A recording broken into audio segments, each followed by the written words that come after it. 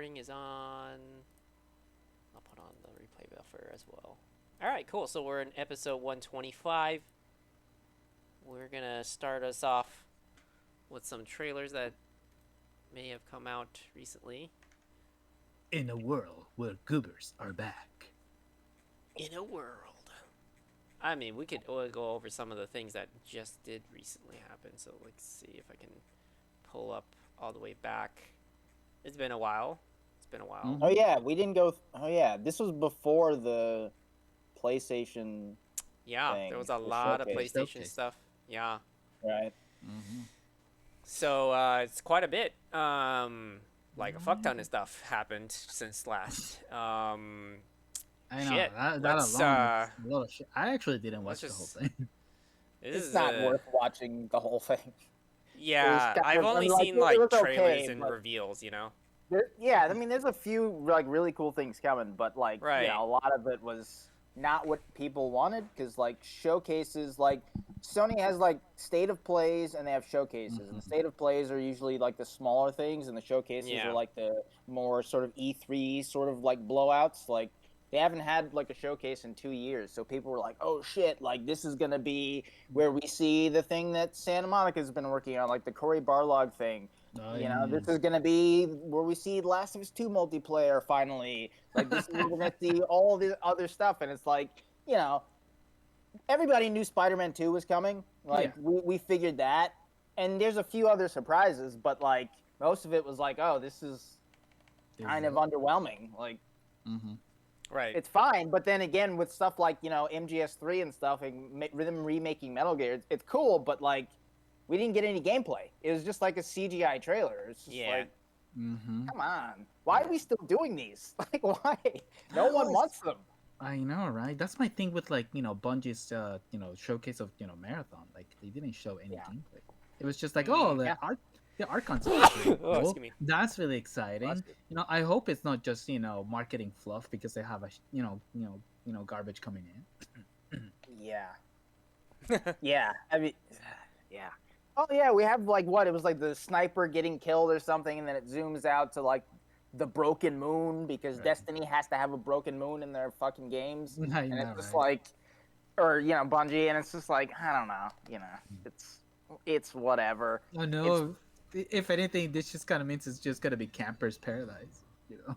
I mean, yeah, they're going for an extraction shooter like a Tarkov, right? Which Right. is like what so many people are going after at this point. Doctor Disrespect's game and like a bunch of other games. There's some other game that's coming out too, but there's everybody's sort of going after Tarkov, and it's funny because like Tarkov is a solid game, but like the people who play it will be the first to tell you it's got a fuck ton of problems, like fundamental problems where it's like. It'd Not be just nice if technology someone. problems. Yeah, I mean, if somebody could come along and make a Tarkov that was like better than Tarkov, it would be great. And it seems like that's what everyone's trying to do. And so far the attempts are like okay, but then you also have half-assed attempts like what Call of Duty did, where they brought out like a little Tarkov mode, but it's not really Tarkov, and it's dumbed down to a point where nobody wants to play it, and it's just like.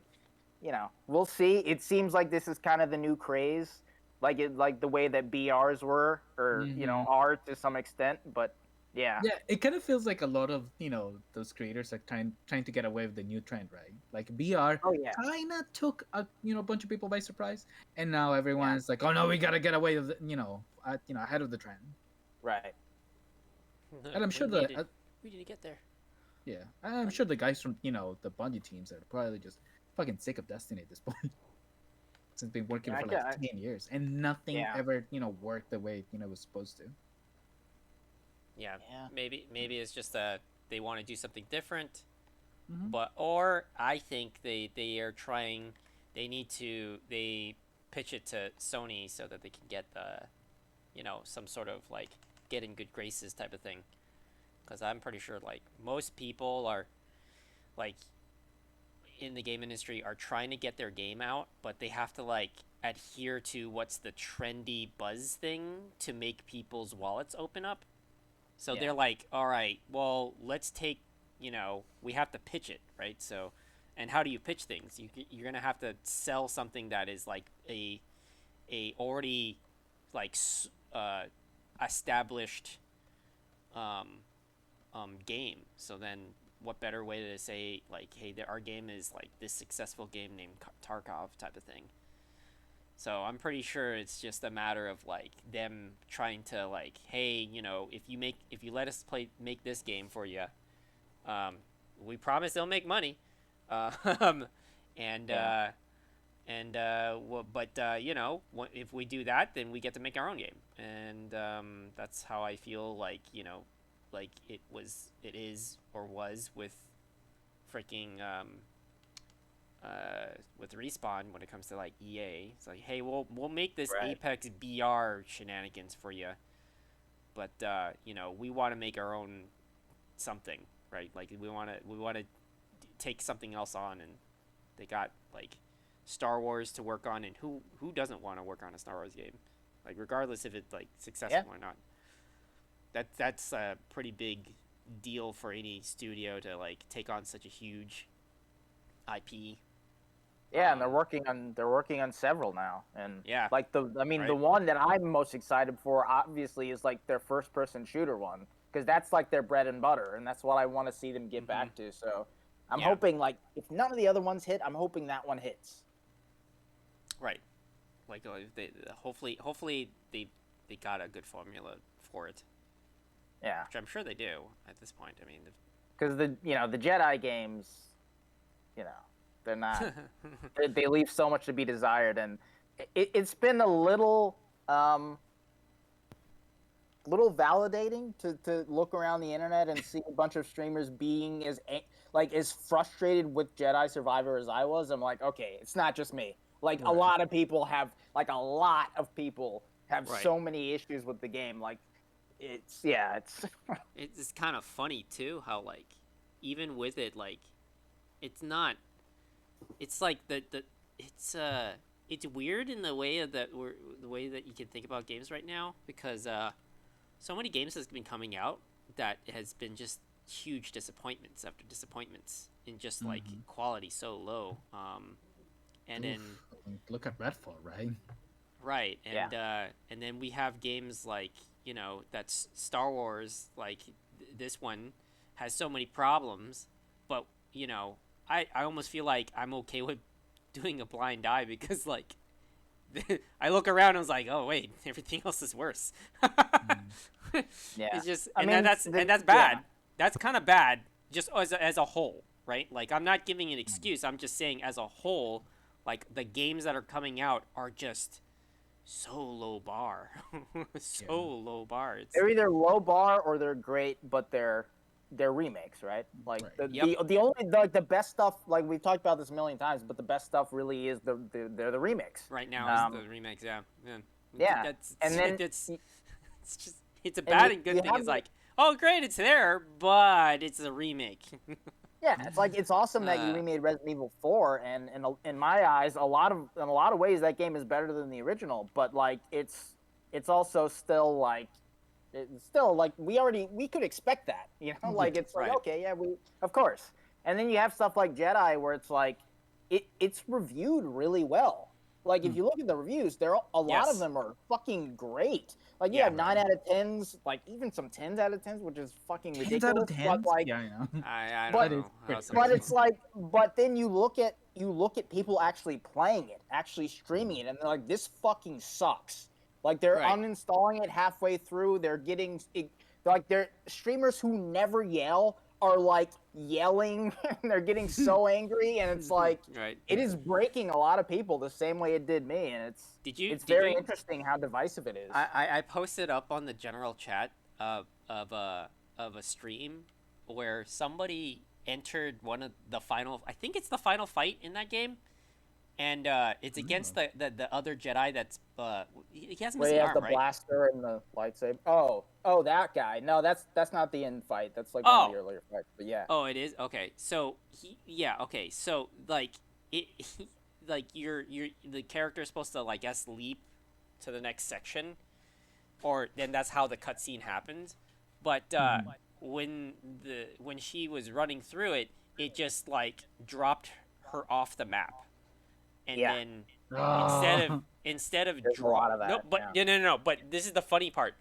The game skipped the whole fight and went straight to the ending of the cutscene. What? Yeah, so she didn't even fight the That's guy. so funny. It just suddenly bounced past the fight. Yeah, she like unknowingly discovered a speedrun glitch. I know. Now. I was gonna say that's pretty cool. That's funny. Oh man. Yeah. I've also So been buggy. fascinated just how like those speedrunners just find ways to like Find bugs. break the Yeah. games. Yeah, to like help them finish games. Right. Like it's impressive to finish them without bugs. It's true, but just being able to like um, nail all those all those tricks and all those bugs in just the right way, to get all the way to the ending. It's pretty impressive.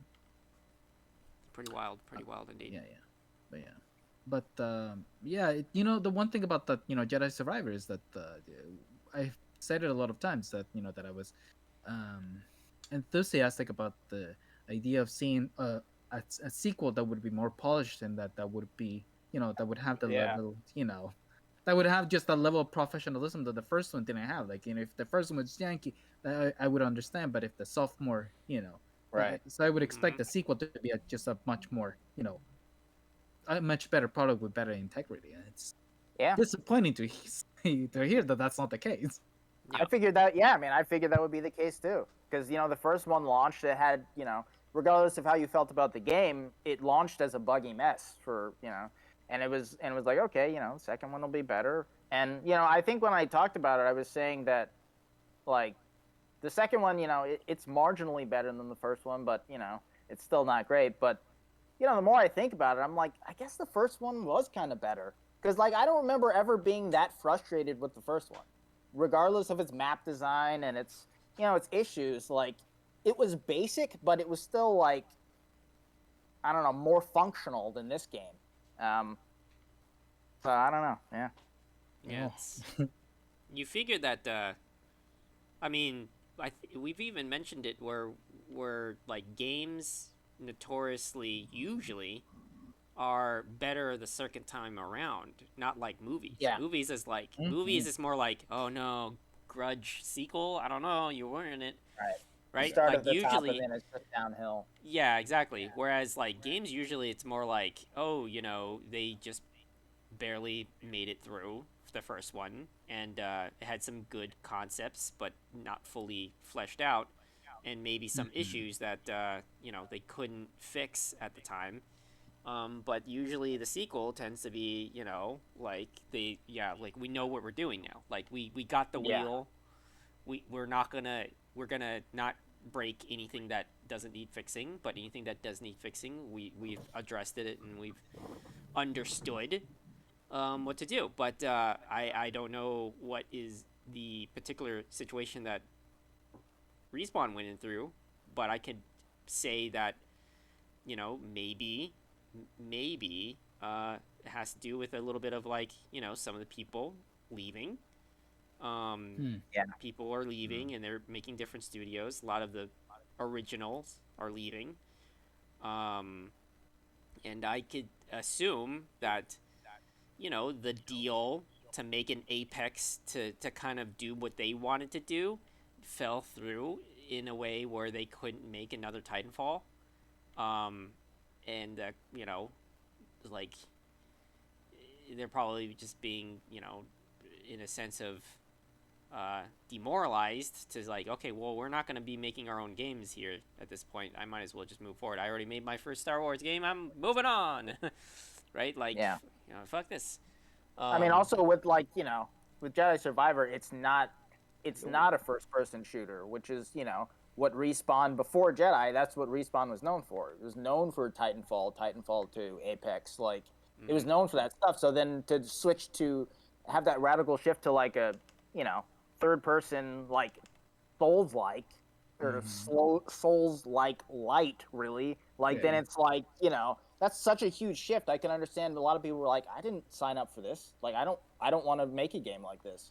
It's completely different. Or they didn't want to keep on making the same game. Yeah, that too. It could also be that they might be spread super spread thin. theme too, because like I don't know now how they're taking on more than one Star Wars game now. Yeah, taking on more one Star Wars. They're doing Apex. I don't know how big a studio Respawn is, but it's certainly not like a Rockstar, Ubisoft level, like Bungie level, 1,000 people studio. It's certainly not that. So yeah, and then that's another thing too. Is like they did expand. Like the irony is that they've expanded parts of their company, and then made a huge another team for Apex stuff. But then they also fired a bunch of people that they let go of a huge section of what was supposed to be their Apex team or something like that. And I don't know what they're doing. And it's mainly EA that's just cutting the costs and stuff like that. Right. So it's I who knows what's going on behind the scenes in terms of that until somebody says something. But as far as people leaving Respawn and what's going on with Apex and stuff like that, I imagine that it's just people, all the people. It's the Theseus ship, right? Is it really Respawn anymore? Right. So it's just it might just be Respawn in name only. Yeah, the talent that was there for Star Wars Fallen Order probably isn't there. The same vision isn't there, and understanding the technical aspects that what they needed to do to make the newest Survivor one probably wasn't there. So I imagine that's just the main case that they're running into, where it's just not the same team anymore. All the knowledge that could have been and kind of critical elements that could have saved some of these issues, that person's not there no more. So we don't know. Yeah. Probably also the same, typical problems that we see in the industry, right? Both poor management and just unrealistic expectations as far as deadlines go. Yeah. I mean, even though this game, the previous one came out back in 2019, and technically it's been 4 years. It's probably just been 2-3 years in development. And I guess that without a clear vision or without a clear direction, they cobbled together what they could. Yeah. And EA is known to shove a lot of money into something. It doesn't turn out well. They burn and turn. Yeah. By shutting down what they can real quickly and firing who they have to, or letting go who they have to. Thing is that a lot of these game companies are just right. There's the terms some bugs are shippable, right? You can ship a product that even though it has enough bugs, they're still not game breaking enough to the point where it makes you still complete the game. That's but they're slowly more and more making them making those games completely so absolutely broken, and they're fooling themselves into thinking that the product they're putting is actually shippable. Yeah, the definition to them starts to get worse and worse. Yeah, they're saying it's technically playable, but the question is, are you gonna have fun? Well, I didn't say that. I said it's playable. Did I say it's fun? Yeah. No, I didn't say anything like that. That's you. That's your definition. No. We're just going for, can you go from point A to point B? There you go. Yeah. Game. There's just not enough quality control anymore. They just kind of want to put those things, as fast as they can. Yeah. Well, I mean, for the next thing. And that sound. I mean, it's further down the list, but we might as well talk about it now. The Redfall thing is that's a similar thing where I think somebody else brought this up on another podcast I was listening to. A lot of times, like what you were just talking about, Carlos, a lot of times it's okay, the big bad corporate publisher comes in and they ruin the game, and this is why it's bad. The developer didn't want this, but the publisher did it. That's why. Redfall, it seems not quite the opposite, but it seems different where, okay, this game was apparently in development for 4 years. Microsoft acquires Bethesda, who owns Arcane. Arcane Austin, who made Redfall. and it's 2 years into the development, and the article that I posted talks about how the developers had hoped that they would have canceled the game. Like Microsoft would have come in and been cancel the game. Yeah, because it was bad. I read that. Yeah.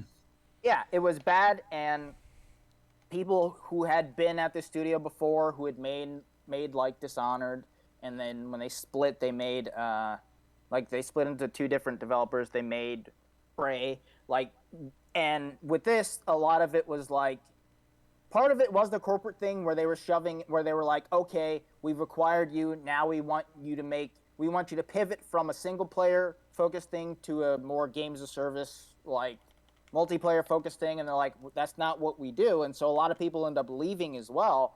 And the people who were developing Arcane Austin, who was developing Redfall, they were like, just like, it'd be nice if they just canceled the game, like, because it's not what we want to make. It is partially the mismanagement stuff too, where it's like the vision is not like focused, where it's like, okay, one day we want you to make it like this. One day we want you to make it like Far Cry. The next day we want you to make it like, Destiny or something. And it's like, it's just like completely out of whack. And it's like, and it's funny because, Phil Spencer was taking the heat, when it came out, and he was like, I should have known. And it's just, it's not all his fault. And Microsoft fucking manages way too many studios. They have like 30 plus studios, which is insane to like manage. But it's like surprising for the game came out. I mean, it is also like what you were saying, Carlos. Where is there any curation anymore? Like, is anyone even looking at this? Because I didn't even realize until someone said this on a podcast. But Redfall is a first-party game. I didn't even think of it, but it is like. Because Microsoft owns Bethesda and Bethesda owns Arcane, that game is technically a first-party game. And it came out to, like, 3s and 4s. Like, I'm like, how does this happen? Right? Like, when's the last time we saw a fucking game, a Sony first-party game that was rated, like, 3 or 4? There's, like, I can't think of anything in, like, several years back. I mean, I don't even know. Maybe something on the PS3 like Haze or something? I don't know. One of those shitty like things? I'm not sure. Not exactly ironically, but there is, one product by Bethesda that actually did get a 4 by IGN. It was actually Prey. No, it got an 8. That got an 8 by IGN. It got an idea. Yeah, well, I think it was a 4 or 5 because the reviewer at the time actually had a game crashing, just a game breaking bug. And they like revised the review later. Yeah, exactly. Yeah. Oh, that. Oh man, interesting. So by Arcane Austin again, and that was when they were actually making a single player focused thing. Mm-hmm. Yeah, I mean, that's. I feel like it might be coincidence at a certain degree because it's. Could be, yeah. It's completely different projects. I mean, they are, they probably have, switched, teams, in a completely different manner. But it's just a coincidence, I think, sort of. Just pretty big coincidence that it's like the same. Like you said. I mean, like I said before a few episodes ago, though, like, no offense to them, but. This is why you got to distinguish between those 2 Arcane teams, because they're just polar opposites. Yeah. Like, even if it was a coincidence, like, you look at the track record of Arcane Austin with Prey and with Redfall, you look at the track fall of Arcane Leon with Dishonored 2 and Deathloop. It's just like they're totally different. It's just completely different. I yet had to play Deathloop. Gonna have to get it in the next sale. Yeah, I haven't tried that. That's the only. I mean, I kind of think like both of Arcane Leon's game. I mean, even the first Dishonored, but certainly Dishonored 2, which you have played, and then Deathloop. Yeah. I mean, Deathloop in particular, like that might be the only non-BioShock game that I would like lump in with BioShock, where it's the same sort of formula where it's like a man goes to an island of these like crazy, like but homicidal geniuses who've like taken over and created this time loop that like isolates them from the rest of the world, so they just like do all the crazy shit they want on the island. It's such a fucking good game. Yeah. Which one is that one? Deathloop. Oh yeah, you're right. Deathloop. Okay. Yeah, that's the one. Yeah, Brenda wanted to play that, but she never actually started playing that. Oddly enough, figure she would have liked it at the very least. And again, not to keep to think the Nintendo's horn, but like, Tears of the Kingdom was literally delayed for a whole year just for like just for testing. Yeah, I heard that. Yeah. I mean, yeah. Then it worked. Yeah. I mean, I haven't experienced a single bug. I mean, the results speak for themselves. Yeah. Mm-hmm. Yeah. Actually, that is a good point to say that like, I mean, that kind of game that they were making is like could be laden with all kinds of bugs. Oh yeah. I mean, an open world game, they're like they always have bugs. Yeah, they exactly. Have bugs in them. So then, and then to on come top out of that, and adding almost adding a bug-free. Minecraft like element to it. Yeah. And that's enough chaos already. That's just like damn. Oh yeah. That's a lot to be worrying about to make it work. It's funny. I miss that kind of fun with games like like Far Cry too. Just like a sandbox where you actually had a lot of fun, where you had like all this spirit elements and in systems interacting with each other in ways you just didn't expect. Yeah. Right. I don't know what happened to Far Cry. Yeah, I know, right? I played Far Cry 5. I played New Dawn, the DLC for that, which was actually better than the game. It felt more like Far Cry 4 and like 3 in terms of the fun and those, disparate random events that you're talking about. And then Far Cry 6 was like it was just it was exactly the same thing that Ubisoft did with Assassin's Creed Valhalla, where they just over bloated it. And like the main campaign should have been 10 hours and it was like 30 because they just had to stretch it and stretch it and stretch it. And the open world didn't. There's a few of those crazy events where like a rhino will attack a truck or something and crazy shit like that. But there's not much. It's just this sort of a bland open world. It's a shame. Because it's not hard to make those games good. You can make them all the same in different locales. You just make them crazy, make them wacky. Yeah? The problem is that it's also really easy to make them really bad. Like I remember, my brother, and I, trying to play through 5, and like, as like in the intro, like the game was just plagued with bugs. Like things, things clipping through through the environment, geometry that shouldn't be, that was missing, and just like in the beginning hours, and we were seeing like very broken product, and that was the same thing with 6. He was hugely disappointed with number 6 as well. Yeah, even though he was very hyped for it. I think that's why I stopped playing 5. I think it was a bug where I got like 12 hours in. I was like, I'm not loving this, but I'll try to get through the story. And I think there was something where like you're chasing a plane, like a dude in a plane, but you're on foot, and it was something like where the plane goes into the sky and it's like circling around, and you have to like find a plane to like go after him in. Mm-hmm. And I looked up at the plane, and the plane just kept going into the sky, and it didn't stop, and then it disappeared. But the mission kept going, and I'm like, I'm done. Like, it reached orbit. What the hell? That's interesting. Turns out Montana had its own space program. Oh my god. Do you think we'll ever get out of this kind of situation where like the quality of the games will be like maybe do you think it could be, well, like, will we get out ever get out of it, right? Will it ever, like, will we see the light of day where a game won't be plagued with like just ridiculous quality bugs and stuff like that? And where the majority actually are plagued with bugs, because games will always come out with a lot of bugs, right? But sure, but At like this not point, to it really does feel the like the majority are coming out with like very broken. yeah, Yeah. very just making things unplayable, right? Like Hmm. that's basically what I mean. Like to Yeah. a point of unplayability.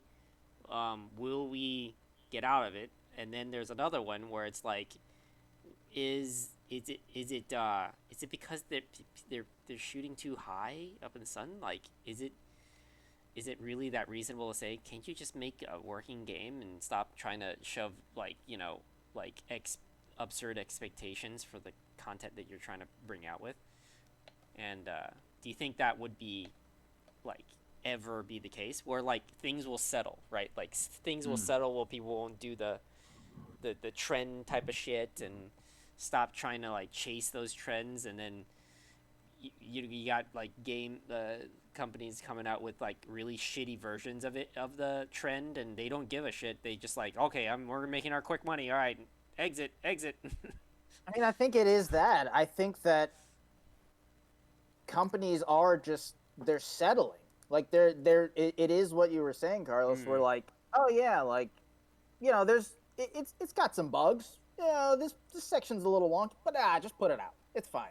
And they think they'll deal with it later, we'll we'll patch but it you later. see other yeah, I mean you see other companies. I mean, like Sony first party stuff is always clean. Like it's Mm. always clean. The games are really good. They're a high quality. There's either Mm, very few or no bugs. Like the buggiest thing I remember is like Days Gone when it launched, and it had like a lot of like pop in issues. Like entire mountains were like popping in and out in terms mm, of the textures and shit. Um, and that was bad. But that was, and that's not great. But it's like that was it. The game, as far as I remember, the game because I didn't play it at launch, but as far as I remember hearing people say, like the game ran okay. It wasn't running like badly. So I don't know. Like it, I don't know. You see, it's just some studios have it like that, and it's like, well, obviously it's not every game that's coming out and as a buggy mess. But then you have like high quality shit like that. But then you have other companies where they have just as much money or more money, and their games come out and they're always shit. Like they're always ridden with bugs, and mm. I don't know. It does feel like companies are just kind of settling. They have a quota to make. They have a standard that they have to meet, and even if that standard is no longer enough, they just go, well, that's the standard. We're just gonna, it'll be fine. Like it'll be fine. Just Mm. ship it. And yeah, I don't know. And obviously, we hear all the time about games being rushed. The whole crunch. The crunch is too much, and all this stuff, and the mismanagement, and you Mm. know, obviously that plays a big role in it too. So I think, yeah, I don't know. I don't know if fixing those systemic issues would like fix the games, Hmm. but it's a good step. But yeah, I don't know. Yeah, that's another thing too. It's just especially for people that are working in the field, some people take it really personal when they get like they feel like that they were just dealt the a bad hand. Shitty hand. Um, Yeah. yeah, and then like the game suffers because of it.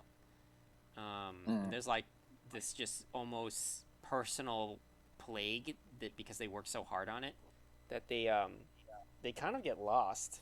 I Mm. think they get mentally just uh, throttled by that. And I'm saying that because there's some like um, like you mentioned Days Gone. That was like one of them where I was hearing like how they're Oh just yeah. blaming so many things that went wrong, and that hey, this is a good game, but it's we were like the reviews were way harsher than like they would have liked it to be, I guess. Maybe for them Yeah. would like to be, obviously. But then, like, I mean, yeah, based on the what I've seen, and again, you played it like much after launch. It was like, yeah, we see the good game, but then at the same time, it's coming out like, you know, like this is not playable in the sense of like Mm.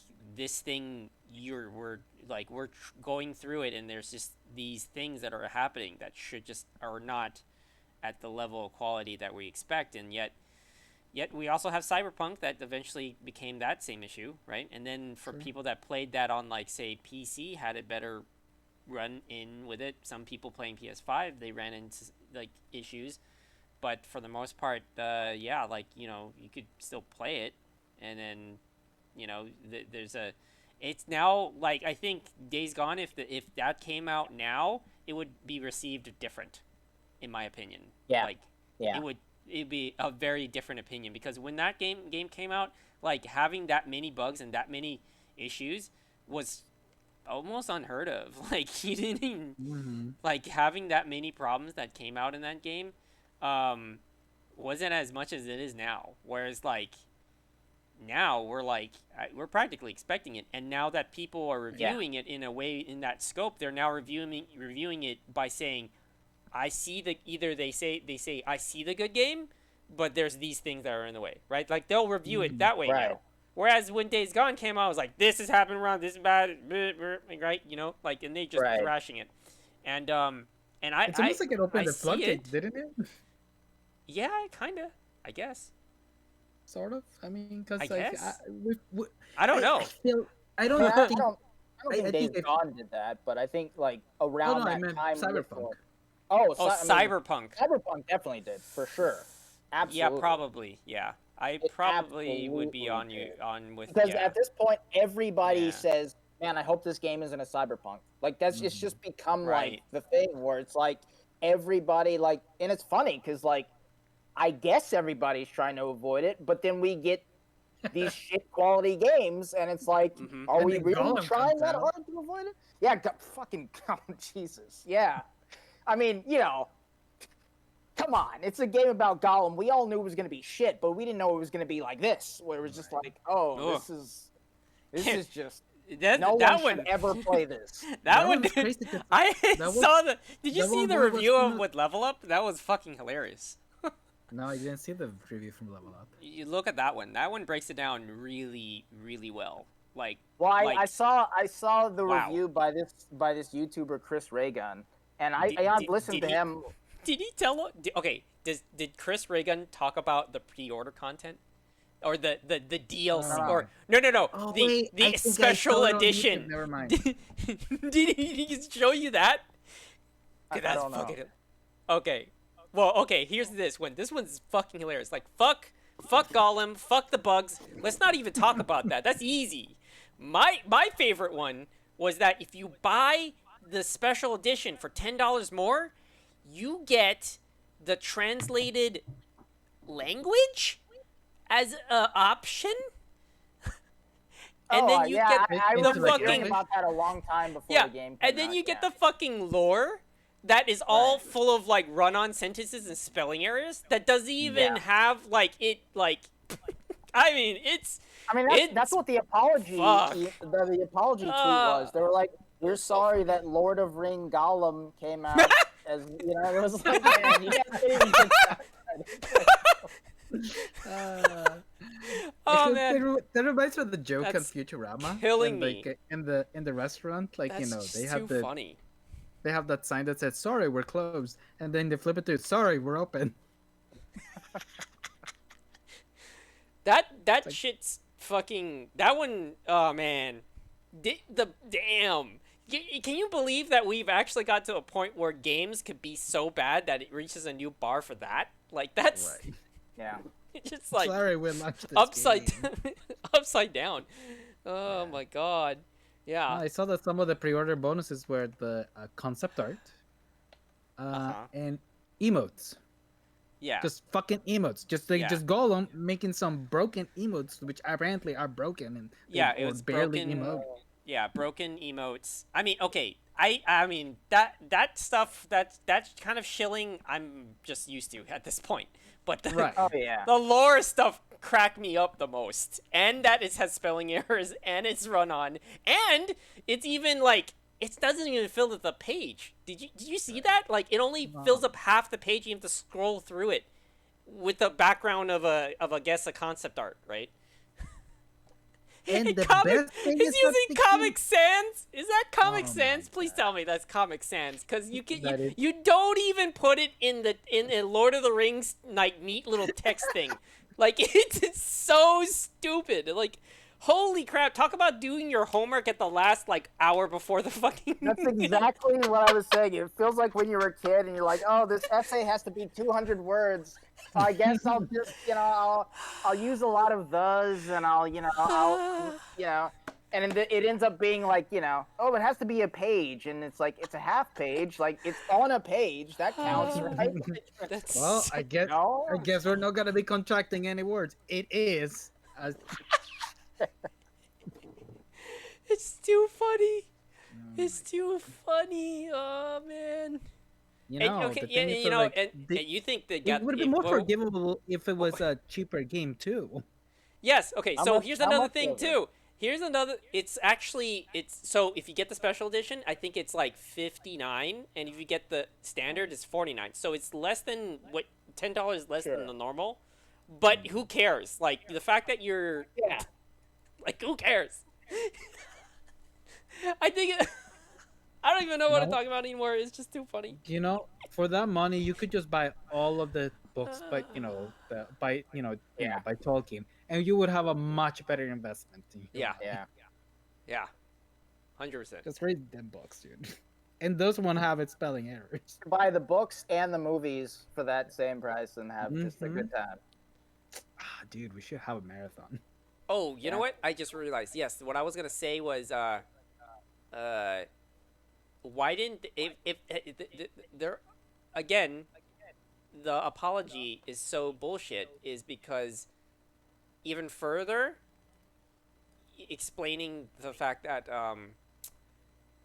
what am I getting at here? Oh, they didn't just they didn't refund anybody. They just apologized. Right? Like, you know, you figured that the right thing to do is to just straight up refund people that $10. At least. If not the game, at least the goddamn $10. Cuz that whole special edition $10, man, that was just That's just insulting, man. fucking yeah. The worst. I'm not going to refund you the tickets. You had a bad show, but I'm not going to refund you the ticket. I know, right? You're gonna look at that bank account and you're gonna remember that day was the worst day of your life. When you played Lord of Ring Gollum. Yeah. Look, you can make a good game out of anything, but this is like one of those cases where like this is as bad as those old, license games, the ones that we never see anymore.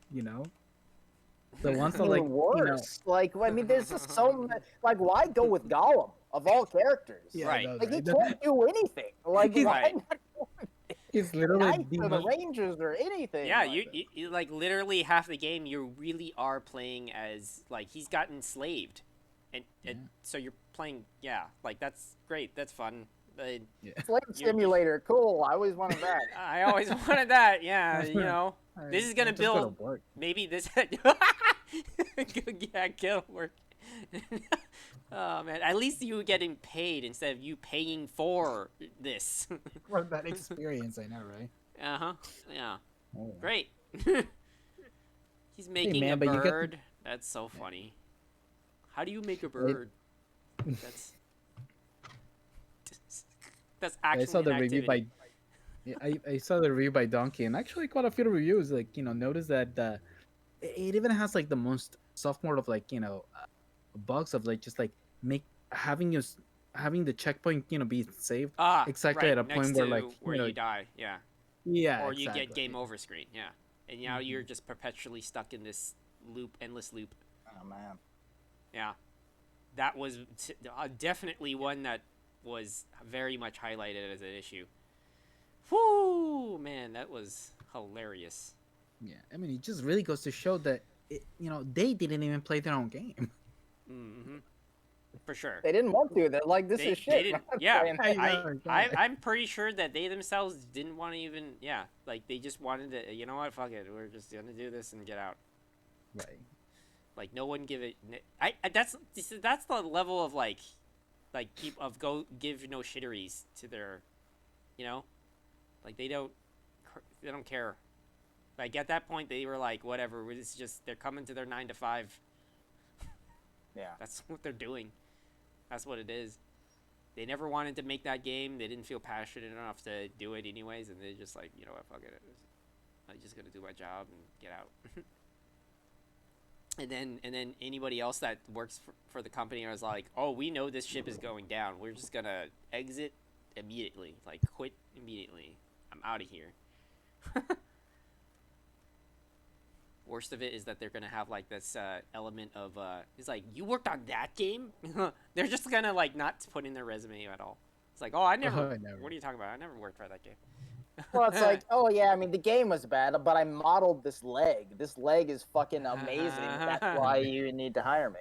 Like, exactly. Yeah. That's like the best you can do with something like that. Yeah. Yeah. You're like, hey, I'm not part of the game design team here, man. I am just the animator. I made the water. Like the water is like the only good thing in the game. Yeah. Oh man, the person that made the, I bet you too, the person that made the like DLC text crap for the lore was just some poor intern or something, or one of the producers that has no idea how to do anything that has to do with game development. You know what I mean? Like they don't even know. Maybe it went like this. Like the person wrote it like really quickly, was like, oh shit, I have to type all this shit. Okay, copy paste. Okay, type, copy, right? And then he gave it to somebody else, and the other person's like, oh shit, I have to put this into the thing. And he's like trying to copy it into there. It's like, oh, trying to put it in there. Yeah, I was like, crap, I can't format it right now. Fuck that. That wasn't my job. And then the next person's all like, oh, I have to put it into the menu. Like, what is this crap? Okay, fuck it. It's not my job. And then they do that, right? It's this long chain of, like, one person just, like, they know, like, that it should be fixed. But they're like, fuck it. It's not my job. Yeah. And to be fair, you know. But you guys pointed out, like, they literally, set out themselves to make a game about literally the most pathetic character in Lord of the Rings. Yeah.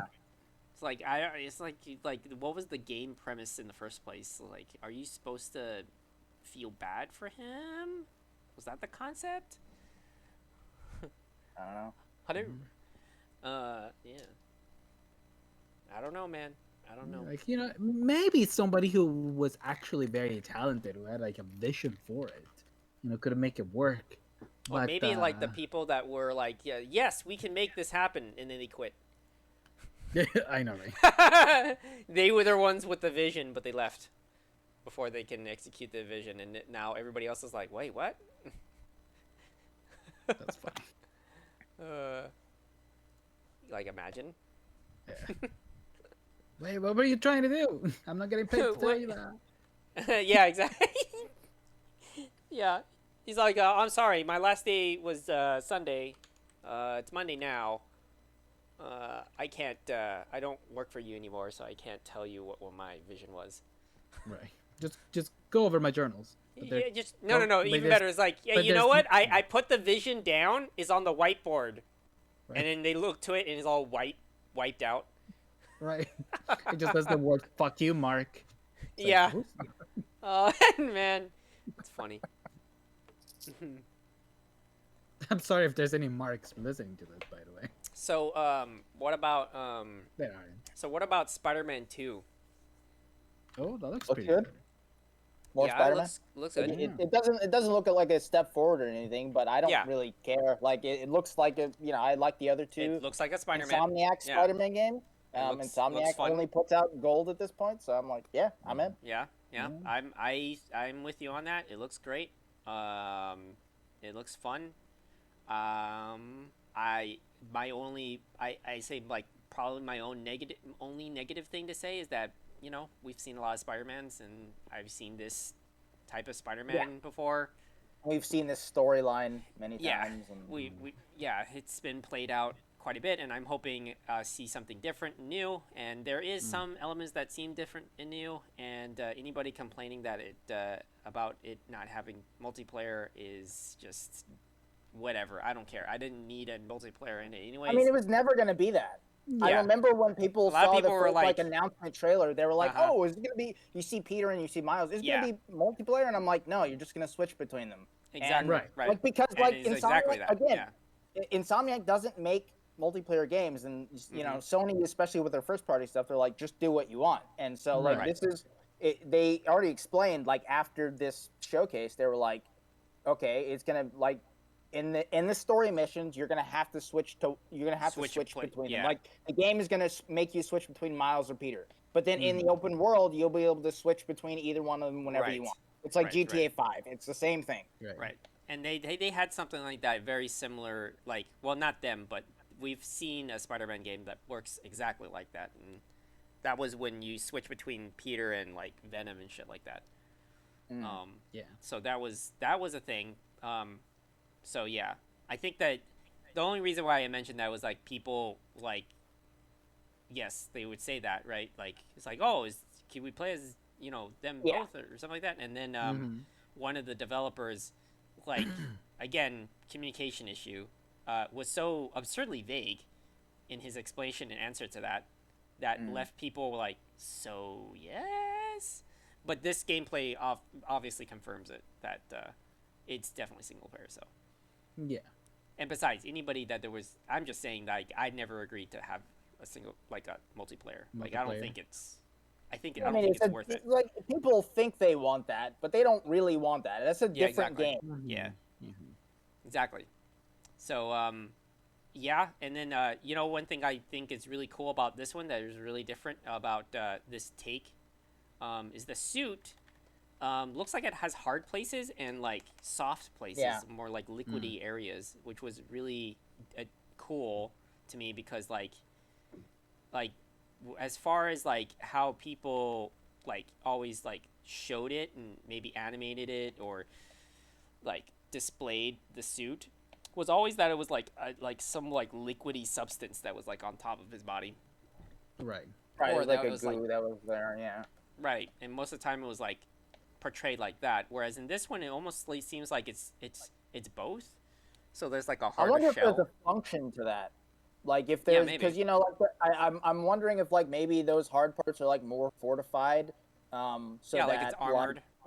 Not so much against damage, but more like how like the symbiote is like weak to sound waves or whatever. Like maybe it's more fortified to that. So like if it's like harder around his head, then like if he's getting hit by a sound wave or something, like he'll be able to, I don't know, think his way, like just like have a little bit more time before like the symbiote is weakened and get out of the situation or something like that. Yeah, maybe. That would be pretty cool. Like adding in that element. But I mean, in terms of the story, I imagine it will be they'll twist it in a way that's different because that's what they did with the other games, especially the 2018 one where it's like, like they're using familiar elements, but they're doing it in different ways. Especially with like Miles and Peter actually like being in the same universe and it being more of a Batman and Robin type thing instead of like we're just in separate universes. We're just two different Spider-Mans in different universes, which I really like. So yeah, looking forward to this. I like some of the gameplay elements that they have added to some of the traversal that I was looking at especially with Miles when they're in the and I'm guessing that Peter is gonna have similar functions where like in the sections when they are doing the it's sneaking around or stealth sections, you can do simple things like create like another point of another point where you can walk over with your with your spider web. You can just kind of like do a perpendicular web into the next wall, and you could just walk right over, and it's like, oh, that's such a simple thing, but it really makes a big difference because it really opens up like a lot of a lot more avenues to to be able to sneak around and a lot more platforms. Yeah, the wingsuit was cool too. Where he's like you can do the normal web That's swinging, pretty but then you huge. can also just wingsuit through. That's fucking awesome. Right. I hope they do that right. Because I just don't want the transportation to be just too easy. Like See, part I of mean, the it looked like it was doing it right? Where it's like it's actually like it's limited, but it sort of just it intermingles with the web swinging like so well. Like you have to do both to stay up, basically. Yeah. It's not like you you can just wingsuit everywhere. Right. Exactly. That would be exactly the wrong way to do it, where you can just do it right. everywhere. And it just trivializes the It's like now then you're web just flying, and it's like swing, you're not even Spider-Man anymore. It's like it's Yeah. different thing. yeah, exactly. I imagine, like wingsuit. I imagine the way You wouldn't want wingsuit it would to- work would just that Yeah. it just glides, and you can never bring more inertia up unless you slingshot your way up. True. It's like you get enough momentum with the web swing, and when you have enough, then you can wingsuit for a little while, and then it starts to go glide down, and you got to web swing more to get the momentum back up. That sort of thing. Yeah, that's how I would imagine it works. Or That's like what an it looked idea. like. It Yeah. seems that. Yeah. That's what it seems like from what I'm looking at. And both can do it, as well, not just Miles, but also Peter. And Right. yeah, I'm just glad that it doesn't trivialize the traversal, because that's part of the fun. Yeah, for sure. Like it should be treated as like an additive, not a like a crutch. I think that in the end of the day, that's what we're looking for. God, these guys just make such a great, good-looking game every single time. Yeah. Insomniac is amazing. I think they're one of the best studios in the world, certainly of the Sony stable, for sure. Yeah, they are. They put out games so fucking fast too. Like they're like old school Naughty Dog, like in the PS3 generation with the first 3 Uncharted games, or they come out with them quick. It's just like versus the Ratchet and Clank remake in 2016, then Spider-Man in 2018, then Miles Morales in 2020, Ratchet and Clank the next year, like and then this. It's just like damn, like I don't even know how you're doing this. And they're all really good games. I feel like it could be just attributed to that they already have a lot of the pre-production done as another game that's already being finished. Yeah, that makes sense. Like there's they do have 2 different studios. Right, like there's already some sort of overlap happening between the different ones. Like they probably had. Yeah.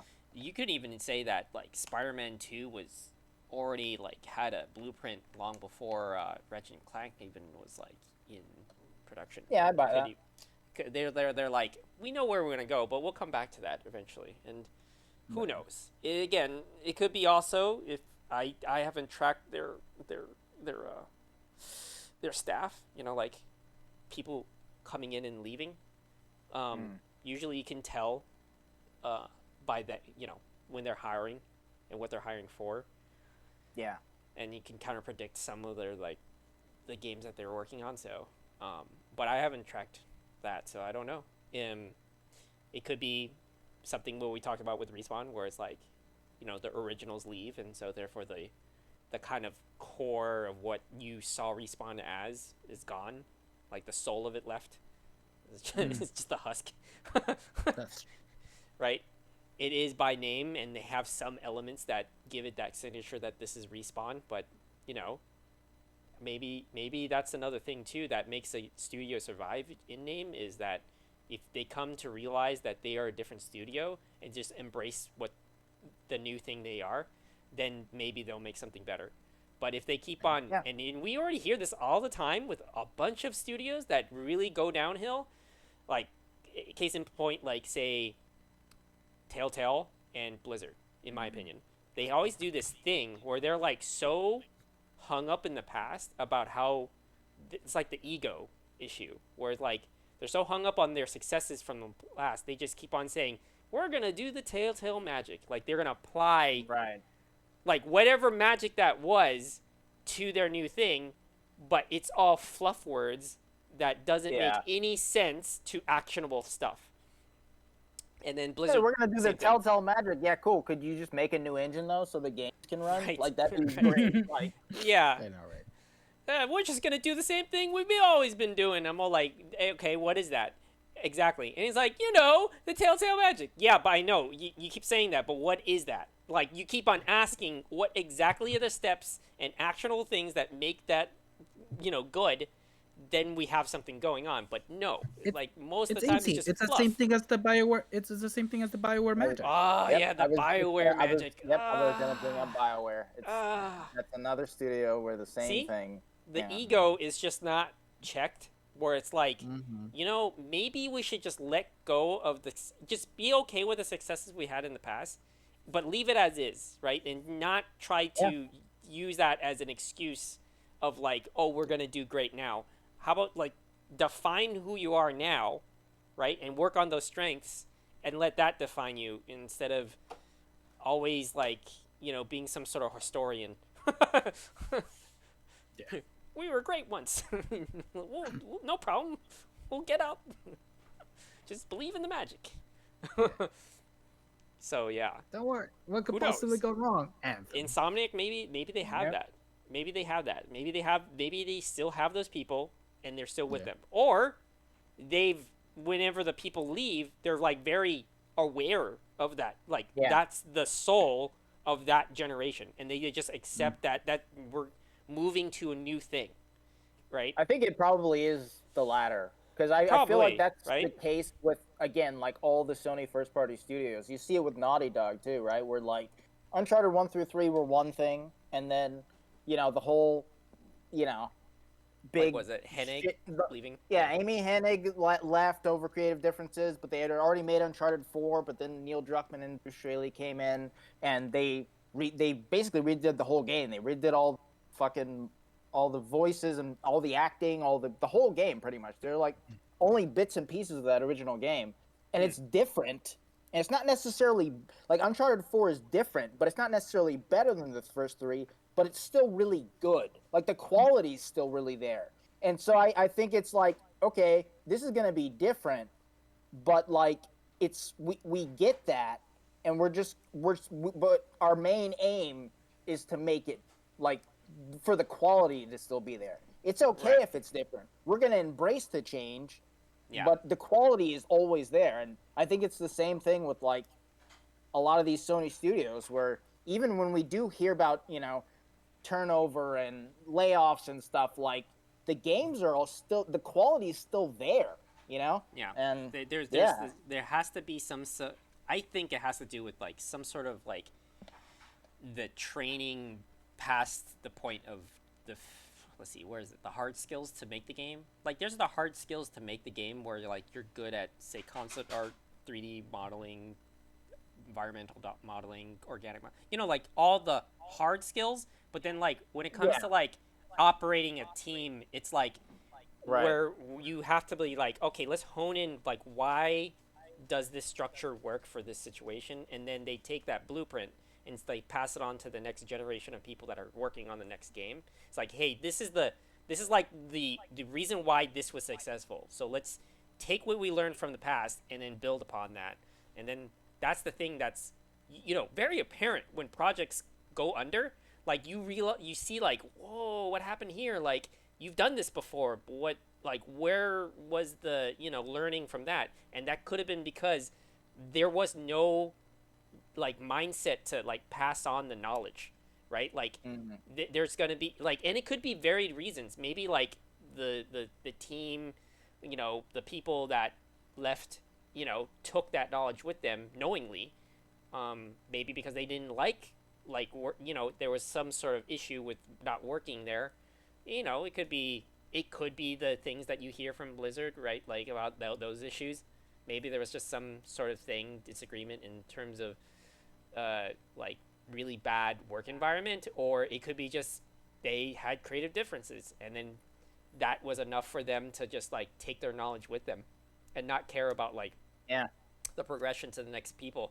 It could be that, because I imagine once you make missteps like that, like there's like that human resources element, right, like kicks in, and how that team would operate. Are they there to protect the team or are they there to protect the company? Because then, and usually human resources are there to protect the company. So, and most of their steps are pretty vicious, in my opinion.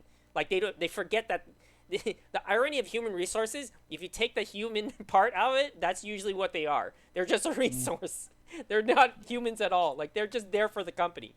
Humans are just data, okay? That's all. Yeah, and that's a problem, and that's like it's a combination of training and then like another combination of like what did they come into the job with that thinking already, and or did they get instilled by that thinking by the previous guard, right? The previous people, right?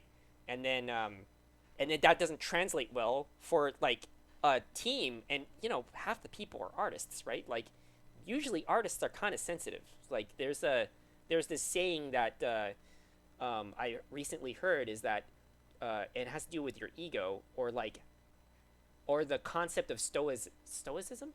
Yeah. So if there's this thing where whenever we get any sort of like something happening to us that hurts us emotionally, it's the idea of getting shot with 2 arrows, because you don't you get shot by the physical arrow, right?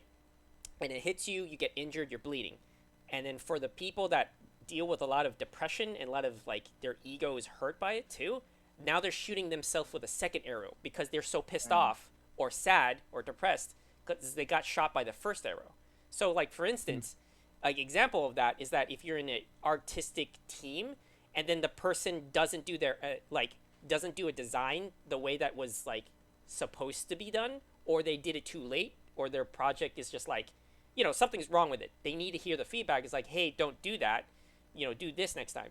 But because that they're getting that feedback, those people are getting double hurt because now they feel like oh, I got this feedback, I'm a bad artist, and then they get doubly hurt themselves. And like, how do we navigate that? And that's the biggest problem with like team environment. Like it's hard to validate their feelings, like, hey, this is not a personal thing, maybe this is just like a skill that maybe a muscle that you haven't practiced enough, but we will help you along that way so that we can work through it.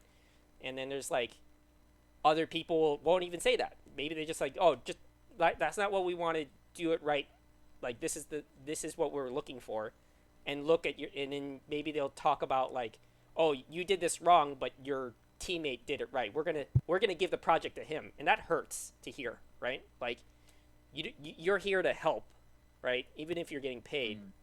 And it's there's like these levels of, you're dealing with people sometimes that don't have good social skills, right? They'll take it, people will take it harder than they're supposed to, and that's most people. And then 2, some people will say it harsher than they meant it, right? Yeah. And who knows if that's ever like a constant problem, which from hearing a lot of people that are working right now in that industry, they're like, yeah, they keep on telling me all these kind of nightmare stories about having these awkward conversations about their skill level. Like, oh, like one person, he's like an animator, he gets pulled in with like, dude, we're talking Office Space level, like kind of you're getting grilled, right? You remember that from that movie Office Space, where the 2 guys are like reviewing people? Like, we're talking that. And they're just they're asking these questions of like, why didn't you like finish this on time, or what was the problem for this project, like we didn't make it, or and some of it's just like, what do you mean we didn't make it? Like we did make it, like we did make it on time. And it's like, yeah, but it wasn't at the level of like quality that we're expecting. And then that's another problem too, is like, you're talking to this person that's like, that person's questioning you, and they're not an artist, and you're like, okay, what do you mean by like the quality, like what quality we're looking for, right? And they don't have examples. They just generalize in such a fucking odd way that they're like, you're not defining it clearer. I feel like I'm just in the chopping block right now, and then it's just like extra embarrassing. One, embarrassing just to even have that conversation, and 2, like really confusing. Like, where are we going with this, right? So it's like we don't know. Like, I feel like that is the stemming issue with all these games. Like, the ones that you really could see where like people are giving up on the quality. Like, they don't even give a shit. Like, they just want to make the deadline and just not be under the grill. And then there's like sometimes it's like a fucking, it's like Animal Planet levels of like, oh, I just don't want to get yelled at by my supervisor, so I'm gonna do better and more work than my peer, and make them look bad. And then now they're the target, right? They're the bait. Right. And that's fucked up. Like, that's like, you're not even a team anymore. Like, you even like, you might even go as the far as the level as not helping your teammate, because you know you're like, well, I'm also under the gun too. So it's no longer us working together. It's a battle royale. Who gets first, right? And then the worst part is when you start comparing each other, like comparing your teammates' work together. It's like this level's here and this level's here, and then the supervisor is trying to tell you like, I want it. It's very like the bottom, like the weakest link needs to catch up, and then they're kind of on the chopping block, and it's like this. Yeah, I mean, do you want to make a game anymore? Like, I wouldn't want to be in the environment. That's stressful as fuck. Plus, also most of the people, like artists, sounds are. Like the prison. It sounds like the prison in Andor. Did you watch this show? Right? We haven't finished it actually.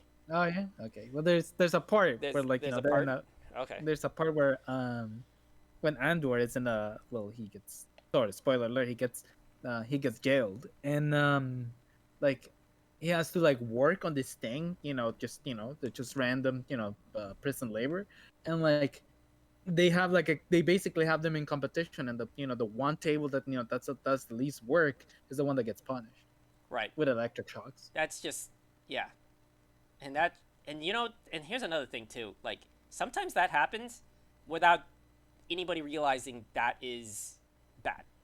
Like, they think that, like, some people think that is like, oh, that's competition is motivation. It's like, I mean, I can understand that how maybe in some work environments maybe it works, but like once you make everybody versus each other, that's a problem. Like, even if you have to like make up make up that like, here we're here to make a amazing game, and our competition is a game studio that we have no relation with, then it's like, okay, we've made this fictitious villain there. Like, we did that only so that we can say like, hey, we're trying to aim for a better version of that. Then everybody's aligned together at least, and not fighting each other, because that's that's the problem. And then furthermore, when you have a weakest link, it's not that we should ignore the weakest link and just let them suffer, or we shouldn't also do the opposite of that, which is like focus on them and then now they're a target. It's more like, hey, everybody needs to contribute to helping them grow. Like, maybe it's like we have to treat the situation like, I'm a teacher, you're a student, and I'm just providing different ways how you can gain that skill. And whether you take that onto your own and kind of transform it and take the time to grow that direction, like, is up to you. But if I don't see further progress, like, there's a difference between somebody trying and not trying. Like, you could see somebody motivated to like, oh, I'm, like, I don't know how to do this, but I'm going to try the different ways. And if by the end of, say, a month or two, because we're under the gun and we need to move on to the next project, maybe then for now we'll just pass it off to somebody else, but at least give them the chance to like put in the time to grow, and then have the teammates who have maybe a strategy that doesn't work for you but works for them, hey, pass it on, right? Like, show it to them, maybe it works. That's the kind of thing that, like, I don't think a lot of places do too much. They say they do. I hear it. Right. I hear that, like, oh yeah, when you're in a team environment, this and that. I was like, okay, if that's the case, then why do we have all these studios and these nightmare stories, like, nonstop? Yeah. Like, it's not even like, it's like a joke of like how there's a lot of people that will complain too about how some people get put onto a project not because of their skill level, but also because like some disgusting relationship like thing. It could be like, oh, I just like Yeah, the nepotism, exactly. They just know, the right person. They don't even have the skill for it. It's like this, right? So then there's like too. all kinds of stuff. Go on. Yeah, and also too many times in like just the workplace, like do you see people then doing the wrong thing and like, or just having wrong performance instead, bad performance instead of like communicating to the person like what they're doing wrong. They just let them do the wrong thing. Oh, right. Mm. So And they just it keep doesn't doing it the wrong doesn't thing. Yeah. yeah, exactly, until they get fired. It's like when you just talk to the person, just tell them. And Right. and the excuses Yeah. are like, well, they should know better. But they don't know better, clearly, so just talk to them. Yeah. Just have the conversation. Yeah. There's that. That is actually, that's a really good point too. There's also this other thing where it's like, okay, there's the other side where it's like the one that so again summarize the previous was that there's the negative sides where it's like the person becomes a target, they get really like almost battered by the negative feedback, and then there's the opposite where they don't say anything, where it's just like they know that they're gonna get the hammer dropped on them, but no one says anything, and they just let that person live in fucking absurd bliss, and that's bad because then it suffers everybody too, right? Like just because that one person, and then nobody wants to be the bad guy to say it, because then everybody's just being too nice about it. And then there's like this problem too, where it's like, okay, well, maybe I'm not the supervisor, so it's not my job to give them that feedback. But at the same time, everybody knows everybody sees the elephant in the room. It's like, okay, we need to have that conversation because, like, we just know that it's going to be bad for everybody in the long run.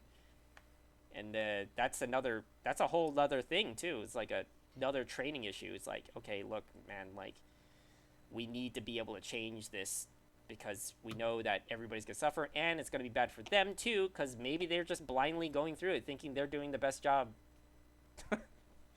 Yeah. They're doing the best thing. They're just in complete ignorance of it.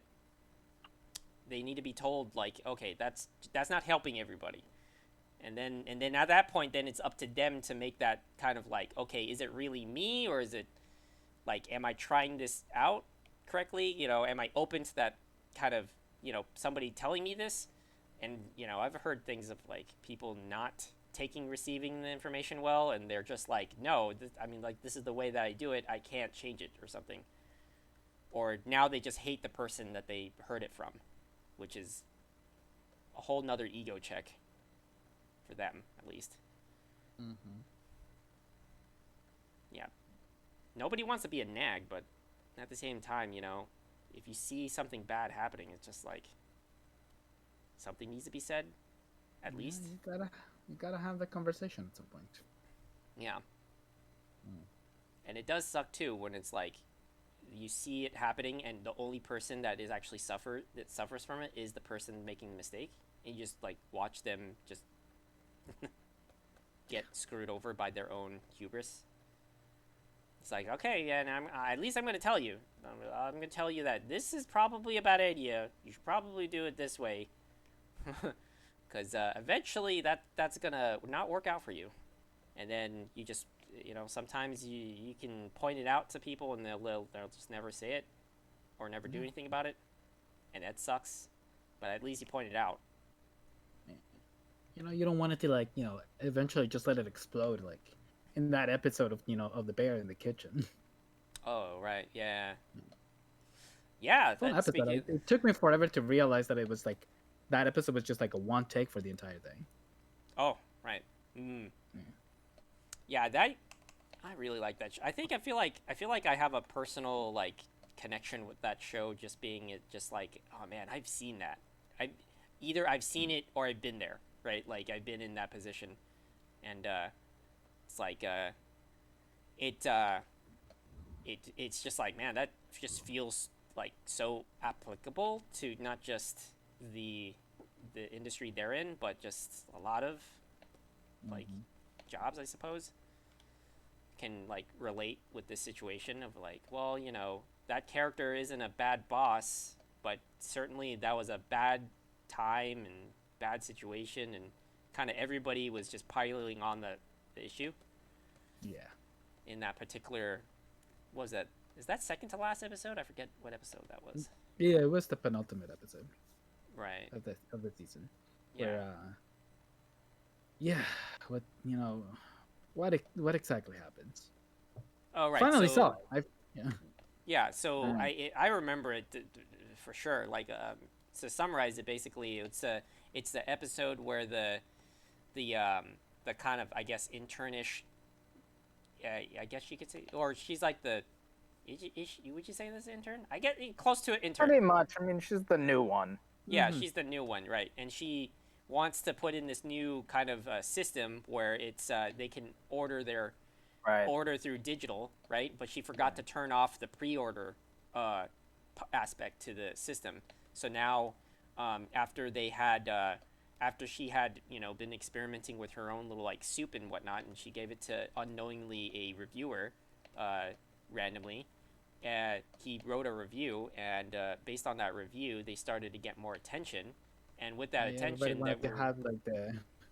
everybody wanted to get the sandwiches and the whatever, and they were getting like 100 and something orders, pre-orders already, and nobody knows how to use the system. And she's trying to explain it to the older gentleman that they clearly don't like each other. Guy?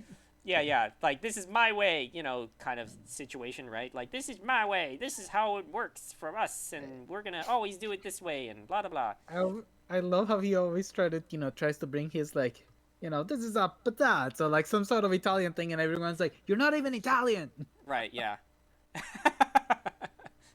Man, it's so funny. And, and so it goes to a head, because now everybody needs to have their A game.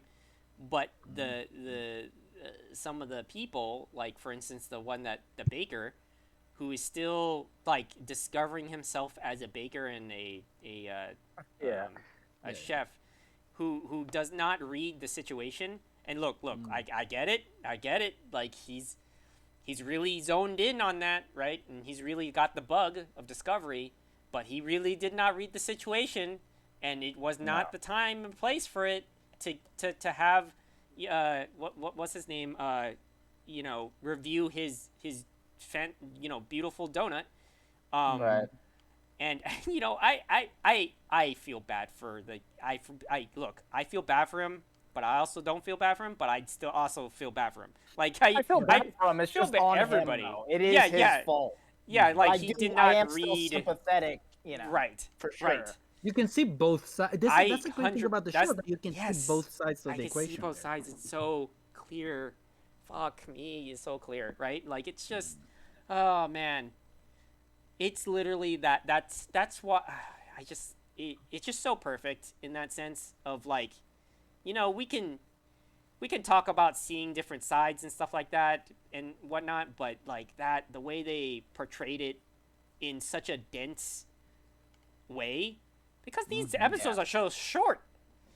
I mean, they are short, but this is like so much packed in without it ever feeling convoluted somehow. That's the thing, or I feel like the writing was so well done and very just like, we know exactly what we want, and then the actors have it clear too, right? Like, they understand the assignment so well that they can portray these characters in such a realistic manner. Yeah, it just it's like, for me personally, I feel like it's a 10 out of 10. Like, that's definitely like top for me right now. And you know what? Hey, it's only season 1, and it could totally change. Just so I could pad it for my future self. Maybe there's like the 3 seasons, 5-6 seasons in deep, and it turns out like the show turns to crap. Like, that could happen. Either way, though, that first season, it's like True Detective, right? It's the same thing, same fucking thing. Right? Yeah, it could. That happens with so many shows, right? Where it's just like, oh man, it started off so fucking good, right? And it got bad, but you can't take that first season away from it. Right. That's actually, I was asking my brother who's watching the second season of the show From, that one that I was like singing praises, last time we had the show. I was asking about the second season. It's like, oh, it's kind of disappointing. Like, god damn it. But the first season was pretty good. Okay. Yeah, I tried watching it. I watched like the first 2 episodes, I might give it another whirl. It didn't really take with me though. I Okay. find like we were talking, we just talking about The Bear, which has amazing writing. Problem is like it's like the main character Harold Perrineau, like his acting is like pretty good, and the lines that he gets are pretty good. Everyone else's acting and the writing is like it feels contrived. Like it What are feels we talking about? it's From. like From. it's like this Okay. weird. I haven't even gotten to the twist of what the fuck's even going on. I don't know if they get to that Huh. or if it's Oh. just still a huge mystery. But Oh, it's still a huge mystery. okay, Oh, yeah, I okay. kind of figured it would be one of those types of shows. But The mystery Yeah. never gets solved, kind of thing, and it just kind of keeps going on. Yeah, and it's it's on the whole vein of Lost, of these people are in Oh, this oh, trapped in this place. I They see. don't know how to get out, and there's a whole crazy stuff happening in the background, and Right. you don't know what it is, and Huh. you know I see. part of it is trying to figure it out. Random aside, everybody heard about the like allegations of like yeah, I Lost? read that article. Yeah. why did it take that long There's, for people like- to come out about this? Like it's so I mean, it's so so out of nowhere. I mean, we were just talking about Harold Perrineau. He was one of the people who was talking about it of like racism, like in the In the from workplace like kinda the thing, higher ups, and the like writers. Carlton Cuse and Damon Lindelof, the executive producers and the creators and the head writers of the show, and then there was somebody else in the article talking about they were like several writers from the writer room were talking about like racism and stuff like that. I heard Harold Perrineau talking about that stuff like when the show was going, like years ago. I see. I'm not saying that he's wrong because he's not, but like just as a viewer, the stuff that he was saying in terms of like story and stuff, I've never really agreed with some of the stuff he was saying. But in terms of like the stuff that the writers were talking about, in terms of the racism and the shit that was talking about there, again, it's like I'm not saying they're lying, and it's such a slippery slope because you also hear in the article about like Lindelof and Cuse, like they're like, I don't remember, like I didn't say that, like, and it's such a thing where it's like we don't have any proof, so we don't really like. It's so easy to believe one side or the other, and to just be like, oh well, this person's black or this person's Asian, so I'm gonna believe them, and it's like that's a slippery slope though, because you don't know who's like you don't know what happened. No, there's no proof to say this definitely happened. This person didn't happen, but it's like so it's terrible. The stuff they were the stuff that they people were accused of saying is like horrible shit. Like just shit that was like, oh, it was meant to be a joke, but it's like you're talking about like lynching people and all this like horrible shit. So I'm not saying that I believe or don't believe one side. It's just like I don't know. It's all kind of hearsay, unfortunately. Yeah, we just we don't know. But yeah, like what you were saying, Sean, it did, like, I mean, the show ended like 13 years ago. Yeah, Like, I was like, that's what was weird for me. I was all like, why am I hearing about this now? Like, just like, yeah. That's just so long ago. And then it's just like some of the things that they do say too is just like that was happening for like the writers, and it's like off the cuff jokes, I guess. Yeah. That it was just really these terrible jokes. What they were saying were jokes, but then at the same time, they're terrible jokes, right? Like it's exactly what that is. Like, there's no excuse for those kind of jokes, even if they're jokes. Right. Exactly. I mean, they're not. I mean, in passing, like we didn't pay a ticket for a comedy show, right? Like in passing, that's right. You get what I'm saying? The definition between I'm paying a ticket for a comedy show and the comedy show is just known for that, right? There's that. Right. But then there's like I'm in the workplace, and then like the writers write my character off and then say that as a joke. Now that's fucked up, right? Like like or they write a character in a situation in a scenario and they make a joke that is like a joke about slavery, right? Like that's just like, okay, that's just out of the blue. Like why even make that joke? Like and it's just like, okay, well, it was that long ago.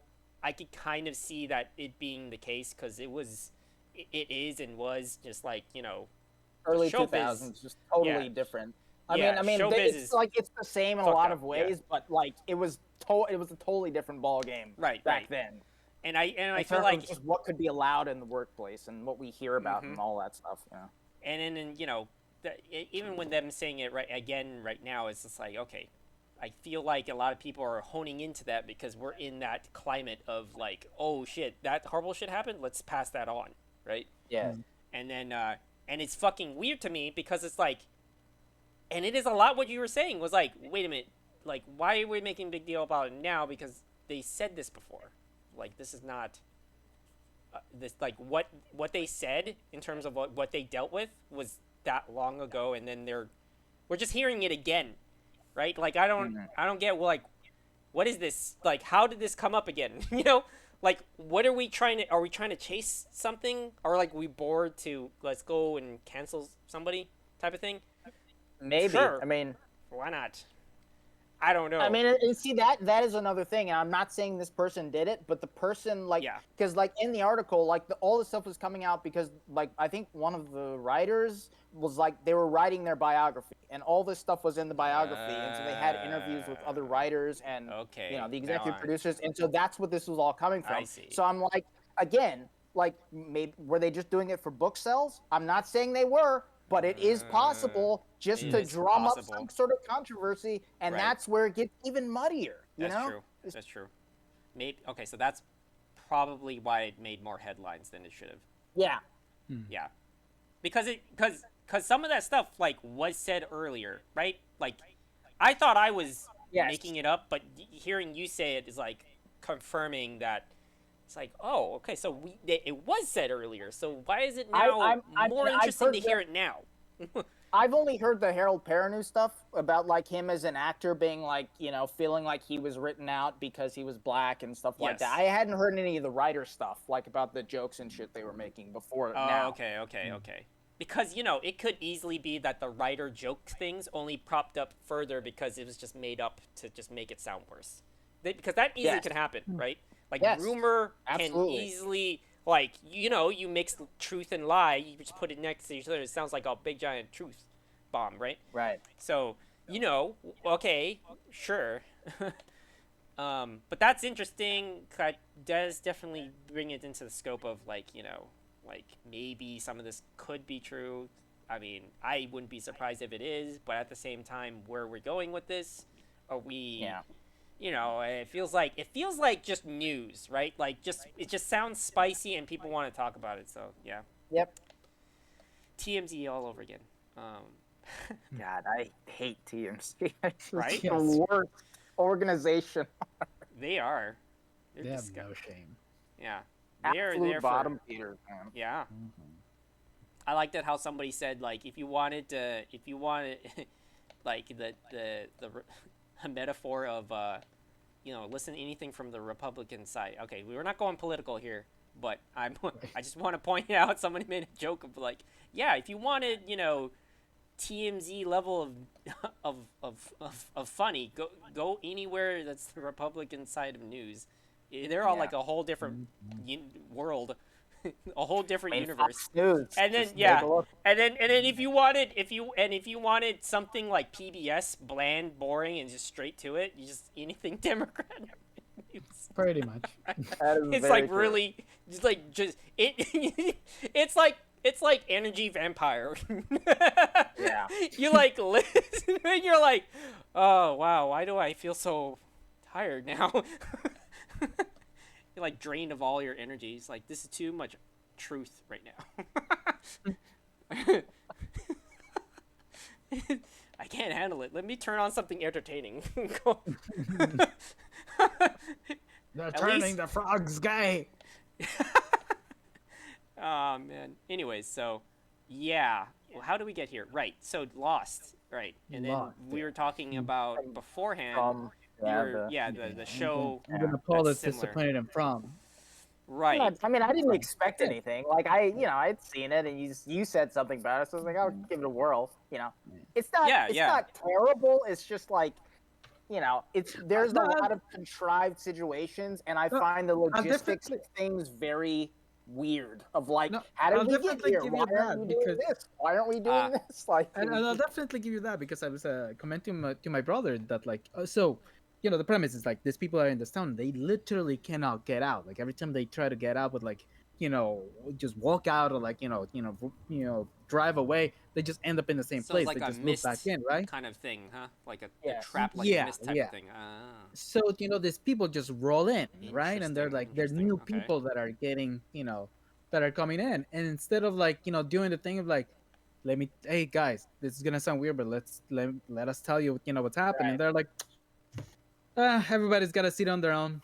Okay, Yeah, so let's just hide it from them. Let's tie them up, put them at gunpoint. It's like we can literally just have a conversation and solve all of this. Like I don't know what we're doing. Interesting. But I like that the show does the how after Hitchcock said the thing where like you can always put a bomb in a room and make it explode and you startle the audience, but it's more interesting to tell the audience, look, there is a bomb, and like the tension comes from the fact that you don't know where it is and when it's gonna go off. Right. Sure. Yeah, exactly. I see. Yeah, it's more like that tension, that expectation of like, when is it gonna go off? When is it gonna go off? When is it gonna go off? Right. And to me, the scares in that show always do that. They set up a bomb, they tell you that there's going to be a bomb, and eventually it's going to explode, but they don't tell you when until it does. Right. And it does explode. I see.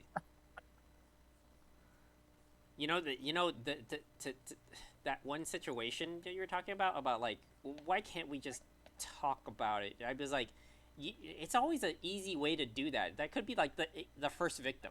That like like in horror films, like we need to have a character a little bit like how Scream does it, where it's almost fourth wall breaking. That character is just the vessel for the audience. Yeah.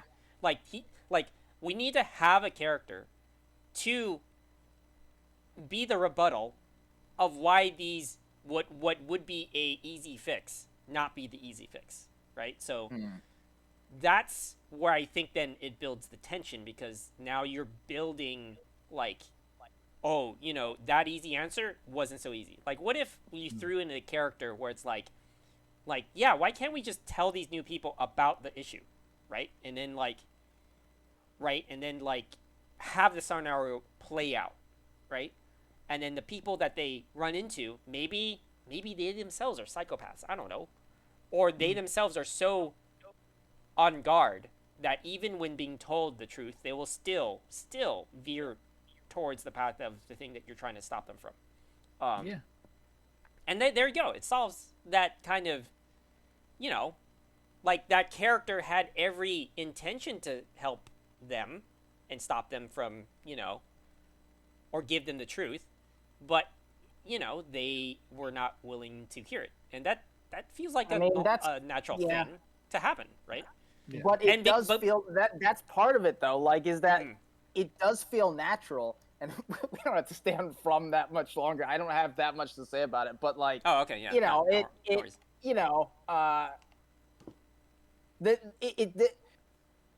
In terms of, like, it feeling natural, that's another issue I have with the writing on that show, is that like they don't feel like real people to me.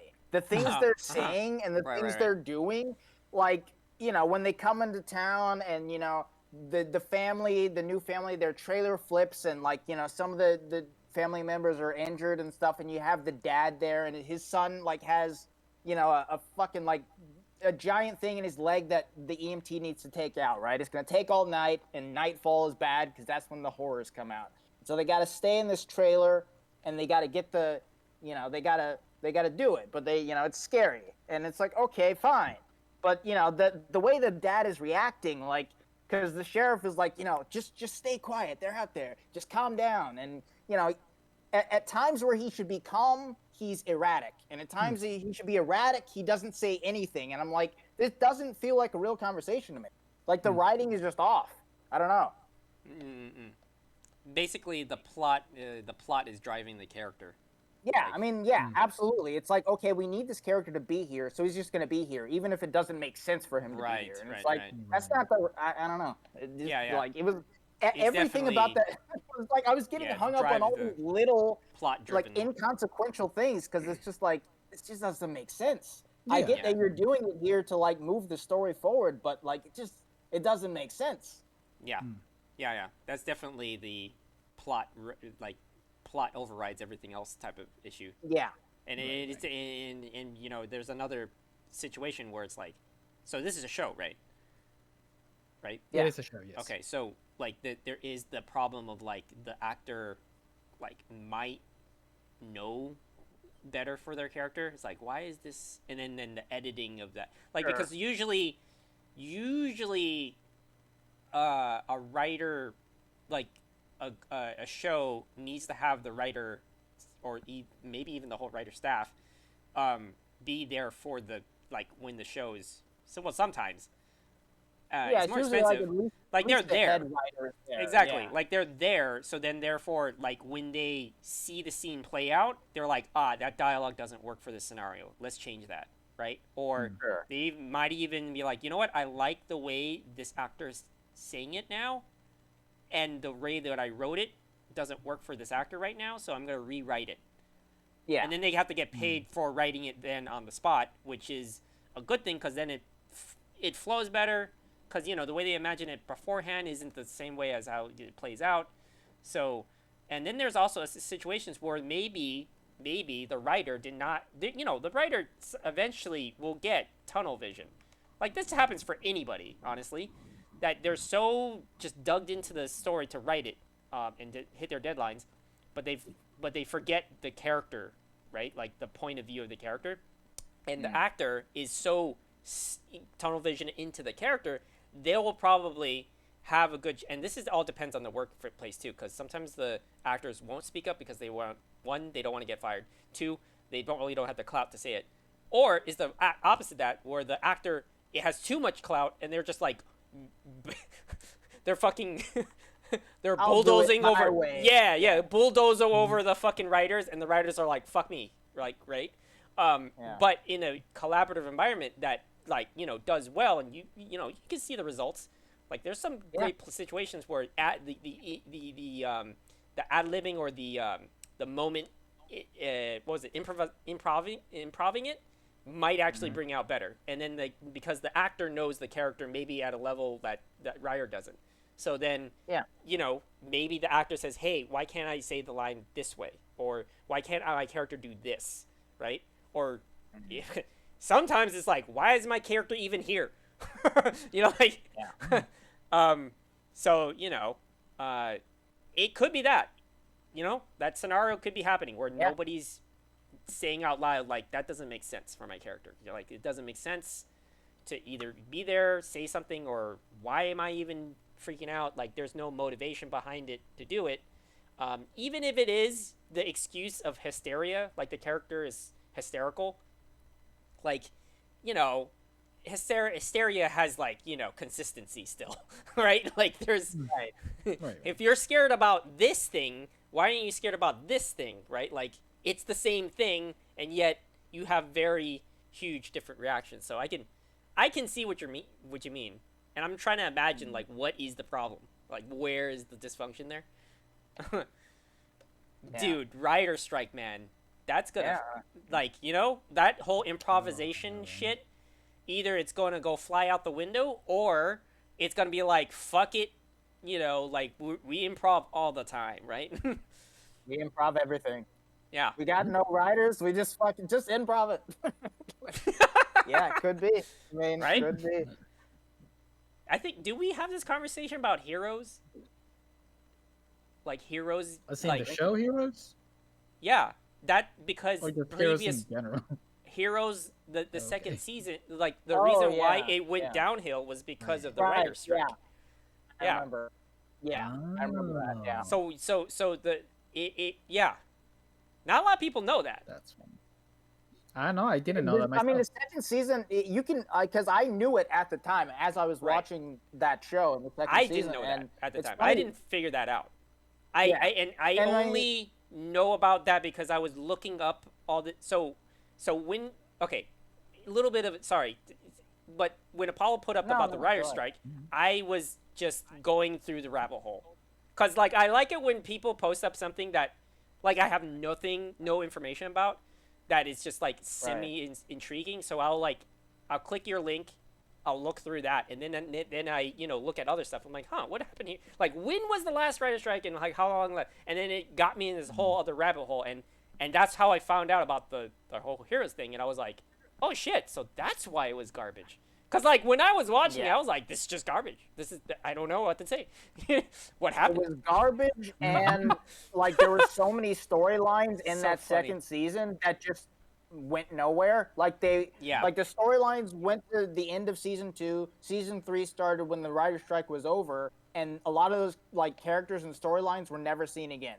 And like there's a reason for that. Like they either had to hire impromptu writers like that were just on contract and would write when they needed to and just write shit quick for them to film, or obviously most of the writers were not there, and so the storylines that they wanted to film and stuff, like the season was shortened, and they just weren't able to get it in. And then so when they started season 3, it was like, I guess we just start fresh with a lot of this stuff. Like, we can't keep going with that character because like it doesn't work for the trajectory of the show. So yeah, I mean, you saw that with a lot of shows. Some shows made it work back in that original writer strike.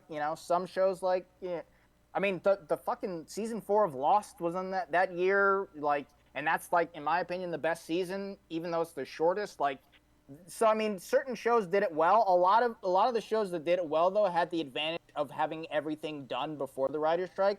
Like they filmed and they wrote everything ahead of time, obviously not knowing that the writer's strike would come along, but just because of their shooting schedules and stuff, like they had everything done. So like by the time it got there, it was like, oh, this sucks, but at least all of our shit is done, and we can just, whenever this ends, we can just work on the next season instead of like going back and having to redo this season or whatever, Right. They really got all their eggs in the right kind of basket set up, ahead of time. And then we saw with some movies like Quantum of Solace, where it's like that movie feels very unfinished, and there's a reason for that, because it was written before the writer's strike, part of it was written before the writer's strike, and they had it outlined, and then the writer's strike started, and they're like, well, we got like the shooting schedule is already here, and so like there are giant holes in that movie.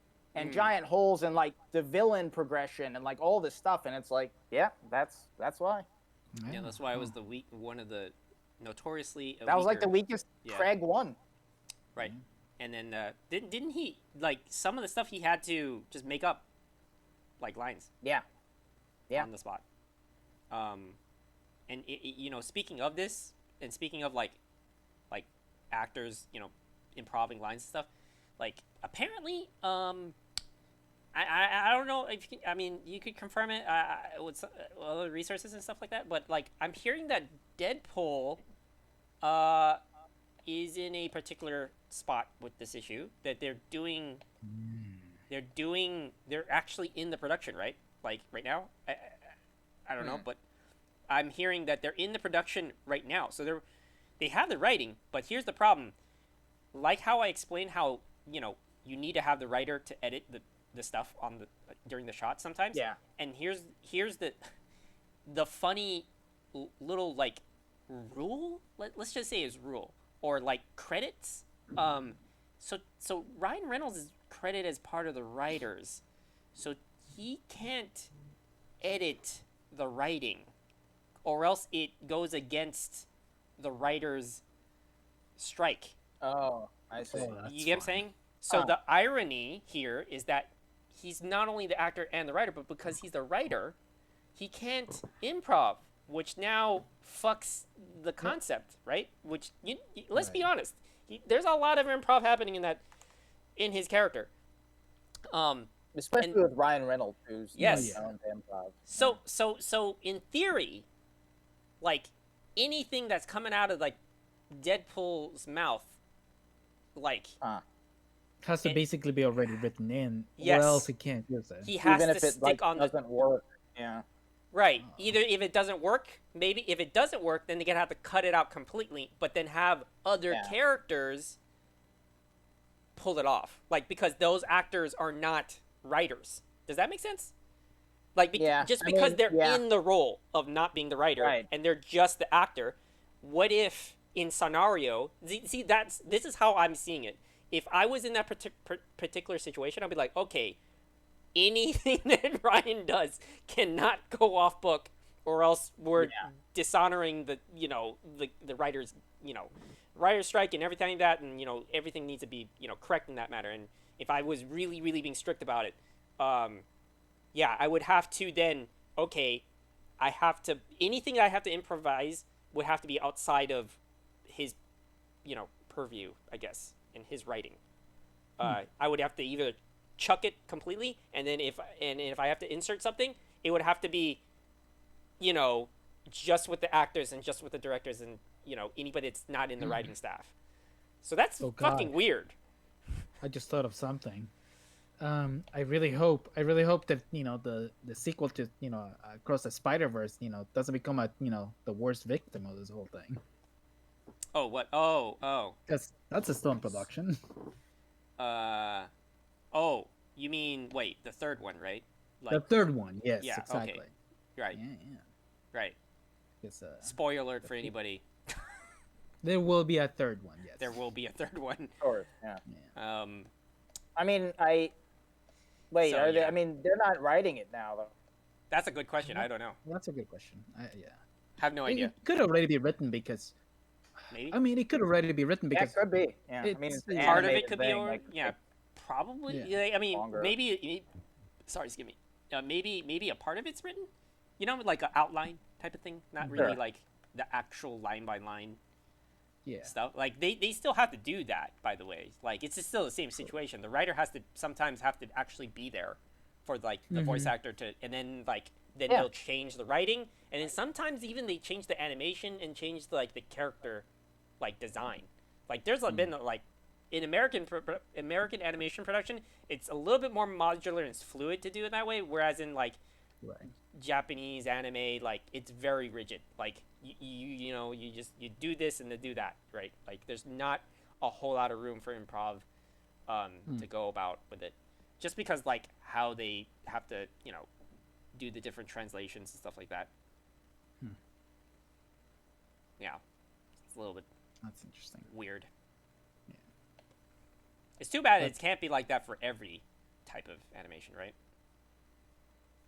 Yeah. Who knows? But anyways, yeah. We'll see. It's gonna be interesting to see how that affects Deadpool, because man, that's a huge strength of I would say Ryan Reynolds character. Yeah, exactly. The way he does stuff and I mean, the worst thing we could hear is that it turns out that they said fuck it. Right? I know, right? And then they totally get, I mean, I was thinking that. I mean, they might, and then just hope for the best, hope that the writer's strike is over by then, and right. Be able to do that. Or I mean, the other option is that if there's stuff that doesn't work in the movie, and the writer's strike does end before. It ends in post-production before the movie comes out. They just ADR a bunch of stuff, right?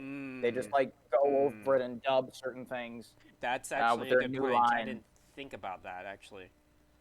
That would be the smart way to go about it, right? Yeah, but again, that can only happen if the writer's strike ends before the movie comes out. So. Yeah, unless they do some wacky do let's keep on delaying.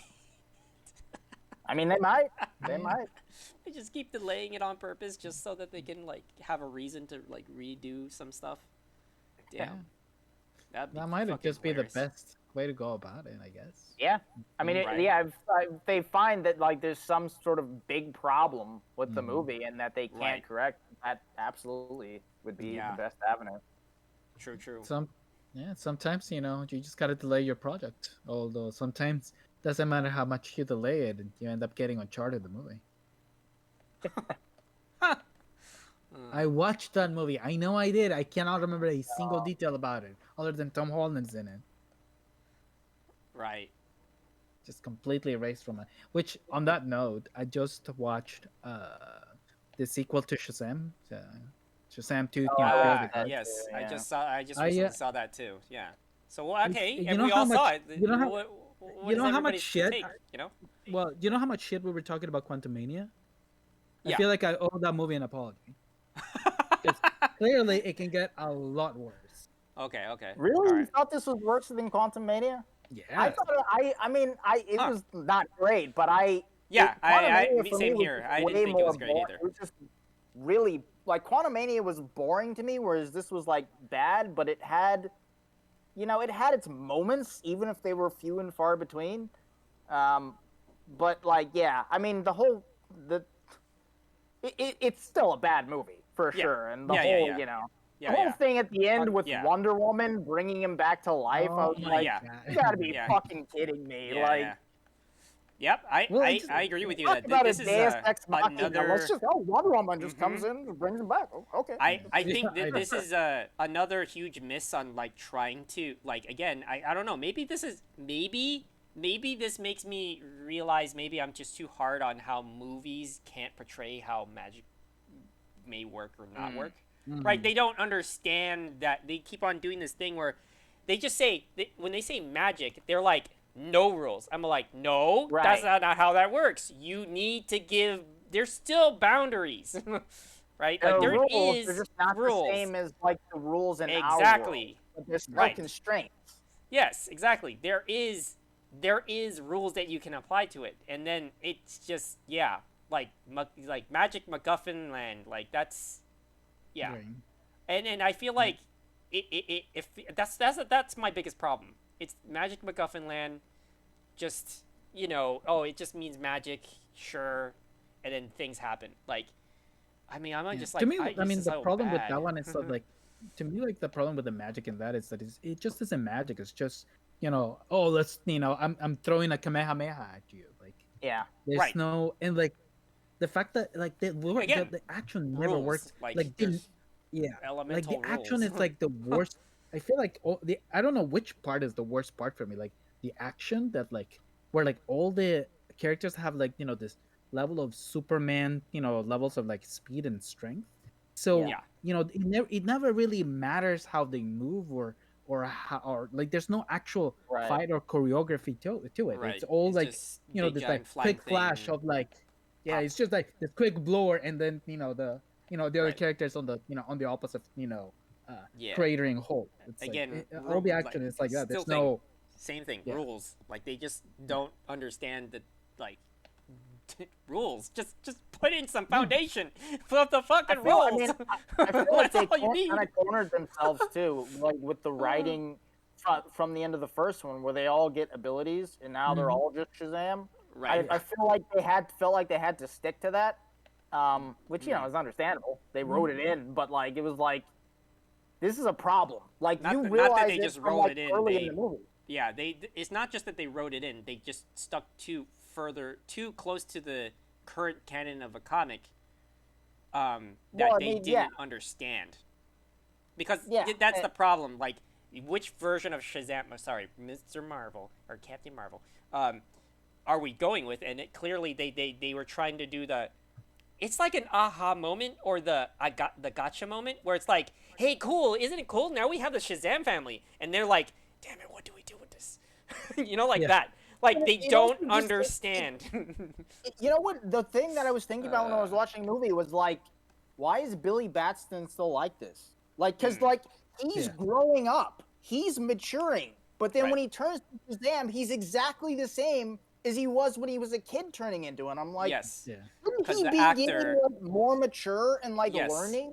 The Like actor- it was really odd. Yes, because the two actors are not aligned with some whatever there's going on with. Like for instance, the actor that's playing the when he transforms, he still Yeah. he's still being told, or in his own headcanon, he's still a kid. But nobody's. I don't think anybody's sitting down with him in the writing of it, saying like, look, this is the age of your character now. Like he's now a teenager. So what were you as a teenager? Because it's exactly what you're saying in the sense that he's forgetting the fact that that kid is growing up, and he's still acting like the previous movie, like a kid, right? Like, Yeah. and then we don't. And the worst part of it is that we're not convinced of him growing up because we're not spending time with him as Billy Batson. You know what I mean? Right. Have you Right. noticed that like Yeah. half the time, or even more than half the time, it's not him, it's the other actor. Yeah. Right. You can't spend time because it runs into the same issue that you were previously mentioning. That was a setup from the last one. Was that now we just shoved in 5 new characters who we barely get to know, like Yeah. barely, very barely. Oh man. So yeah. Yeah, that's that's another one thing that's really odd, right? Like, they like you said, like, the Shazam characters, Tina and Billy Baxter, they're portraying completely different characters. Yeah. Yeah. It's like they never sat down with each Yeah. other. It's like, hey, so So where do we see are our we? characters? Yeah, who are we at this part of the arc of the story? And then like, what are we? What is the goals here? And what is the core of the character? Right? Like Yeah, if I mean, the writing how is do we just act? totally incongruent. It's like they wrote Yeah. 2 different characters instead of Yes. one character changing forms, right? And it's like Yeah.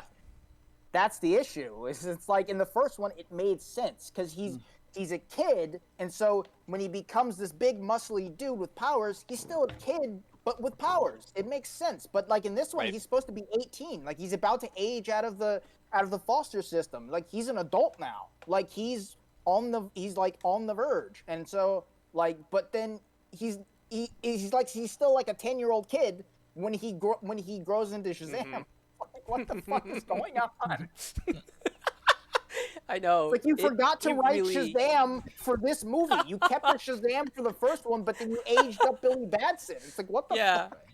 It is really funny how like that like ended up happening. It's just it really goes to show that like they're rushing to get all this and they're only following one lead, and the actor that's playing the kid obviously doesn't have the same, I mean, I guess word or power of wording or power in the writing. I feel like the kid is just like, you know what, I'm saying these lines, I'm good. And then, what's his name, who's playing the adult version of him? Zachary Levi. Yeah, Zachary Levi is like leading the charge, right? Like this is how the character is. And it could even be like, nobody's also saying anything to him. That's like, hey, like you got to like act like this, like this is what we're going for it. I mean, I guess I can understand how you thought it was worse than Quantum Mania because, like, just like Quantum Mania, it's not funny either. Yeah, like it's like in the first one, like joke of like actually, I feel like we don't know what our names are, or like, are you seeing this shit? I'm doing this shit like a superhero. I'm going to almost disagree, but also agree. Yes, it wasn't that funny at all. I think the only thing that was funny in the entire thing wasn't even the main character at all, because I enjoyed everything that had to do with what's his name, that the one with his best friend. The limp. The blue. He was the blue one, wasn't he? Yes. The blue yeah. Captain Everything or something. Right. Like that character, I feel like is the main character because like he actually had an arc. Absolutely. Yeah. For sure. He was funny as hell. He was connected with the villain chick. Like. Yeah. It was fun. There was stakes for him, right? Yeah. There were stakes. Yes, there were stakes. There was like a feeling of like satisfaction when he had these moments where he defeated. Okay, look, like you can argue with me on this too, because I know some of this is probably plot driven, but it still was satisfying in my view. Where he defeated the opponent without his powers, in a small way. Like it cracked me up really hard when what was it, Lucy Liu's character went up to him and whispered into him and shit like that and did the whole mind control, and his first reaction was like, Destiny's Child's do it better, that was funny because it was like, it to me in my own headcanon it was like, okay, this character he's like the Chucky of the Rugrats. He's not there to be the leader. He's not there because he's the bravest. He's not there because he can defeat people with his powers. He's there because he has a personality that adds to the team, and there's a knowledge base that he clearly had that they needed to defeat the Greek gods. And I feel like that was his strength, and they needed to nail it better near the end, especially because the whole arc, like the arc was getting there, but they didn't like. It's almost like as if they forgot, right? You know, like if I were to redo it, I would have been like, okay, let's say that he's more of like now become like more of the main character here in the sense of like he's what he's bringing to the team and what having powers mean. It isn't that they have powers, the powers make the person. It's more like the person makes the powers. So he like will enter this situation where he thinks he's better as the alter ego, right? Because usually when heroes have this issue where they're like, oh, is it me as Peter Parker or is me as Spider-Man? And they always think the alter ego is better than them. And that's how I was thinking that they were going to go about it, where, you know, his friend who lived his life, you know, with having to defend himself with his personality, now has the ability to walk. Like, I was talking to Brendan when I was watching, I was like, why doesn't he not be in that form all the time? And why aren't we having this conversation of him saying, like, I hate myself, like, my true self I hate, right? He has identity crisis where he hates himself for being crippled, and he now has this ability that I might as well just live my life like this. And, you know, it was starting... That's a good story. That's exactly. Movie, right? That's a very compelling story to me. Like that we could have really got into it because like there was these identity crises that these teens are trying to figure out, but now they're just suddenly now with powers. And you know what? One of them could have easily blamed Billy Batson. Like another thing that was a missed opportunity was the girl, like the older girl who wanted to go to college. She could have been blaming Billy's like, I never wanted this responsibility, but now I have it, and now I need to make the best of it, right? Like, you know, like there's a lot of issues that could have been the focus. By the way, on that girl, I understand why. You know, it's basically just the same girl, but with makeup. You know, who's like the version of the superhero. Yeah. But I just thought it was really humorous. It's like, oh, they just gave her makeup. Yeah, they didn't even bother getting That's so funny. Quote unquote adult version because she's basically an adult. Right. Yeah. Which is, you know, the case in some of the, which actually is which is the case, right? Like to say that, yeah, what you're seeing is the adult version of them anyway. So. Right. Yes. Yeah, that is pretty funny. But yeah, I feel like for me, that character was, like they should have just either focused harder on him or like just developed the story around them a little bit better, and focused on that fact that, you know, he's realizing his value as who he is rather than the powers. And then it's fucking stupid that they all got their powers back. And I just, yeah. It's just so easy, you know? It wasn't even, like, it didn't feel earned either. Like, that's just the biggest loss there. There's a lot of things that he could have done to just one-up the characters, right? Like, again, you already proved it. Like, there was a couple of times where him being smart, like, could easily outsmart the villains. And they needed to hone in that. They needed to give a scenario to play into it. Yeah. Again, I mean, there were also just not compelling villains. Yeah, no, they were just they were so boring. Like Lucy Liu looked so bored doing this. Like she was totally filling it in. Right. Way to waste Helen Mirren. True. Right. True. Yeah. Legendary actress like comes in and it's just like. There's like no good material to work for her to work with. Really good paycheck, I hope. I really hope it was a good paycheck. Yeah. I do, but I don't see. Yeah, I honestly just found it more boring than Quantumania. At least Quantumania. I can still see that. Gave me more. Yeah, at least Quantumania gave me some funny, some interesting visuals. Sure. Right. Either way, God, the visuals. Just terrible movies. Yeah. They're both on the same horrible. Level.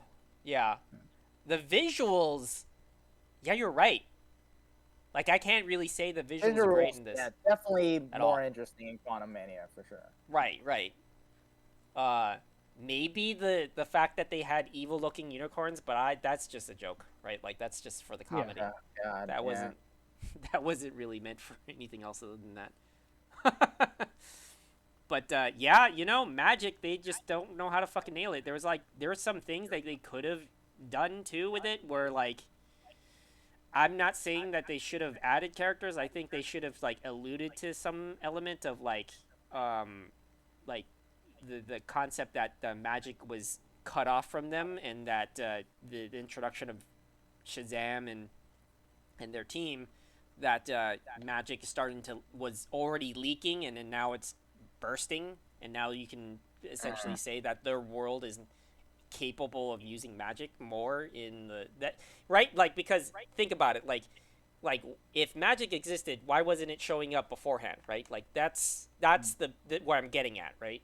Mm-hmm. And I thought that they could have gone that direction where they're saying that like him using the staff to close off magic from one world to the next, like, was the reasoning, and that the only reason why the underworld, or like people like Constantine and like, some of the other characters in the DC world, that like they're able to access magic is because it's leaking. Like it's more of like a leaking type of thing where they were able to access it, only particular people could, and then now introduction of Shazam and whatnot has like unleashed it.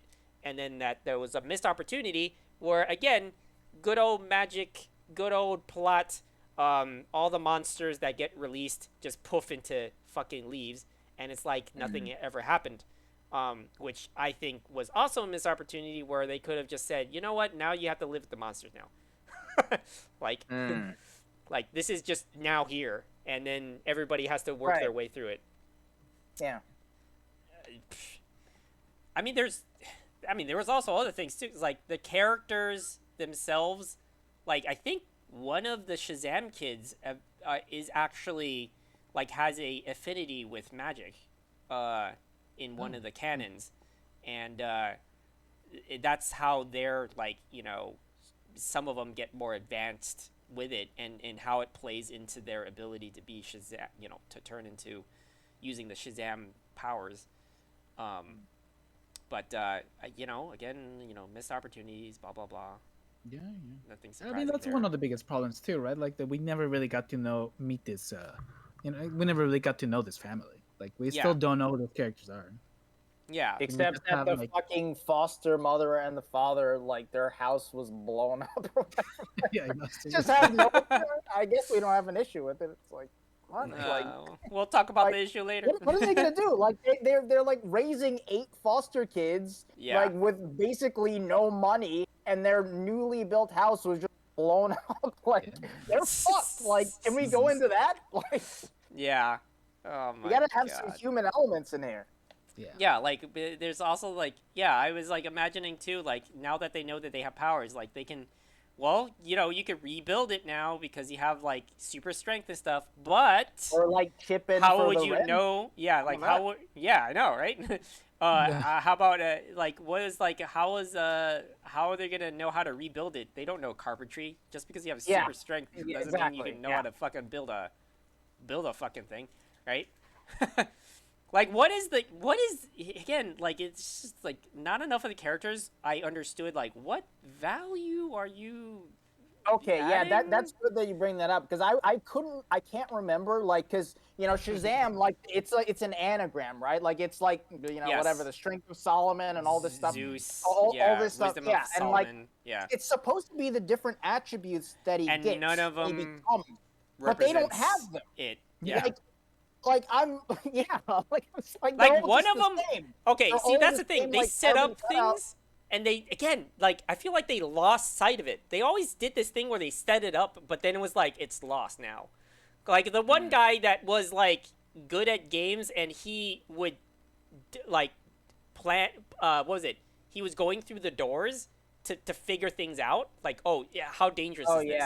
Right. And I was like, okay, that's gonna play into another big way, and it did in only the fact that they were chasing after the villain, and I was like, okay, all right, there's got to be more to this, right?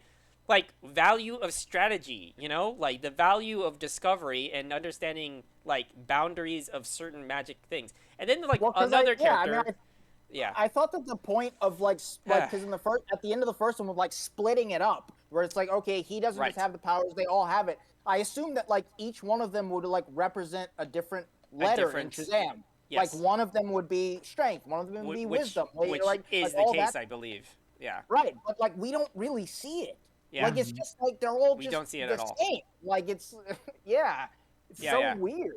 It is like, very strange. It's just another missed opportunity, and because that's such a good way to like differentiate them, not only in terms of their abilities, but like also in terms of like their character. Like that's how you get to know the character, by like showing these different attributes that they have normally, but then also like these like very distinct attributes they get when they become super. Like that's how you do that. Like they're just all shooting lightning. They're all just have super strength, flying around, punching shit and lifting shit, and that's it. Yeah. Like they're all just that one quirk, you know. They're like, oh, that's the nerdy kid, that's the big kid, that's the gay kid, that's the girl. Oh man, like, okay. And the only thing I'm gay, like was a power, I guess, like because the only thing he contributed is that he discovered one section of their whatever the rock place call it. I don't even know what I'd call it. To find out there's books that they could have read, and there's like a writing thing that's like it's a very Harry Potter, like the way like they found Harry Potter land, like that's what it looked like to me. I was just like, I know this Harry Potter, right?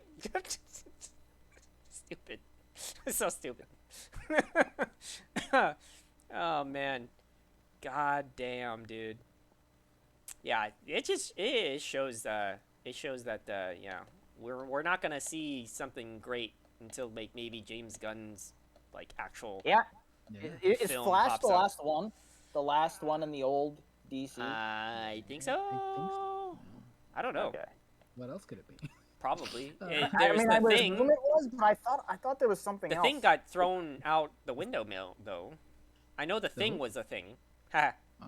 Remember that? Like they did all the shots in the whole show, and then it's gone. I guess again. That was the last I heard from the old stuff. Yeah. Wait, right? What? Swamp Thing. Wait.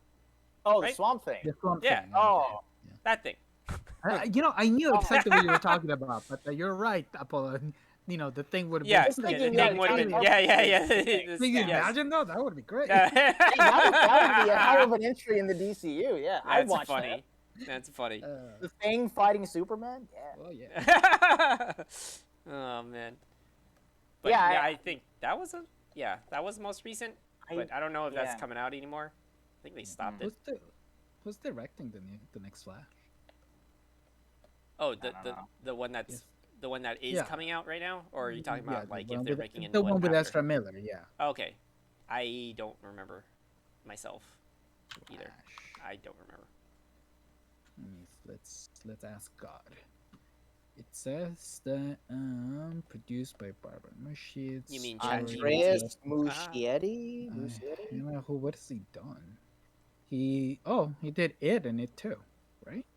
That's crazy. Oh, did he? Yeah. Oof. Okay. Well, I mean, he has good credits from. Step down, but yeah. Yeah, exactly. I mean, paycheck, right? Yeah. Somebody got to make money. He needs to make money for his next good thing. He's like, everybody needs to do I need to do one bad thing to make money for a good thing. I mean, that's how I see it these days. That really is how. I mean, that's absolutely how it works. Yeah. I just, phone it in for this one time, for the one time. and then I'll come back with something like, actually good. I mean, it's been like that forever. Yeah, exactly. It's been even longer. Like there was like Bill Murray back in the 80s where he's like, I'll do Ghostbusters if I can do Razor's Edge. Like one is like this comedy that he's like, I'm not really into it, but I'll fucking do it so that I can do this, edgier movie that I actually want to do. Right. And even if it goes to shit, then I'll, at least I did it. I can say that I did that. Yeah. I've never heard of Razor's Edge. You should watch everything Bill Murray's ever done. That's my opinion. Okay. Because he's just a treasure. He he's, or at least I haven't heard. He was certainly really hard to work with back in the day. Right. Although as he's gotten older, I've only heard good things about people working with him. So maybe he hasn't Chevy Chased it where he's just an asshole to everyone. It seems like maybe he's learned from his mistakes. Like, don't quote me on that, but it seems like maybe he's been actually evolved as a human being. Yeah, there's actually like a lot of people when they hear about Chevy Chase, there is things that come up about Bill Murray's past. But yeah, because there's the whole thing with Groundhog Day where he and Harold Ramis, got into the big falling out on that movie. That's why they didn't talk for decades. Right. And apparently with that issue, there was a lot of choice words that were eventually him later on. He's like, I should have I think. Okay, don't quote me on this, but I feel like I definitely read that he said he felt like he failed his friend because he didn't show up. When he died, he didn't. That whole time he didn't show up, right? The falling out was just so deep. And it sounds like he really. I don't know. Old age could do a lot of things to you, right? Yeah. It could have been just old age in the sense of he just realizes that this kind of shit was just was never worth it in the first place, and he regrets never just kind of showing up or something like that. Yeah. I could have sworn I saw that in an interview. I could have sworn I saw that in an interview.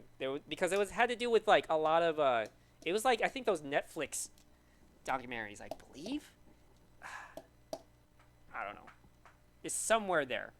Somewhere along that line. But who knows? It could be just I think it could be just age. I think he's at that part of his age where he just does not let the ego he dropped it.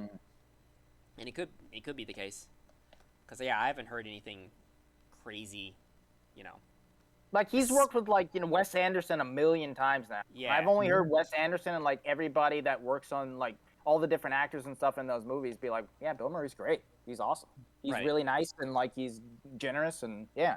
Yeah. It could be that he just something changed. Something had to have changed. Good for him. Yeah. Chevy Chase, take the memo. I know. Because everybody fucking hates you, and it seems for very good reason. Yeah, he still has the energy of the get off my lawn problems. Yeah. He really needs to. Somebody says, somebody complains about boomers, he takes it personal, even when they're not talking about him. Oh man, so weird. How could you be that weird? How could you be that weird about it? That's so weird. Anyways, but one thing I am excited for is the release of what is it? It's called Phantom Blade 0. Oh yeah. That looks pretty wacky. I like how looks the fighting looks really fun. Obviously has the kookiness of a Souls kind of game. True. I don't know if it plays like a Souls though. Obviously it's not playing like a Souls because it has some it kind of actually more reminds me of a if you take the Batman combat system and you add in a Chinese kung fu fighting type of thing. Right.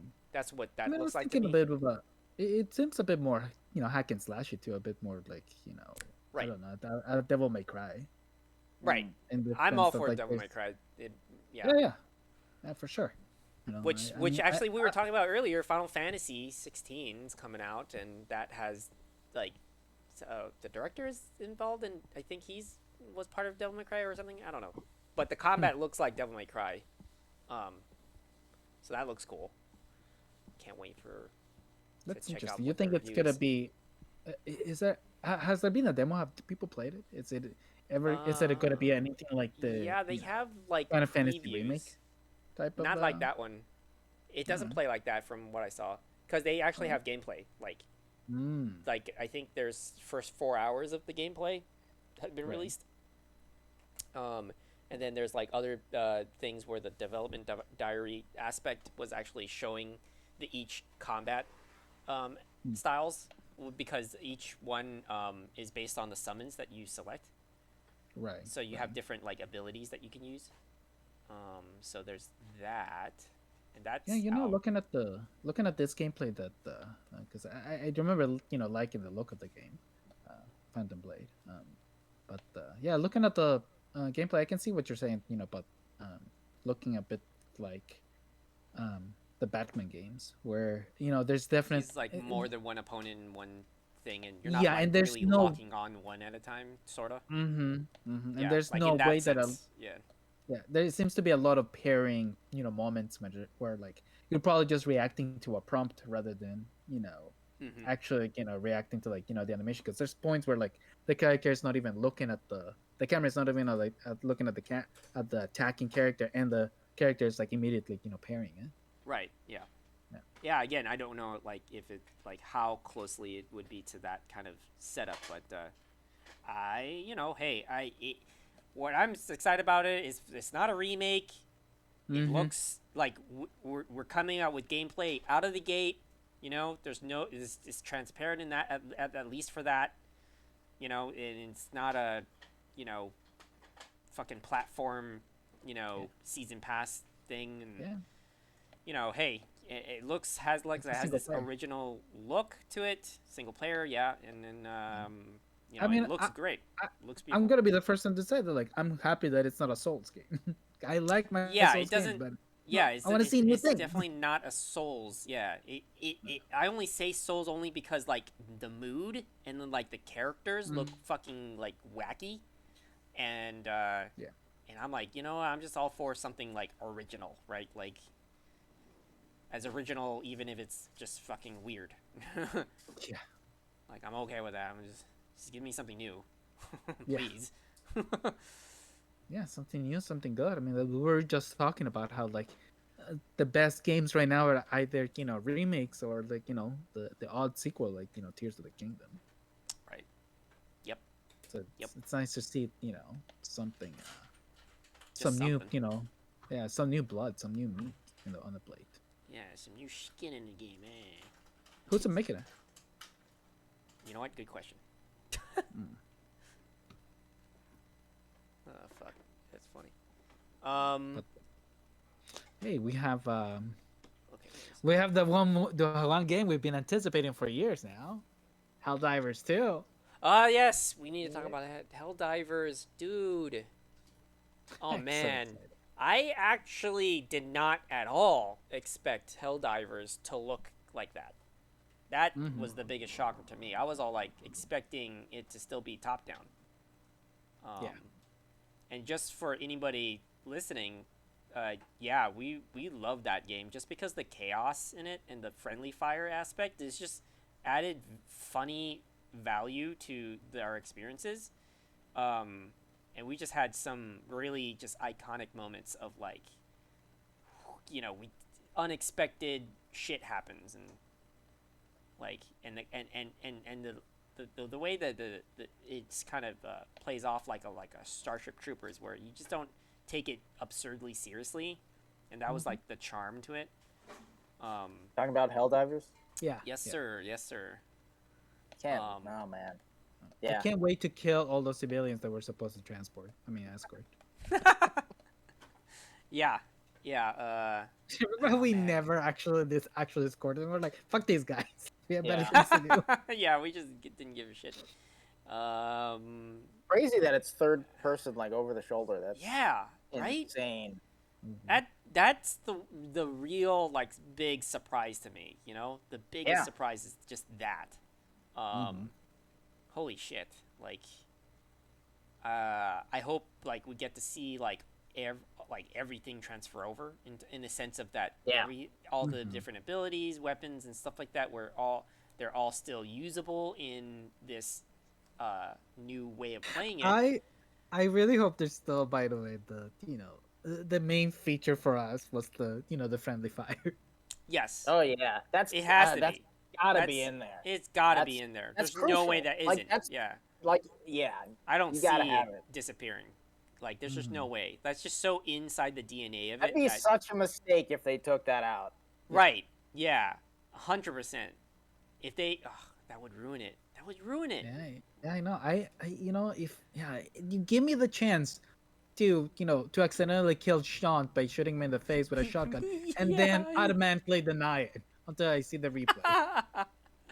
or have a moment where all right, we finally got the car. Let's get in the car, and then just somebody, because they don't know how to drive, they just immediately yeet us off the cliff. That shit's so funny. Like, oh my god. Like, just as I see, I feel like those kind of games are great for like streamers, stuff like that. Yeah. Cause just sometimes when you watch a stream, you want to see the player suffer, Yeah. and it's highly entertaining to see them. And I feel like that's also why Souls games does so well, because it's kind of hilarious seeing them going through the trials, and then even better when you're sticking with it and you're seeing the journey that they actually like survive or some shit like that, or get through it. So funny.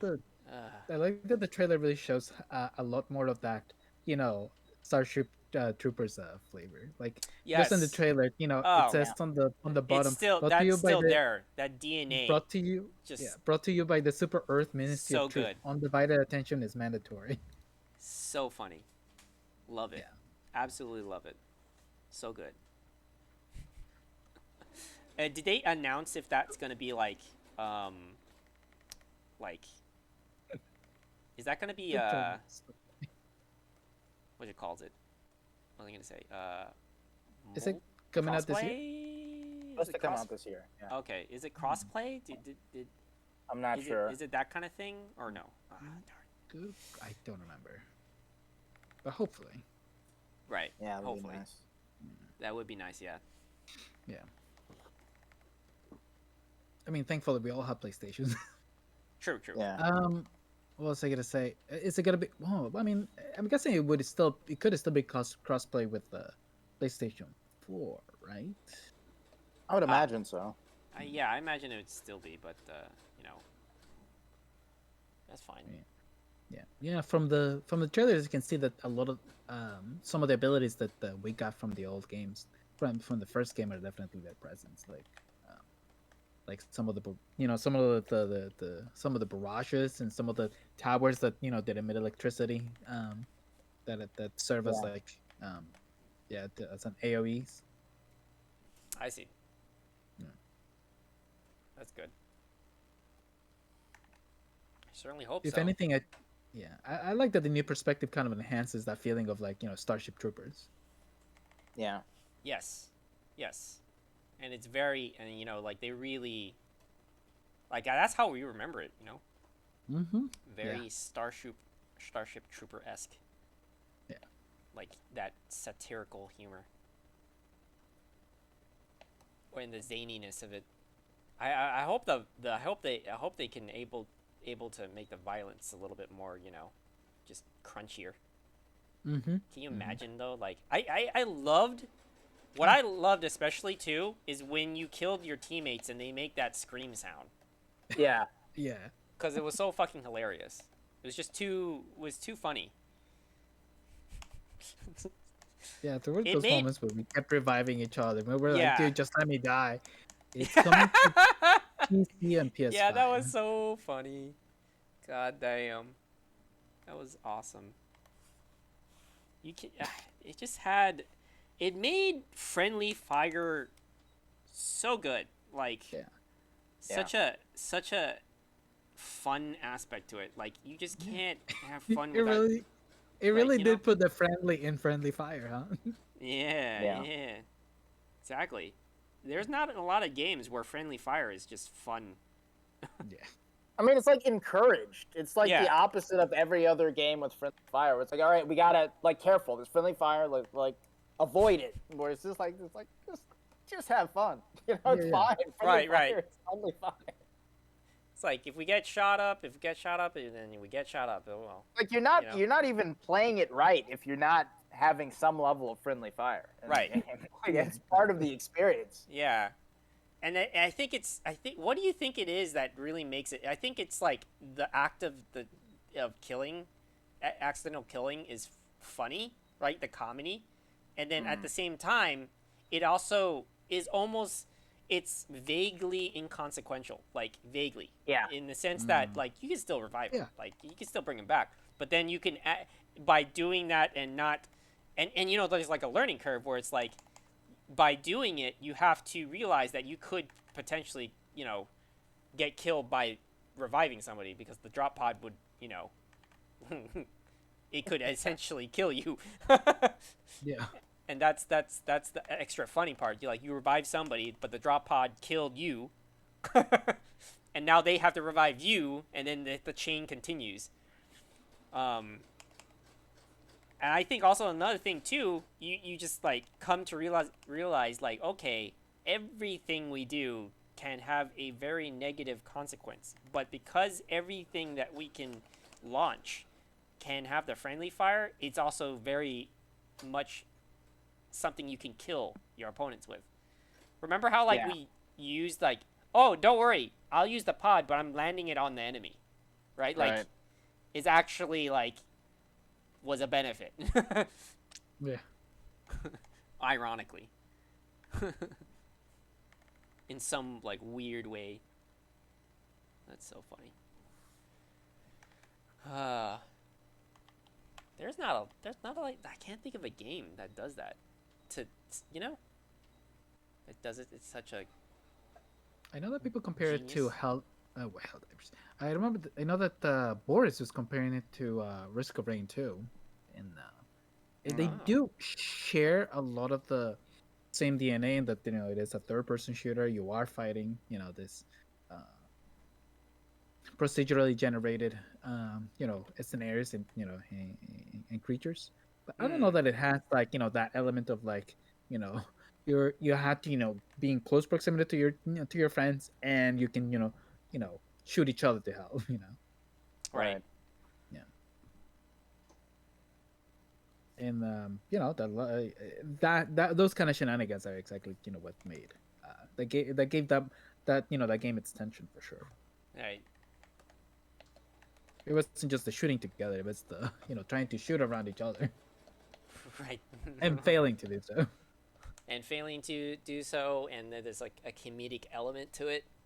It's actually kind of funny to like accidentally do it. Yeah. It's great. Sure, accidentally. Or yeah, that's true. Accidentally, you could be just like reacting to it, and be like, nope, like you.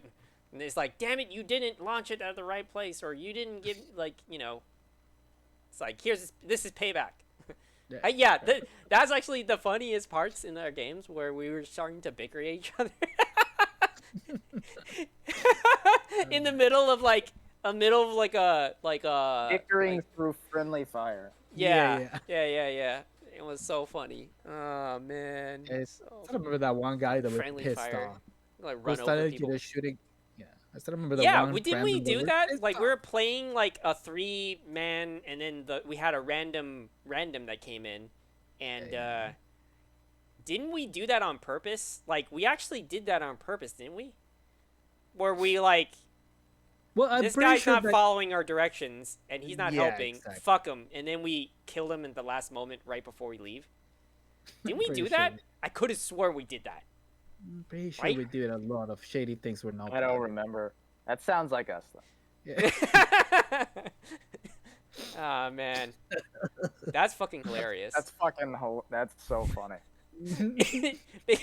Right? Because That like, sucks. I mean, that's for him. He's like, I had to play with these idiots the whole time, but hell, at least I'm getting the mission complete. And then he gets fucking killed at the last minute. He's at like, the last "No, moment, yeah, I got nothing from any of it."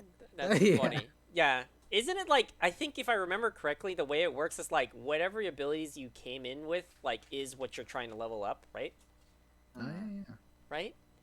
I could have Yeah. sworn that was the case, right? And then like, if Well, but if you exit the mission, you have to like there was that extra right, and part then where we you had have like to track. bonus. Right. We had to do some bonuses, and then Right. we have to share the screen, right? Yeah. Right. Yeah. And then we had this one douchebag that didn't.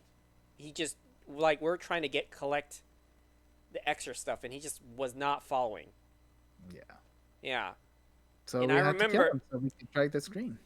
I mean, no, like we didn't kill him. What we did was that we just like, fine, we'll just fucking complete the fucking mission, and then, but the difference was is when if we made it, because I distinctly remember the guys being an asshole. We're all like, we want to do the extra missions to get the extra points, and all three of us are aligned with that goal, and he doesn't get the message, and then it's like, okay. I'm pretty sure I'm the one say when we get to the extraction, we're fucking killing him. Like, and we even I could have sworn we did this. Like we did it like almost like a code word. Like, and we just fucking RoboCopped him. Like as like he didn't expect it because we all positioned ourselves behind him closer to it and then just fucking shot his ass down. It was like a very distinct message there. And next thing you know, we appear in Mojo's top 10 anime betrayals. Yeah, I promise the viewers, I'm the only one that will ever come up with this plan. These two guys are too kind of a soul to ever do that. I'm for sure I was the one with that plan. I was the evil one.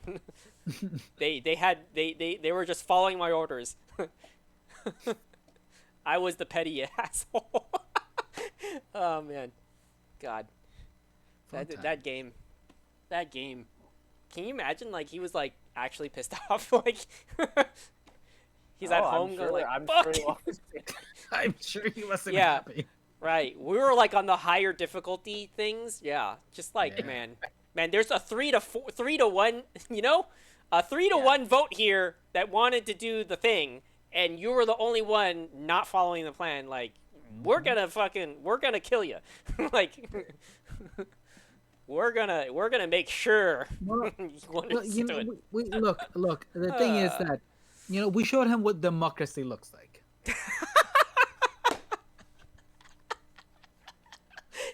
Oh man, damn, damn.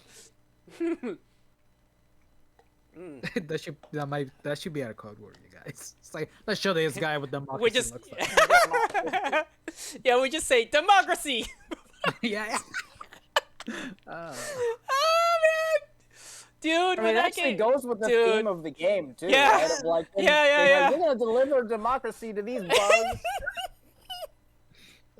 I love this already. We already have the plan. Dude, that's gonna be so funny to clip out, like, just us doing. I'm gonna have, like, I swear, when that game comes out, man, I am gonna love editing it, because it's just gonna fucking crack me up every time we're playing it. Like, just, like, the shenanigans. The journey is gonna be fucking hilarious. Oh, my God. We've delivered democracy. Oh, man. We delivered freedom to the back of his head. Oh, man. God damn. So let's see. What else is there? Will you be streaming it from your Razer Edge? Razer Edge? The PlayStation handheld? Oh, yeah. Oh, God. I mean, it's like a half-step handheld. It's not like a real... even handheld. You can remote play from it. What is it called? Where the hell is it? Where is it? You could stream from your Razer Edge. Oh, it is called Razer Edge. Yeah, it's a terrible name, dude. It doesn't even work with. That's so confusing. Yeah, well, the Stripe for Rage was already taken, so. Yeah, I think it. Yeah, I was right. I was typing out saying, "Well, this is dumb. You have to have a Wi-Fi, right? And you have to have a PS5 to connect it, like." I mean, yeah, because it's only remote play. It's not like you're not playing games independently of the PS5. Mm-hmm. It's so I don't dumb. know why. Like, I don't know, with like 120 million Switches in the wild, when people have iPads, why would anyone get this? Like, there's just like Like, because the first thing everybody thought when they saw it was like, oh shit, PlayStation finally did it. They finally made something that can maybe rival the Switch. Yeah. Okay. I mean, Steam Decks too. It's like, why would anyone get this when all that stuff is already out there? Like, it's so stupid. So fucking weird. The one thing that, I'm glad that Sony did was that, when they typically announce these peripherals like the PlayStation VR, there's that moment that you think to yourself, oh, should I get it? Should I not? And with this, announcement, they completely skipped that step for me. Like, oh, no, I know I'm not going to get it. Yep. What is like you said, what is the case used? Like, why would I be, playing, my PlayStation games on a smaller TV than I already am? I mean, I can understand, like, okay, your significant other watching TV and you want to sit with them, but you don't want to watch what they're watching, so you play a game next to them. But again, there are just so many better options than buying this new thing. Yeah. Like, literally, yeah. Yeah. That isn't Sony, like, made, too. Yeah. It's, like, and I mean, and the appeal of a portable, of a smaller... Can't you? Of a portable thing like this is typically taking it on the go. Yeah, can't you? Exactly. Yeah. Can't you? Can't you just do that with the Steam Deck? Can't you just remote play from the Steam Deck then? Yeah, I'm pretty sure you can. I mean, you can do it with your PC. I'm not sure about PlayStation 5.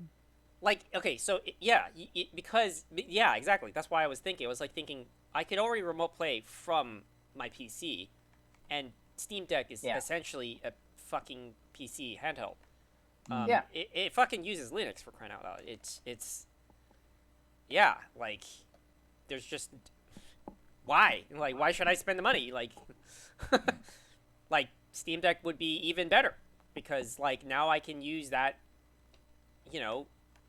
easily for Steam games, if you're playing Steam games, and then there you go. It's just connected to your PS5. Like, doesn't make sense at all.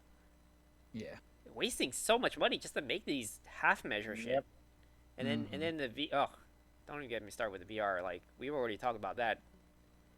Now there's a new VR thing, right? Oh, is there? Oh, but I think that's Apple. That's an Apple thing, yeah. Oh yeah. Another. It costs like $3,500 or something. That's insane. Yeah, that's like more than mortgage. It's so fucking dumb. Yeah, in this economy, are you kidding me? Like, seriously? This economy is hard right now. Like, it's getting fucking stupid. Like, everything. I'm still hung up by this. I bought it $8.25 fried shrimp, and I got 8 shrimp out of that. That means every shrimp was $1. Yeah. I was like, and it's not even that big. It was like the size of like a quarter. Right. What the fuck? Oh my god. I was like, oh man, just take it off the menu if it's that expensive to fucking have it. Just don't even have it. Don't have it as an option. It's so ridiculous. At least give me 10. Come on. 8? Is literally $8, like $1 per shrimp, right? And then the garnish, little cabbages that's sitting on top of, what is that, the 25 cents? Like, holy shit. Look, I get it. Fish, seafood is one of the more expensive things to buy in restaurants. But why even make that an option? Like, if it's just that little. Like, you could have just made it like, okay, fine, make it a fried shrimp with French fries kind of setup, and then make that a $10 thing. Okay, fine. I stepped away from this conversation for a minute, and we went from talking about the Apple's, VR to shrimp. Yes. What happened? It has to do with the economy, like, like everything's so much more expensive. I had an $8.25 fried shrimp side, right? It's a side. And I had and I open it up, and it's literally 8 shrimps, exactly 8 shrimps, the size of which each one was like about a quarter, like the size of a quarter coin. That means that Sheesh. each shrimp was $1. Each shrimp was $1, and that the 25 cents was the garnish. I was like, why was this so expensive? Like, holy crap! Like, and I'm just saying that as an example that like everything's gotten so much more expensive. Like, just demonstrative, like everything, and yet, like, why are you guys coming out with this VR shit that has really no place? Like, no one, like, there's nothing to use it for. Yeah. And it has all these fucking insane features. Like, one also really didn't make sense that, like, the visor, it projects your eyes on the screen. So, like, people can see your eyes, like, as if you can see them, but you can't. Why? That's weird. Why was that even a feature? I can totally see it having, lag too, and just like, making it really weird to, for people to see that your eyes are just moving completely independently from your head. Right, yeah. Fucking odd.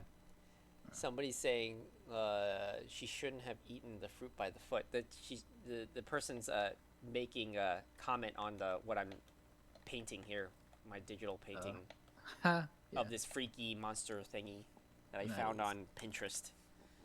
I'm adding in the flesh tones and stuff like that, and it looks like it's kind of funny that they're saying it's like fruit, like she's eating fruit by the foot.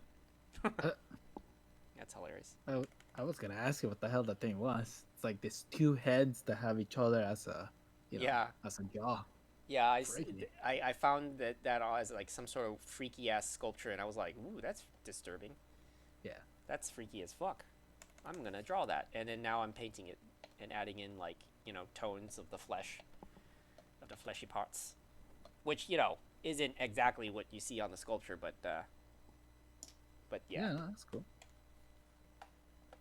Freaky stuff is freaky. I think it would be really inconvenient if you were you conjoined twins and you were conjoined that way.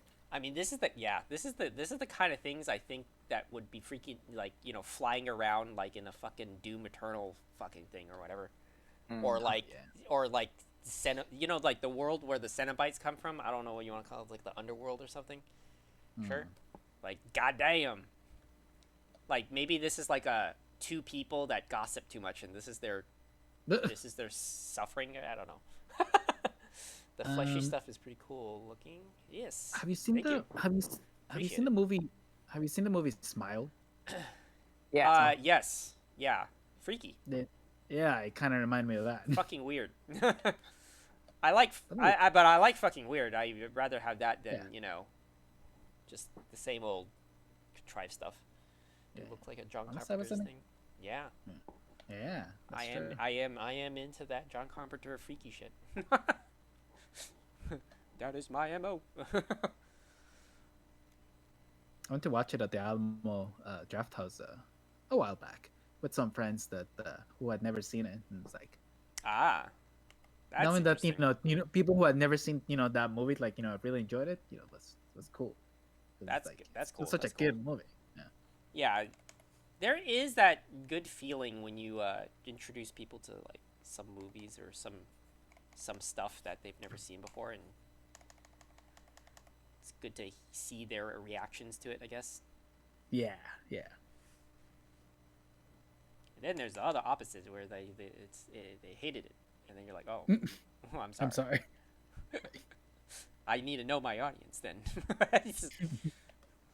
I imagine that some people don't have that same aesthetic. Speaking of freaky things, Street Fighter 6, anybody? Has anybody seen that shit? I mean, I sent you that text message of like the most fucking hilarious thing I've seen for that. Like, there's this.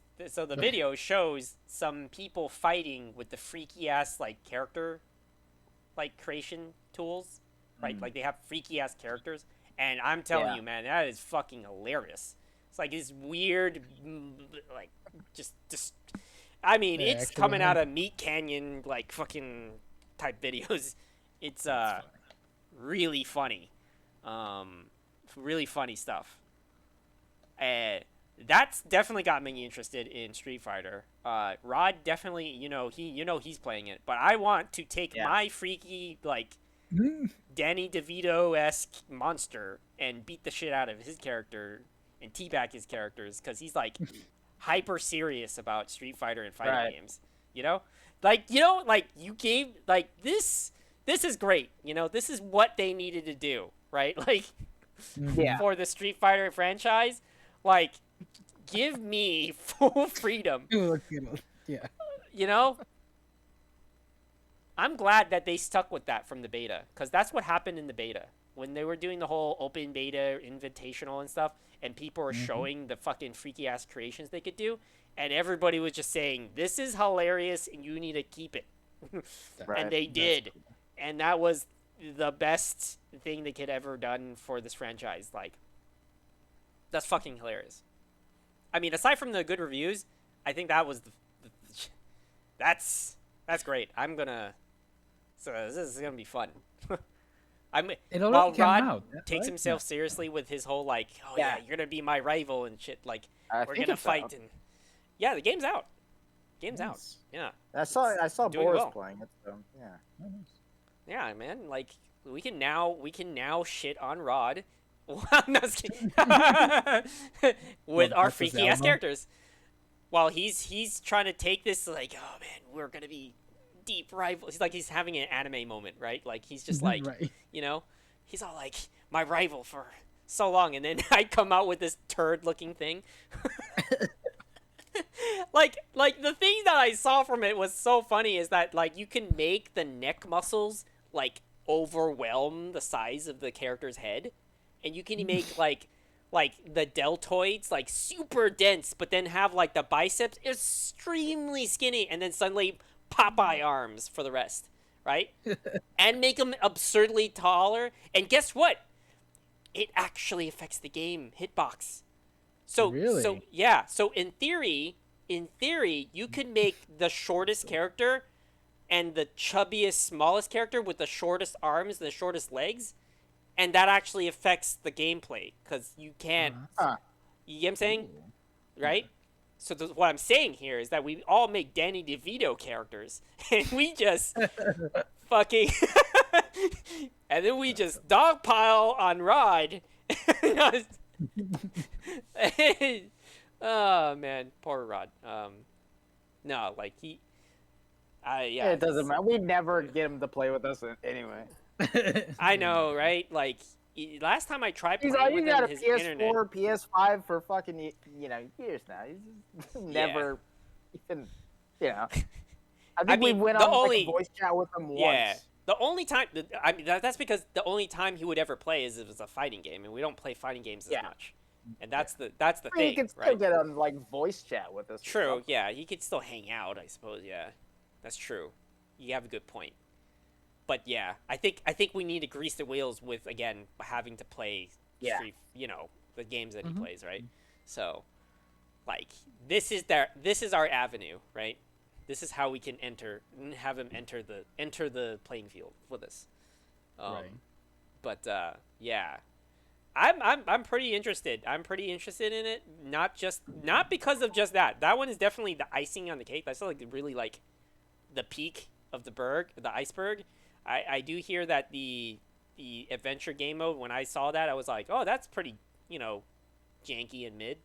Yeah, the world tour thing. Right. It's but it's also very on the nose, or like they take the humor on the cheek or whatever you want to call it. I mean, they're like doing a fight club where they're just starting fights with random people on the street. That's funny. Which yeah, exactly. So the comedy. They finally made the Street Fighter like literal this time. Right, literal. Yeah, and they're not trying to be super serious with it, which was my problem. Yeah. Like the stories were just like when it started getting like. I was like, I can't take this seriously though. Like, just be honest. Like, yeah, this is not a serious thing. So then, like, them having that with the whole story mode was just good because now I can just enjoy the wackiness of the game at my leisure. So it looks fun to do, and then maybe that's the good entry. And that's another thing. Street Fighter notoriously has a problem with the onboarding, right? Like. You know, it's hard to get into it when there's just so many people that's been with it for such a long time that they're just so good at it. There's just no way you can compete.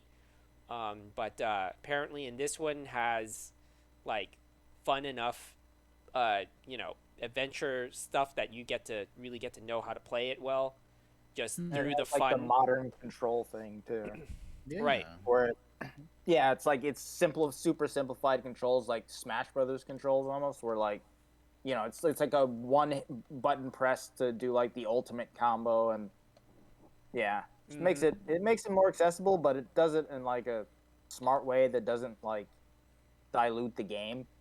Yeah. And that was like definitely the issue with like the previous ones. They were saying like the risk reward wasn't as good as it was before. Yeah, button smash your way. Yeah. Honestly, it makes me interested in playing it. Just knowing that it'll be more a bit more accessible. Like I mean, like most of us would probably play the original Street Fighter and stuff, so we're used to some of the inputs. But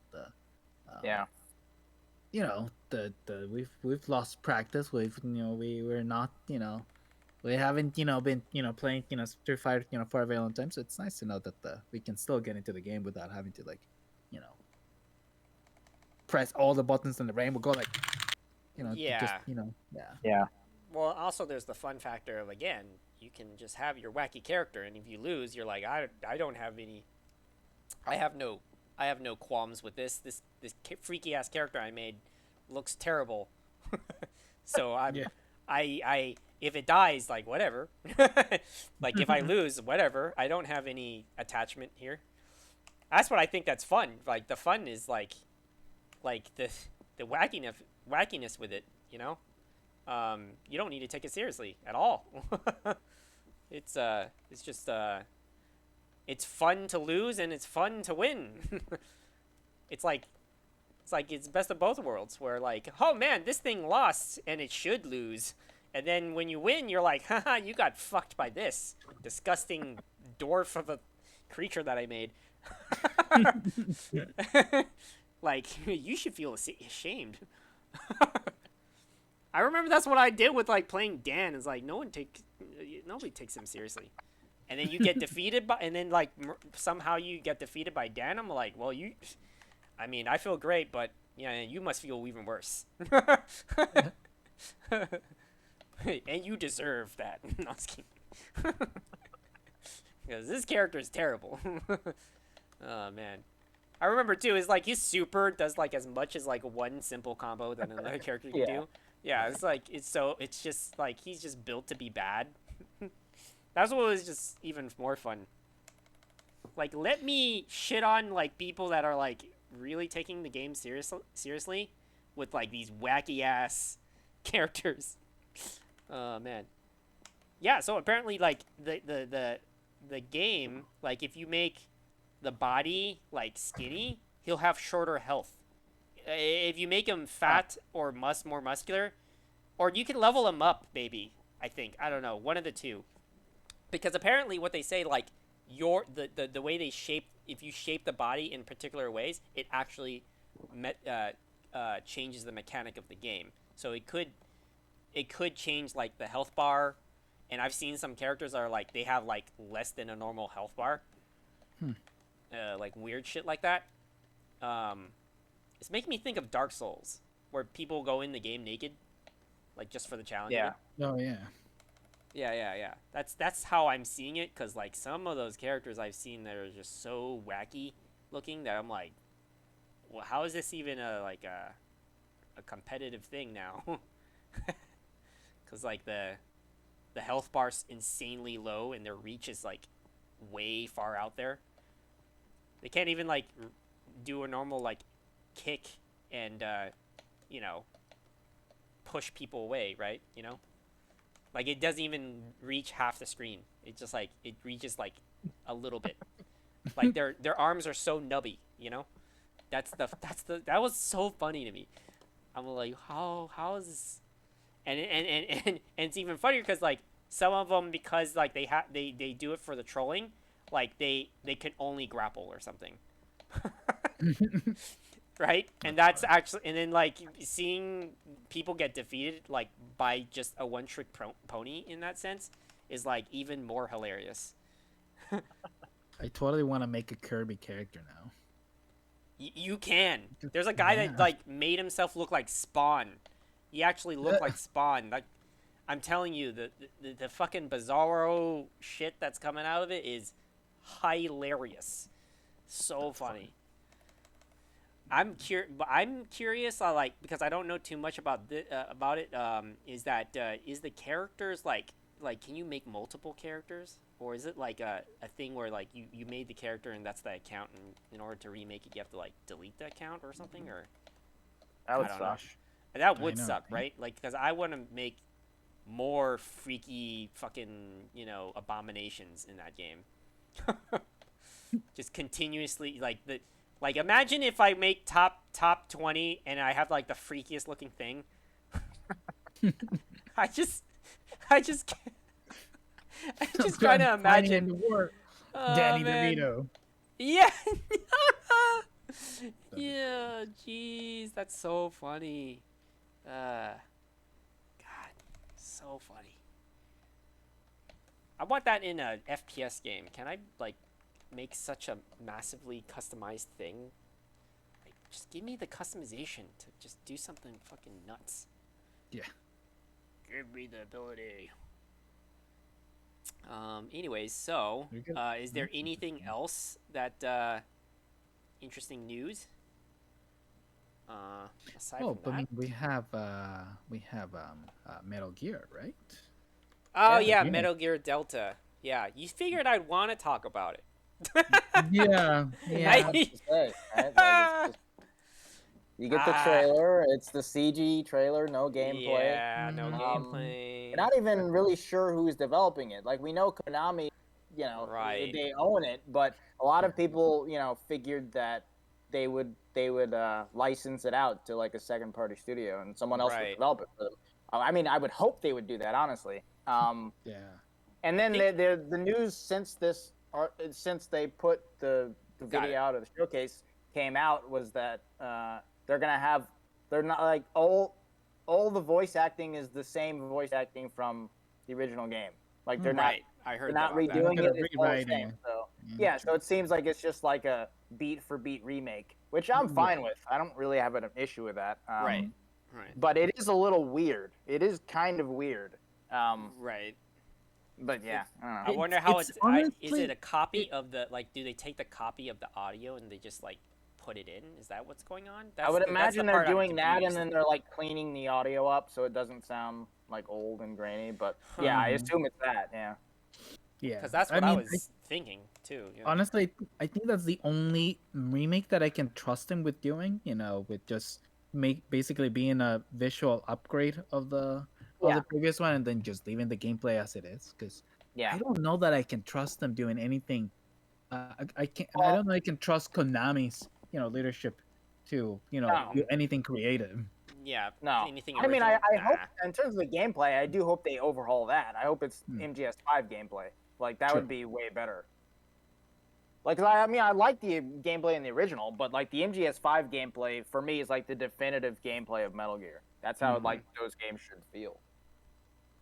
Yeah, I think if you just have that gameplay in MGS3 with all of its story and its characters, it's fucking like amazing. That would be amazing. Yeah, I think what they're gonna end up doing is that they're just gonna try and go in chronological order in timeline. Yeah, that's what I assume. Yeah. That they're doing it that way, and that's how they're gonna. So, 3, 1, and 2. Yeah. Yeah. Well, yeah. Well, then again, I don't know if they're gonna do only the Solid series or they're gonna do like before that even. I mean, that'd be wild. Oh, yeah.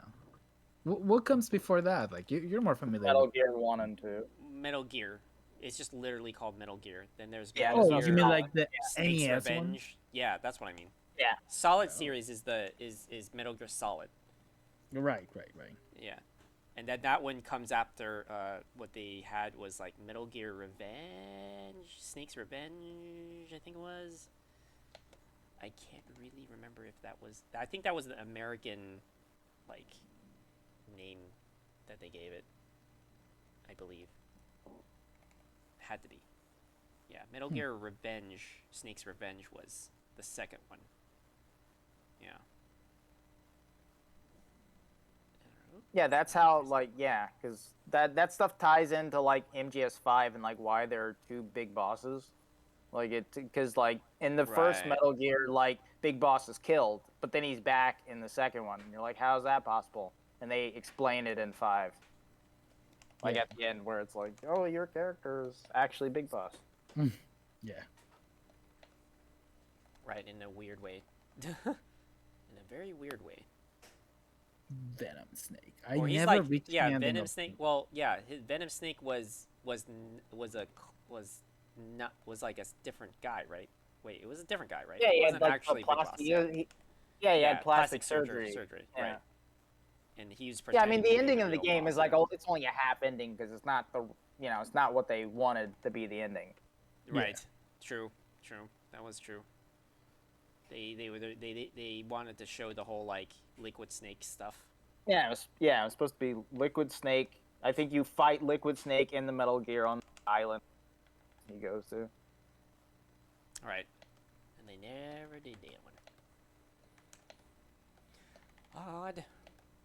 But yeah, so Delta is going to be the first one, and I'm not sure what they're going to go with by, like, if they're going to go straight to the very, very, very first one, or they're going to go with the in-between parts. That is a good point. That would be cool if There's- they remade what is those it? games. Peacemaker, right? Isn't that Yeah. in between? Yeah. Yeah. Yeah. So that's Peacemaker too. Yeah, that'd be great if they remade that. Those are Right. the Vita ones, right? yeah. PSP. PSP. Oh, was it? Oh, yeah, yeah. you're right. No. You're right. Late Yeah. PSP. Yeah. That's true. Yeah, fucking That's weird. the one where you meet Paz in the Yeah. Pause. Yeah, pause. P-A-Z, pause. yeah. Means peace in Spanish. Yep. That's why she was called Pause, because of peace. Play on words. Let's go. Yeah. Play on the words. Yeah, like, we'll see. Did they not announce the developers? I could have sworn they did. No, they didn't say anything Oh, in the okay. no. Even when they like, I think when they like announced like they said something after the thing showed, and it said, they put out, it was like on their blog or something, and they wrote a whole letter and they signed it like Metal Gear 3 developers. It's like, what yeah. the fuck is this? Like, just say who's developing it. What the hell? So weird. It's so odd. They're like, oh yeah, we want to keep it a secret for reasons. For no reason. Well, Because I mean, they're Konami's developing games again, I guess. What happened to the whole, like, them and all their Silent Hill games that they were supposed to come out with? Oh, Did they come out with those? they released a trailer for one of them really lately. What was it? Silent Hill, or it wasn't. I was gonna say Revelations, but that actually exists, and I'm pretty sure it was pretty shit. I wouldn't be Hill surprised. trailer? Ascension, I think it's what it's called. I see. Yeah. And it's just, another one of those just CG trailers, no gameplay. It's just supposed to give you the feel of the game. But who knows what it is? Yeah, who knows? It's something. It's happening. And, yeah, the only thing that that I get from it is that it looks very generic. Yeah. Yeah. Yeah. Just what you want to see in your Silent Hills, very generic stuff. Yeah, that's how we all remember Silent Hill, right? Generic-y. Generic-ish. Some sort of generic thing. But, yeah, I mean, Yeah, we'll see. Can't really say much, other than that it's like unnecessary silence from it. You know what I mean? Is that even a is so I'm looking at this Ascension thing. It's a trailer, but I'm not sure if it's a game or if it's a movie. A la, the Resident Evil movies. I mean, they Oh, did that's funny. announce like a movie, and I that's what think it a is. series too. So it might be. Oh, Yeah, the Ascension thing that I was talking about. Yeah, I think that is a movie or series. oh, Mm. Let me see. interesting. Odd. Hello, I guess. He's like, we can't tell the difference. I honestly can't because like some of the scenes just look like one of those generic Resident Evil CG Resident Evil movies. Oh, okay. But the Right. graphics don't look so great for it to be a movie, so I'm confused. You're like, it seems slightly superior. Yeah, but not that much. Oh, the subtlety of a brick to the face. I know, right? Well, let's ask Google. What is Silent Hill Ascension?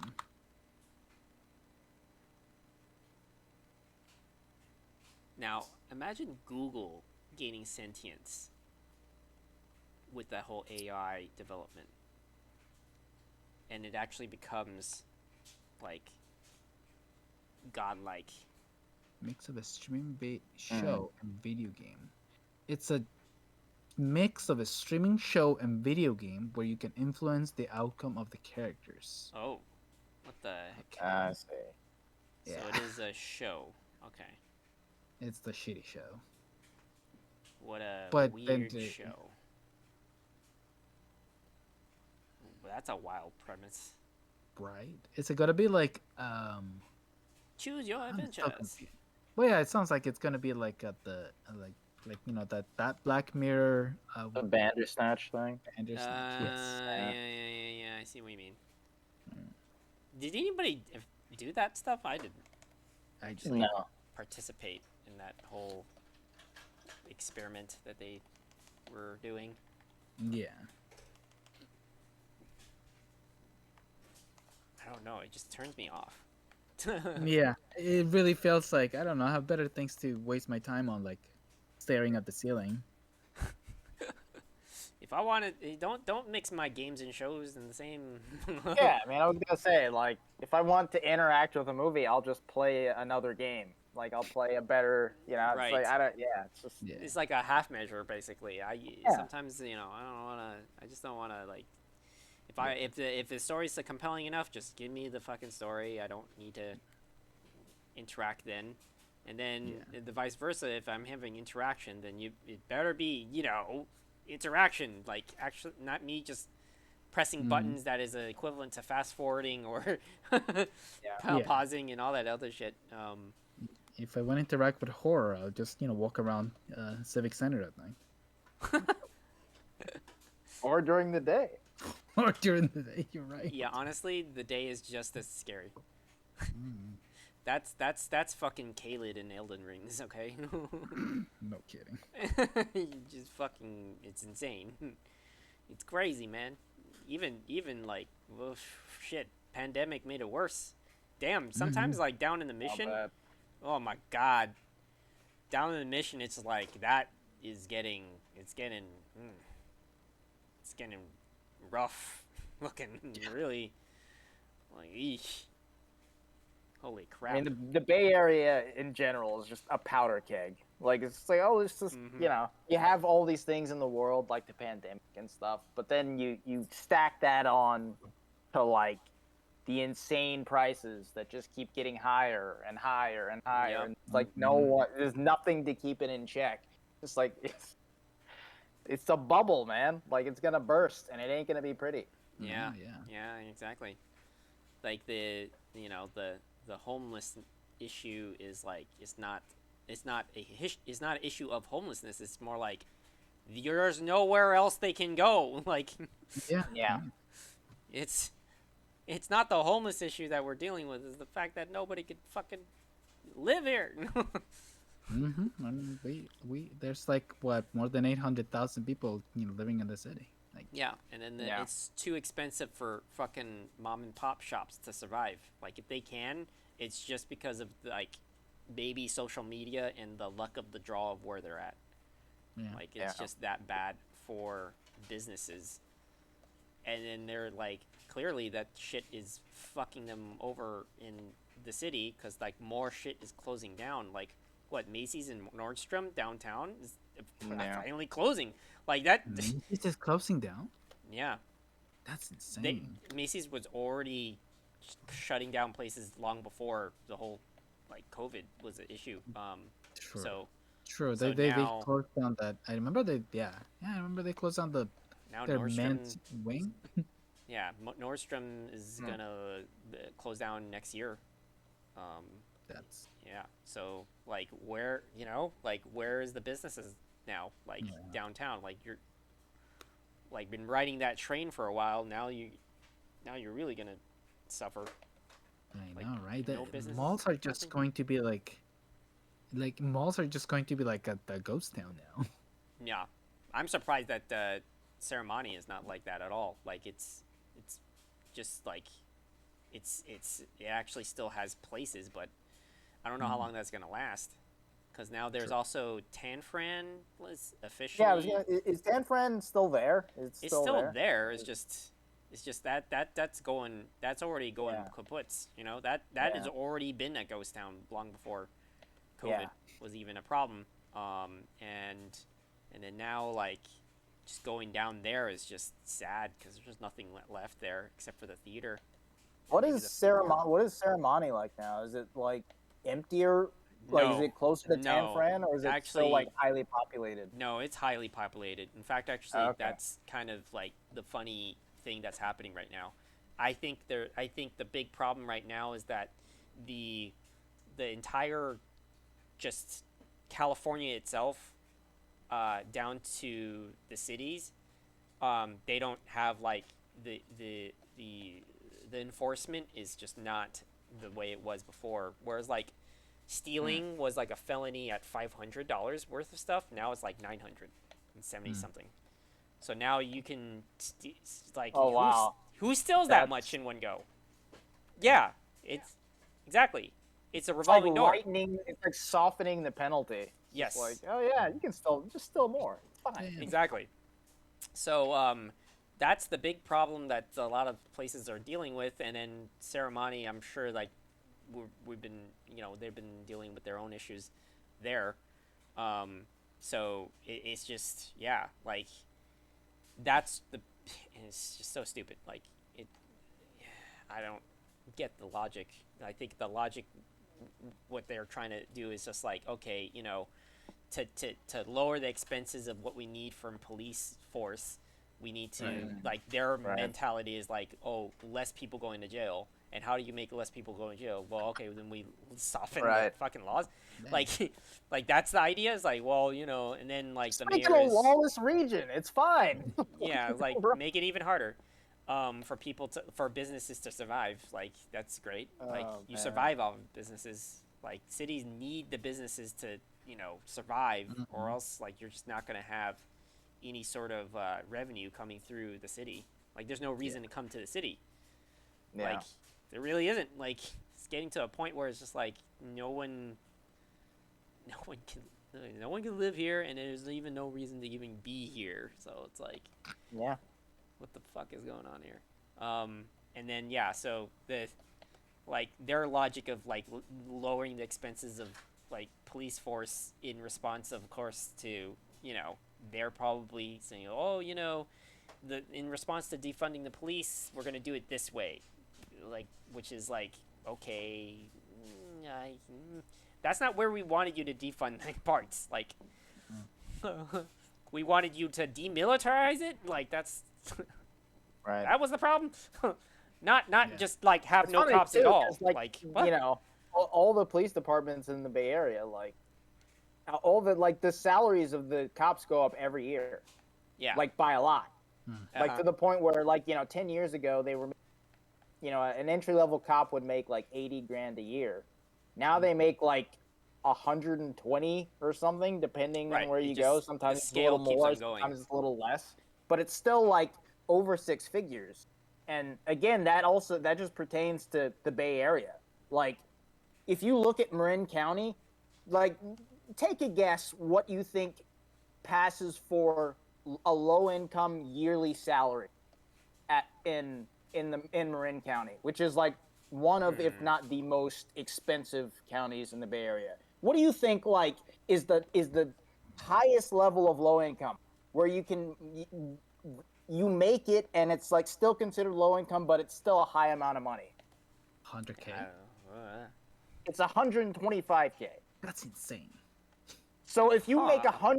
100 grand a year and live in Marin County, you're still technically low income. It's Jeez. fucking ridiculous. You can be an attorney and like, yeah, I want EBT. Yeah. I'm on EBT. Oh my god. Jeez. That's fucking ridiculous. Damn. That's nuts, man. What the hell? I don't know, man. I don't know. Fucking weird. Fucking weird. Shoplifters are the ones, living the real Diablo. It's like, all right, let's go on a raid. Oh gotta my get God. out. We gotta extract with the loot. That reminds me too. There was like apparently a fire at Target at the Ceremony Target. I haven't found out officially what is the reason why the fire happened, and like the rumor was that some kid like set something on fire, and it's like closed right now. So like that's a lot of business that the mall traffic the mall would normally get. Yeah. But I don't know what that is.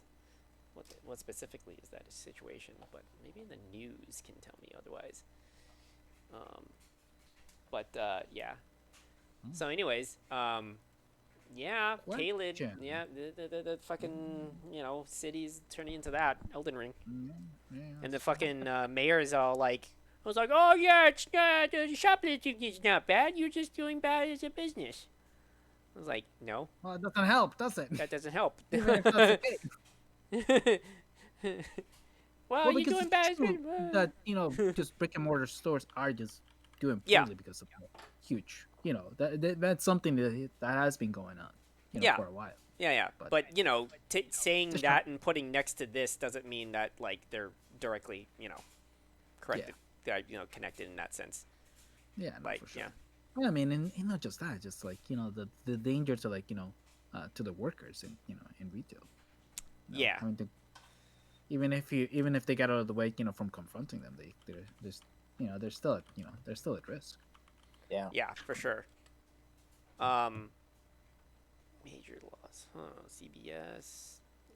In fact, I remember, when I used to work at at a prominent retail store, downtown. There was this shoplifter that we used to call the name much because she would threaten to poke us with hypodermic needles. No, nice. Oh, Yeah, this was the kind of Lovely. store that great. this was like 15 years ago. And this was the kind of store that had a policy that it wouldn't ban anybody because it would be bad PR. Right. No, she was definitely banned. Like, wait, was the policy was what again? Yeah. Oh, whatever. I'll just say it. It was the Disney store downtown, the one at the Post Street, the one that closed Right. down like It's years and not. years ago. Yeah, it's not there no more. So yeah, It's not there anymore. Yeah. they exactly. closed the But one yeah. in Ceremony as well. Yeah, but Disney just has it a policy. It's like, oh, we don't ban anybody. Everybody's our guest. No, that woman was definitely banned Oh, yeah. Yeah. That makes on sense. site. Where we're like, hey, you're supposed to leave. And you should, and they have the right to do that. So. Yeah. Target aggressive attack, confining the blaze. I'm trying to read what happened. So, it happened on Friday, that there was like an arsonist that set fire to something in Target. Sheesh. Scene 2 hours checking extensions. Blah blah blah. Occupants and blah blah blah. Self. Classified as arson fire, which caused a major loss of the retailer's floor stock throughout the store. That's it. There's no information. It sounds like of who did the fire. Firefighters extinguished arson. Hello. Plasma grape test. It's my Target business. major loss. Fire personnel remained at the scene for 2 hours following the fires to check to expired extension project. Still under investigation. Okay, well, yeah, they're looking for suspects, but we don't know what's going on. Why do they have a picture of a target that isn't the same target at all? That's not even. Yeah, they we'll just put in any target as the picture, you know. Yeah. This is the picture of a target. Plasma Grape says, "How's everyone doing?" I'm doing fine. I'm doing pretty good. Not bad. Not bad. I'm surviving. Yeah, surviving. Yeah. Making it through. We're just talking about the recent arson that happened over in Ceremony Mall's Target.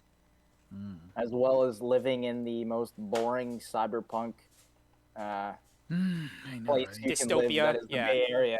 Yeah. We're living in a dystopia, but not the fun kind. Yeah. Yeah, no cool tech here. Yeah. You got your phone, that's it. That's Potato, that's target is a target. Cool augmentation. Yeah, you get a new phone.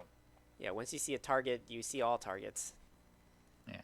Yeah, I mean, they're not much different from each one. But yeah, we're talking about like how like walking into San Francisco is like it's like downtown is a ghost town, and walking into different parts of San Francisco, it's like fucking Caelid from Elden Ring. Yeah. Oh man, once I had to walk home. Still, I remember, probably still when better the riots. than New Orleans. Yeah. Remember when the riots were going on? Like during 2020. Yeah, I had to walk back home once because the bus wasn't running. It was like I was thinking, wow, that's the most dystopian thing. Hopefully that'll ever be in. Like walking through riots during a pandemic. Yeah. In the middle of the city, it's like, oh, well, yeah, exactly. It's like, and it's still, yeah, like Apollo says, this is like the most boring dystopia. Yeah. Yeah. It's the most boring cyberpunk we've ever experienced. Yeah. But this is not the fun kind of cyberpunk I wanted. Where's all the glitches? Give me some mods, like give me some mods. Mod myself out, something. Give me the modifications of super speed and shit. Come on. Right. We get robbed by Danny DeVito. It's like, oh, cool mods, bro. Like, okay, yeah, cool mods. Oh my god, it's funny. Let's see. So what you drawing? It looks cool. Also, hello, random person in the background. Yes, the random people you're hearing, you're some buddies of mine. We're talking about recent shit, and then I'm drawing this freaky ass thing here. Did anyone ever play the Alan Wake games? Oh, Alan Wake. I mean, there's only one. I mean, there's like the spin-off, the shitty like American Nightmare, which I didn't play. But yeah, I played the first one. Oh, how was that? I mean, I like it a lot. If they tune, I mean, it's not going to be hard for the second one to be awesome. Like, just have the same level of like awesome dialogue and character that you had in the first one, and then just tune up the gameplay a little bit. You pretty much keep the same. I'm super psyched for the second one. It's from Remedy, right? So they're the guys who made Control. Oh, it should be good. Yeah, I imagine. Yeah. Oh, that's exciting. We saw gameplay for Assassin's Creed Mirage. Well, no, they're not gameplay. I mean, we saw the CG trailer. What the hell, Ubisoft? Why? They had gameplay in another video. I mean, it looks like Assassin's Creed. It looks like the old fucking Assassin's Creed before they rebooted it. Oh yeah. Which I'm like, I don't understand why people want this. Like, but Because I mean, they rebooted it for a reason. It wasn't making money. Like people weren't buying it anymore, so they rebooted it, and people were like, "I want the old one," and I'm like, "I didn't ask for that, but like, okay."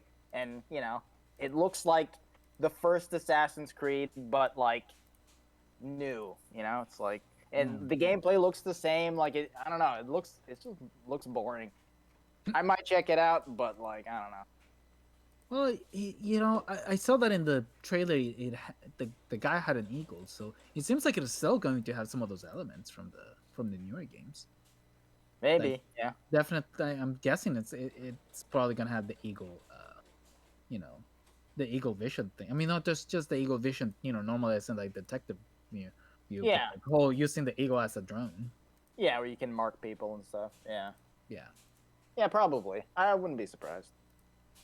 I mean, if there's not a hope that I wish they did. I mean, I didn't play too many of the Assassin's Creeds after Syndicate, but I wasn't a fan of the RPG elements. Yeah. I just wasn't. I can understand that. Yeah. I mean, I can understand that. I guess I'm just like, why go back to the old thing that wasn't working? Like, why if we're gonna do anything, like reboot it again and like do something new.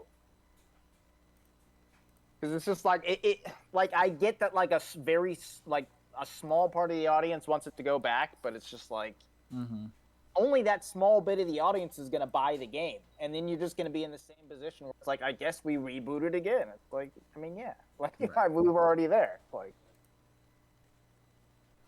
it's funny. Ubisoft doesn't know what the fuck they're doing. Like they're so tone deaf to their audience. Like they're like, hey, if people want Assassin's Creed, let's make this fucking like games of service Assassin's Creed Unity thing that one asked for, and like let's make these smaller like community driven Assassin's Creed games that are gonna come out and like I don't know. And then they're making this. It's like you don't really know what your player base wants. Like they don't want any of this shit. Like it's just like it's so yeah. There's such a weird company that's like now like I don't think they released anything last year, which is amazing. Like it's like what are we doing over there? Skull and Bones has been delayed for the millionth time. Like it's just like I don't know. Oh man, they're Beyond Good and Evil is just about to be released, man. We just gotta give it another 10 years. Yeah, and it'll be shit when it eventually comes out. Yeah, unfortunately. What would you like to have seen what do you think would improve something like Valhalla? What did you feel about that game? I mean, just make it like Origins and Odyssey. Those games were like giant open worlds that were really great. They had the normal Ubisoft thing, was a million things on the map, but like all the things were like really fun to do. Like the biggest problem with Valhalla it was just too bloated. Like it was like the campaign took like fucking I don't even know how long. I played the game for like 60 hours and I wasn't even like campaign. And the campaign was just like doing all the same things again and again. You go to like a new region, whatever. You talk to some people, do some like unskippable fucking PS2 like drinking games, and then you like fight, you fight a bunch of people, and then that's it. And that's like the whole. You just do it again and again. It's just like. Yeah, somebody's saying Odyssey was so boring. Plasma Grape says oh, really? Odyssey was pretty boring, I mean, I guess I can see that. But I mean, I don't know how you played any of the old games. If you did play the old games, like, I don't know how, I mean, it was way more fun than that. I actually really liked Odyssey. I think Odyssey is, like, the best one they've done. But I can see that. Let's see. He's like, Plasma Grape says I couldn't handle it. He's sure. I played the old once, like the old ones, I guess, once before. Yeah, man, like, I definitely understand what you're saying. Like, Ubisoft is like really just out there. I feel like they just need to like also focus on like the actual gameplay, because a lot of the times like the newer games just tend to feel like they just kind of play themselves. Yeah. There's like too many. The Assassin's Creed games? Yeah, like there's just too many too many of like the open world games just tend to have too many like actions that are kind of out where the character where you just press a button and a prompt button so that the character just does the action Mm. automatically. Mm. Like, I know the platforming is, it's streamlined, but I wish it wasn't so streamlined. I wish there were more buttons to press when I platform. Yeah. And same thing with like with the combat and stuff. Just make it a little bit less automatic. Like let me do a lot more of the legwork to work. Plasma Grape says Origins was fun though, and then they say probably because I'm Arab, so I had some roots in the culture, and that's why I like it. Ah, so there's like association. Yeah, it's like a deeper association. I mean, I genuinely like the story from the original one, just because Altair actually had. Yeah, the story was good. Yeah. I just had a problem with the gameplay. Like, and that was the issue with like a lot of those Assassin's Creed games. I think I think the game. I mean, the gameplay in those was like just so hit and miss. Like, I think the gameplay in Syndicate was awesome, but then you have like it was always different year to year when you were playing those games. Where like, oh yeah, the series is advancing, but then this one sucks, but then the next one's good, but then the next one sucks, and it's just like there's no consistency at all. Yeah. It's a really odd like placement for like whatever their stories or their like gameplay was at. Like one year is like the gameplay is on par, and then it just goes south for whatever reason. It's like, wait a minute, I thought you already solved this. Well, that's the thing. They had like 3 different studios working on like each game with like, and each studio had like a 3-year dev cycle so that they could annualize them and get them out every year. So like if one studio learned a bunch of lessons, it didn't carry over to the other studio. So then like you would just like go backwards in the gameplay based on the game you're playing, and it's just That's funny. It's terrible. That's no wonder. Like no wonder it was always like at odds with each other. Yeah, though I mean the parkour was the same way, where it was just like one year it was good, and then the next year we're like going back to Assassin's Creed 1 parkour. I'm like, what is happening? It's odd. I feel like they can still make the open world games, and you just kind of learn from Elden Ring, and Breath of the Wild and Tears of the Kingdom, in the sense that like you don't want to bloat your games, you want to let them breathe. Yeah, I don't know how Ubisoft doesn't really know how to do that. Like that's like their whole thing is like, that's the whole Ubisoftication, where like every you look, there's a million things, and they have to guide you towards each one. The whole point of like the best open world games ever made is like that you're exploring and finding it yourself, and they don't really get that.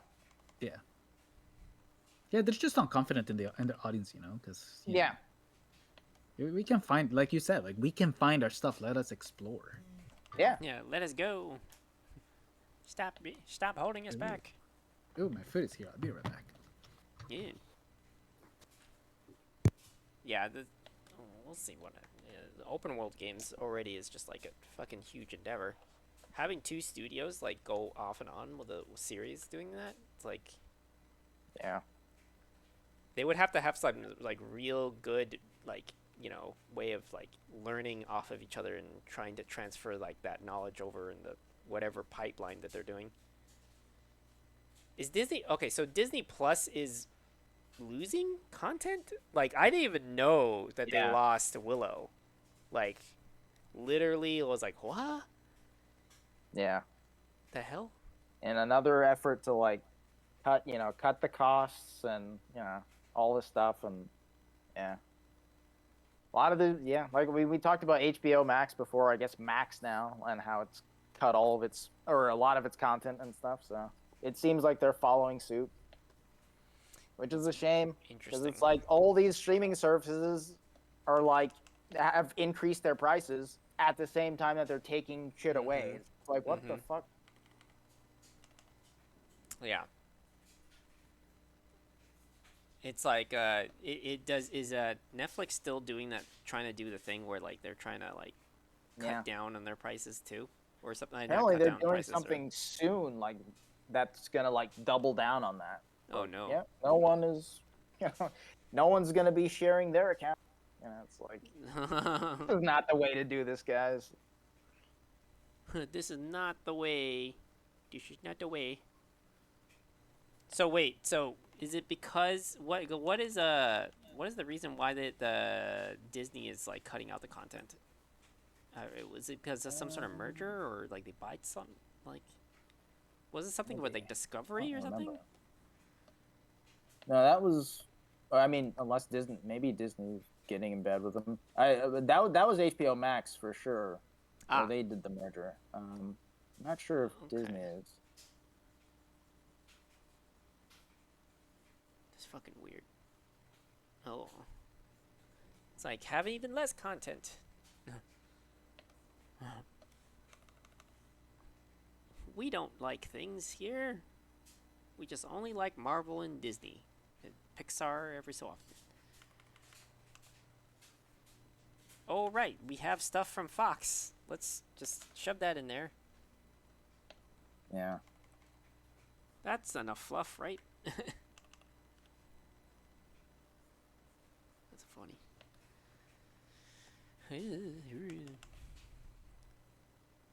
But, yeah. Here. No, it just says that there's no merger or anything. It just says it's like a strategic alignment to cut costs. As apparently they plan to lay off 7,000 employees. Oh, Jesus. To also cut costs. Do you think that's also reactionary to like maybe the what they anticipate that writer strike might achieve for streaming costs and stuff like that? Yeah, could be. Because I imagine that was like first thing I was thinking. Like, it was like because of the cost of like having to pay all those writers and the royalties and stuff like that. Yeah. It's like, how do you divide that out too? It's like, what, every time somebody watches the stream or something like that? It's like, geez, you get a couple cents. I don't know. It's like, we're freaking nuts. Freaking nuts. Oh, and did you hear about the most recent something? So it's like really probably nothing too like crazy for us just because we don't play the game or anything something like that, but League of Legends, the whole LCS and player walkout thing that just recently happened. So they had like no. So like apparently, and I mean, have you heard about like the decline of esports as a whole? Like right now, it's like pretty expensive to have any like esports happening, and and because of the bubble that the quarantine had done for like just content as a whole for streamers, like it bloated things, and like content organization from like esports orgs has been like bloated, and the assumption is that like this is just like the new thing, but really it wasn't, because now like the quarantines doesn't exist, and not many people are watching the same numbers as it was before. So then like now like they had to cut down on costs and stuff like that, and already esports already just absorbs so much of like the expenses. So there's like this thing with like currently the LCQ is the player the League of Legends Player Association. They went on strike and had like all their players they like massively voted for a walkout, because basically what's going on with the way they do League of Legends is that there's like these franchise spots that these legacy organizations have, and they have in North America a bunch of different organizations have these spots already, right? So these are like millions of dollars spots, and the thing is that these spots are like for tier 1 organizations, tier 1 teams, right? But because the way that it's set up for the League of Legends organization is that once you have the spot, you can sit on it. Like literally, you just you don't need to spend money. to, or you don't even need to. Sorry, the other way is like you don't need to you don't need to worry about losing it because you already invested your money into it because like the organization's already spent money to get the spot, and part of getting the spot was also playing the tournaments as the franchise was going. So, or as the tournaments were at that time, they could just win the tournaments or go up to a certain point in the brackets, and then if they qualified, they could purchase their spot as a franchise team. So there's some teams, and this is all specifically North America. So the problem with this is that because of the way it was set up, the teams that they bought their spot, they deserve to go to what they call Worlds, which is them competing against other organizations, other teams across the world, right?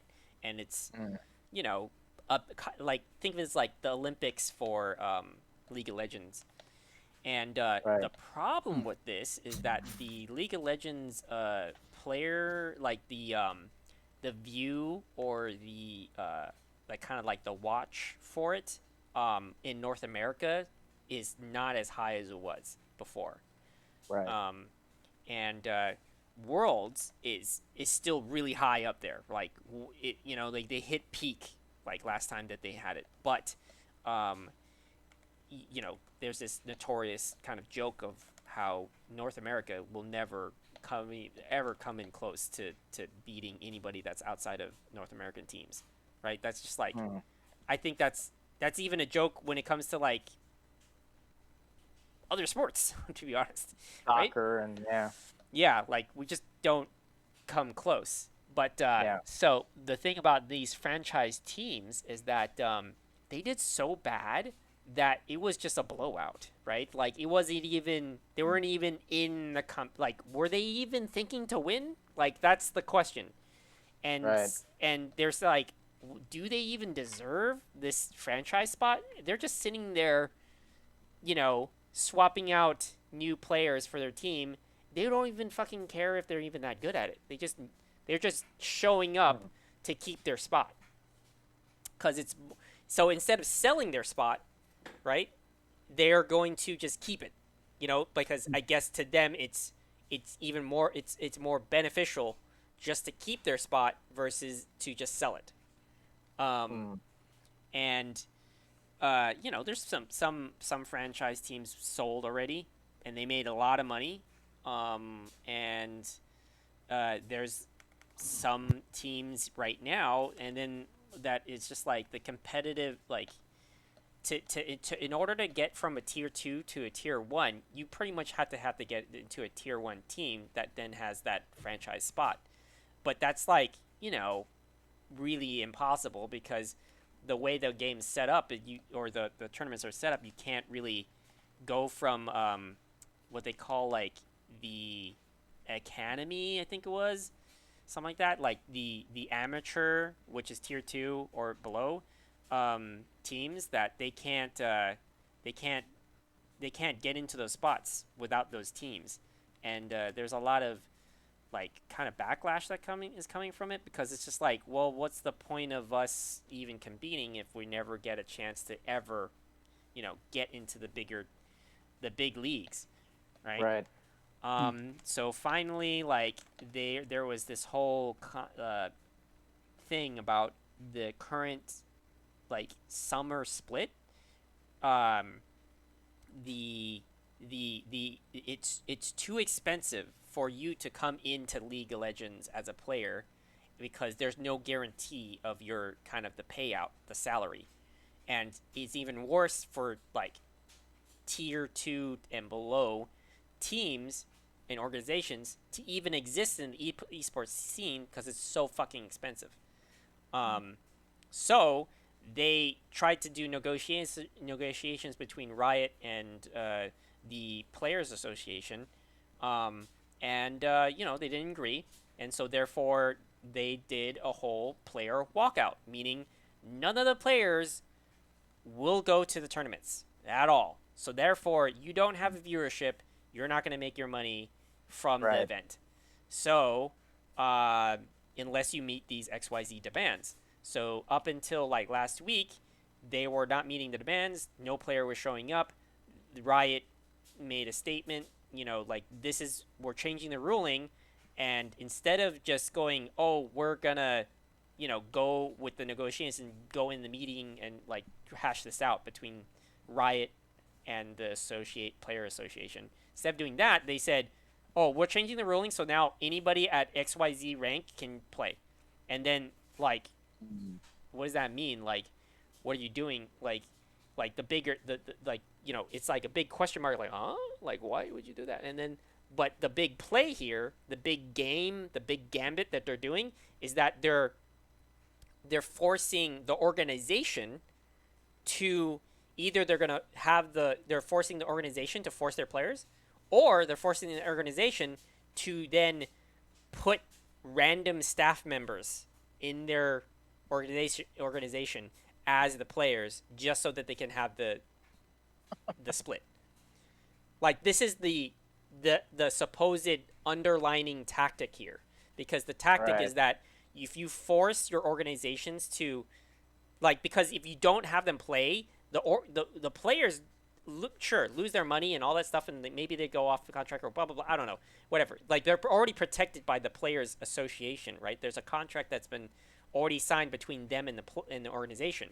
So they're shoving the organization in between the big company and the players by saying, you're going to get penalized if you don't play. Right. Basically, right? And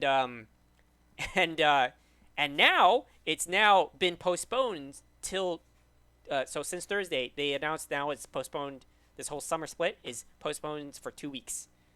And then there's something like, there's also like, if you're not and they don't care even if the players are replaced by if the team is replaced by players that are not associated with esports team, like just get fucking anybody off the streets, basically, right? And we've seen this kind of situation happen before in other unionized like situations where they, the people go on strike, and then like, fuck, we just have to have somebody here, so they just get anybody off the street, right? A scab, right? Like that's how that goes apparently. I just learned the new word. Yeah. So, like, one, if you like trying to get into that scene, you're probably gonna lose your any sort of respect from anybody, right? And then it's putting another like dank on some other shit that's going on with esports. But it's interesting because like what they want to try and do, which is funny, because Riot has 2 major esports games, which is League of Legends, which pretty much made them, and then there's Valorant right now. But ironically, Valorant has a different rule set for how franchise teams work. So you know how, like I was saying, the franchise teams that already got the franchise, and they're just sitting great, sitting pretty in their spot, right? And there's very limited spots, and these are expensive spots, and they get money for just having the players play in these things, regardless if they win or lose, which kind of fucks the integrity of the competition. Because in the end of the day, the organization's like gonna like, why should we bother winning? We don't get anything extra, right? Like, I mean, we do, but that's all fictitious right now. Because right now, in terms of the economy, it's way too expensive just to have esports teams at all. So I might as well keep the spot. I'm still draining money anyways, or barely making it. But it doesn't matter if I win or lose. So they'll like have their teams go in, fucking lose horribly, but they don't give a fuck, right? Right. And that's the big question here, is like, why can't we change that? And Valorant, the way they have their franchise is that you can lose your franchise technically by losing enough. And that's why the League of Legends, like the LCS or the Players Association, says like, that's one of our demands. We want it like that. It's like kind of ironic that when they came out with the Valorant game, that they had changed the ruling, right? I guess that's like their way of like, oops, like this is better, right? But then I also understand that Riot can't really just take away the rules with the people that already had bought their spot. Yeah. Which, by the way, you have to win in order to qualify to buy it. You still have to, you still have to play, right? Like your team has to play, has to win, and all that stuff. You go from tier 2 to tier 1, and then buy that spot, which is whatever cost it could be, because then that means the organization and the team members, like the actual players, coach, and also whatever is like maybe analysts or something like that, they all get paid a salary, right? And this is really based on views and stuff. And this is where the big economic topic had come from, right? Where is esports dead? Is it too expensive? And is organizations shifting from a esports like good player versus a good player makes good views, right? Winning team makes good views, right? Then they get to sell their product and whatever, like franchise and their brand, right? But then the shift now is become from that to just content creators, and this is where it bleeds into the other topic of like where are we seeing like that whole ecosystem work, right? Because now it's like we're getting games that are like we're trying to get into the esports scene, but then now we're like have games that are made by content creators, and then that the content creators are driving more of like what we're seeing, and they don't have to be a good player, right? There's this divide, and so that's like some of the like bleed over in terms of the topics, and this is just like boiling up to the head, and this is where it happened, where now players are doing the walkout, they're protesting, they want a better sustainable situation. It's impossible. Like the bridge gap between the tier 2 to tier 1 is just like you're destitute at tier 2, right? Even though you're playing at the highest level, so yeah, they're trying to change the things, and I understand that Riot like necessarily can't pull the rug from the people that already paid for their thing, but like what do? Like I don't know. Like, do you do like hey, do we say, hey, this is our contract with all these franchises is gonna expire, and we're going to a new era of like a new contract, right? Like a new way of doing League of Legends to respond to like how economically bad it is right now for them, for everybody, honestly, because everybody is like losing money, like significantly, and it's just not sustainable to continue this setup. So that's the most recent news on that end, and it's interesting just to see like how that is happening from the outside looking in, that is. But we I don't know, it's a weird time. I'm curious like how that works with like the other stuff that's happening in terms of we're just talking about like random drama basically. Did y'all hear about the fucking the actress from what was it, Stranger Things? Like she joined the FaZe clan or something like that. Oh yeah, she was on like the first episode of the recent season, right? And right, yeah, the cheerleader, right? Yeah, that's cool. She joined FaZe. It's another esports related organization, and now she's not part of FaZe. Oh. She quit that, I'm pretty sure, because of she got mixed up with a whole fucking stupid drama, and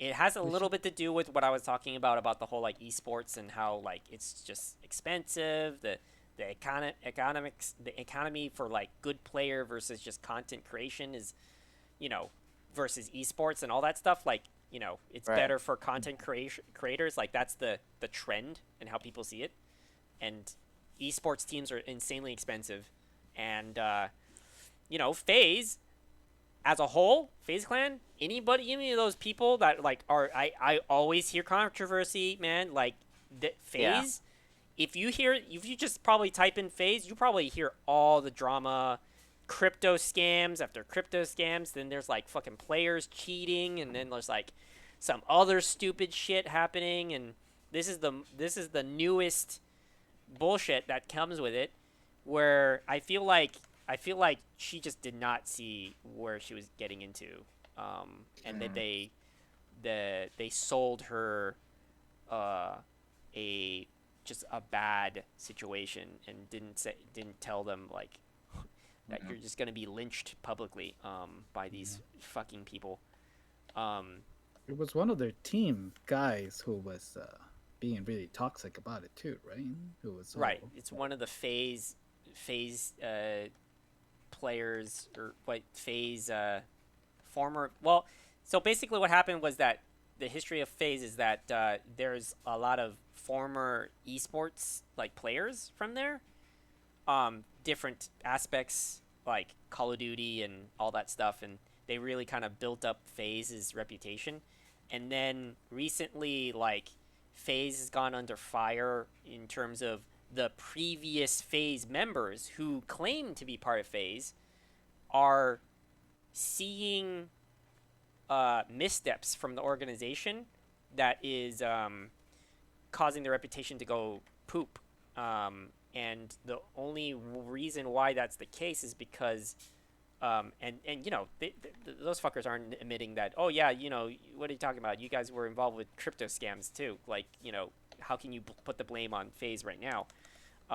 These people are former FaZe people, and then sometimes are like associated by FaZe by just name, but they actually don't get paid by them.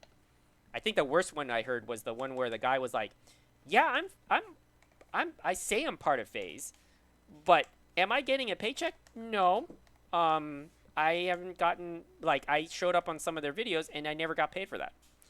And it's like some of shady shit along those lines of that they're associated by name and they have such a reputation to be a part of FaZe, but when it comes down to on paper, they're not seeing the money, right?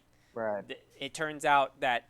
And then, you know, some of them just came out and said, you know what? I'm actually not getting paid by FaZe anymore. You like, my audience sees me as, like, the OG, like, the people that made FaZe what it is now. But unfortunately, the company was sold to these guys. And these guys are making the money. And I have no idea where I'm at standing with FaZe. So there's that. A lot of the people that were part of FaZe had sold their company, and that's how they are on the NASDAQ. So, by the way, FaZe is the one that, of one of the first esports team that got now stock shares that you can buy. And now, since that time, their stocks has been going fucking tank. Like, it's getting to a point where NASDAQ is actually going to threaten them. Hey, if you don't bring these numbers up, we have to remove you. It's that low. It's that bad. Their stock is fucking trash. So it's like they'll be the first to enter and the first to get kicked out. Congratulations. And so there's a lot of fucked up things happening in the background. So that's merited to the fact that there's the players, like the people that made FaZe in the name that it is now, versus there's the behind the scenes people that got sold the shares, right? And then there's like the people that also was in that position and sold those shares to somebody else, and they are now like in the background saying, oh yeah, this FaZe is you know, like they're fucking up and they're doing terrible things and they don't understand the concept. But I was like, at the same time, like, you sold it, like, why are you even complaining? Like, you made your money. Like, if you cared so much about your, you know, the FaZe brand, then why are you even putting your 2 cents right now? Because you sold it. Like, why are you complaining? And then there's like other people that are now, like, the actress, like, I forget her name, it's like Grace something. She you know, like, was doing some streaming and stuff like that or whatever casually. She got maybe got hooked on it, like she loves it, right? And you know, she opened about things about how her getting into Hollywood business was like, you know, she got into some really fucked up like sexual abuse type of situation. And she's like, I'm done with acting, or for now, I'm done with acting. I'm just gonna go full time streaming. So she ended up doing full time streaming, and then now she joined FaZe, and it sounds like because of how the that economy is for that, where people was it esports teams or organizations are becoming more focused on content creating instead of esports. Um, I guess her joining rubbed some people the wrong way, and one of the fucking guys had just outright just bashing her, and said some all kinds of fucked up shit, and basically harassed her, and then a bunch of the other organization members that are they claim to be, oh, we're OG fan FaZe clan members, but it doesn't matter because those are the fuckers that like sold their shares, they made their millions. Yeah.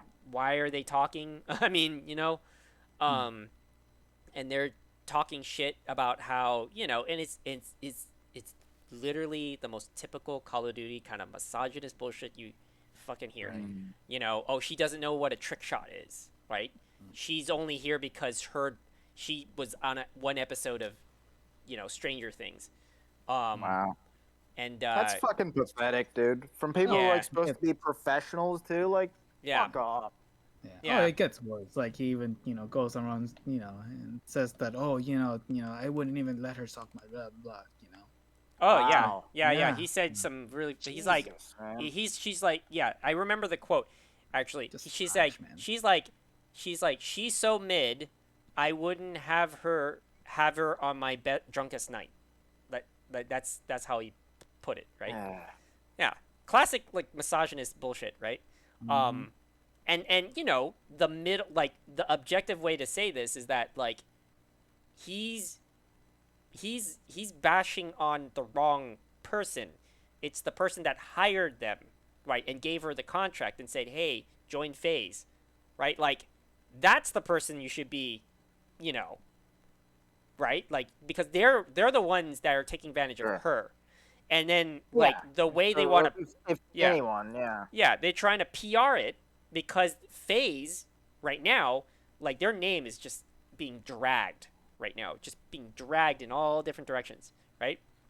And they do this stupid shit where they go like before they announce her, they're like, oh, we need more women in esports or something like that. We need more women in gaming. I don't know, something like that, like to that effect, right? They tweet that, and then the other guy named FaZe Rain or something, right? He's been doing this. He's been on this like power trip of like throwing FaZe under the bus and just like, talking shit about the suits are the. And this is the best part. He says like the suits are the one making these decisions. Like the real OGs would never do this or something like that.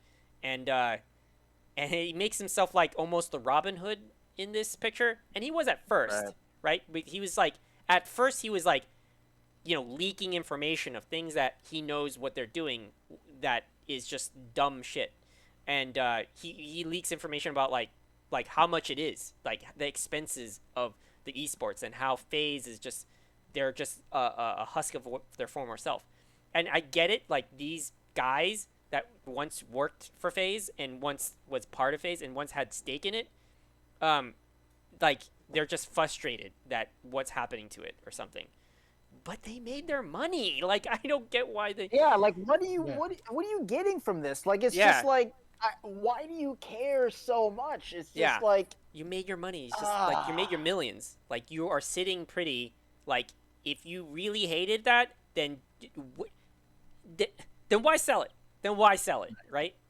And these are the same fuckers. Like long before this whole like fucking shit happening. These are the type of people that are also like doing crypto scams and like, oh, apologize it later. And, like they know what's happening.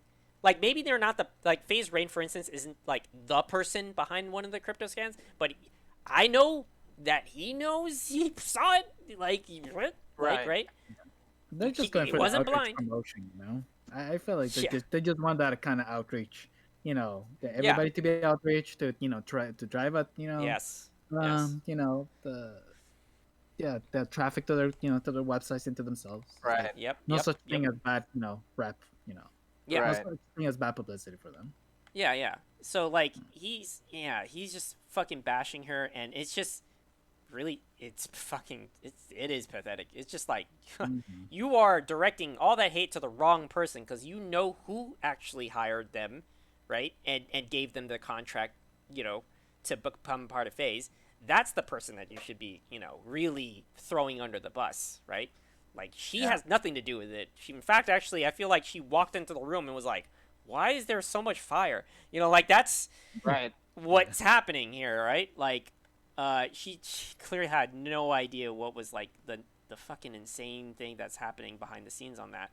And again, it's a PR stunt because like she was only placed into this because like one, she is a woman, and two, she happened to play like what was it? She happens to play games with like the OTV and Friends crowd, and played games with Valkyrae, who's part of 100 Thieves.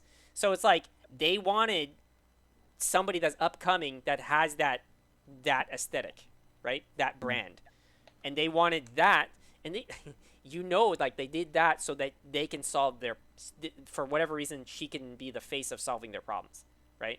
Of course, yeah. Of throwing the dust under the rug, right? And then, so what happened is that this whole fucking insane thing is happening. She's getting all kinds of hate and just backlash. And it's not just FaZe Rain. Like, it's just like other guys, like something like FaZe Banks or something like that. Like, he's another funny situation because I remember, like, what I remember that guy from. And the reason why I remember him is this really funny clip of this guy. He made his, millions and whatever through FaZe, through Call of Duty, right? And he is those typical looking crypto fuckboys, right?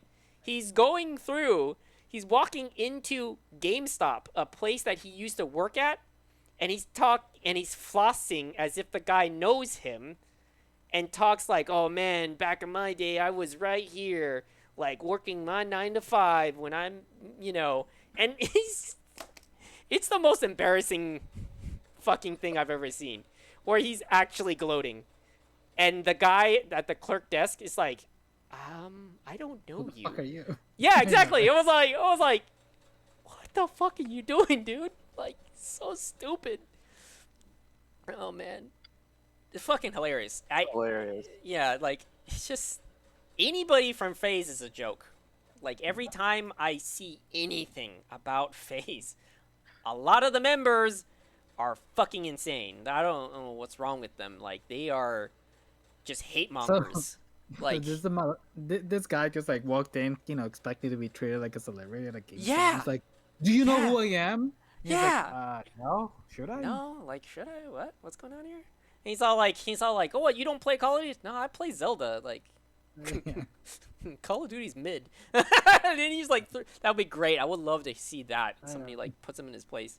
Cause oh my god, that was just fucking hilarious. And then the same fucking guy that I'm talking about, FaZe Rain, that's like totally just, hate trained Grace out of the community. Like she doesn't stream anymore. She closed her like Twitter account or privated it. And at the video that he posted, she says, if you post this up, and she's like talking to the guy in the camera with the camera, talking to him and saying, "Hey, tell XYZ if they post this zip, I'm quitting FaZe." And there you go. They posted it up, and she quit. Clearly, talk about just like that's a warm welcome. And so that same FaZe Rain guy, he's talking shit to like, what was it, Nick Merckx? By the way, has stake in FaZe. Like he is part of FaZe too. But the reason why you probably like, I don't even think he's part of FaZe, honestly. If anything, he's only part of FaZe because of like the money that they put into having stake in the company. Yeah, I mean, he does like the photo shoots and stuff with them, but like I don't know if it's more than that necessarily. Yeah, like it's clearly like he's not part of it. Like he's not part of them, right? Like he doesn't really associate so much with any of the issues that come up from all these FaZe members.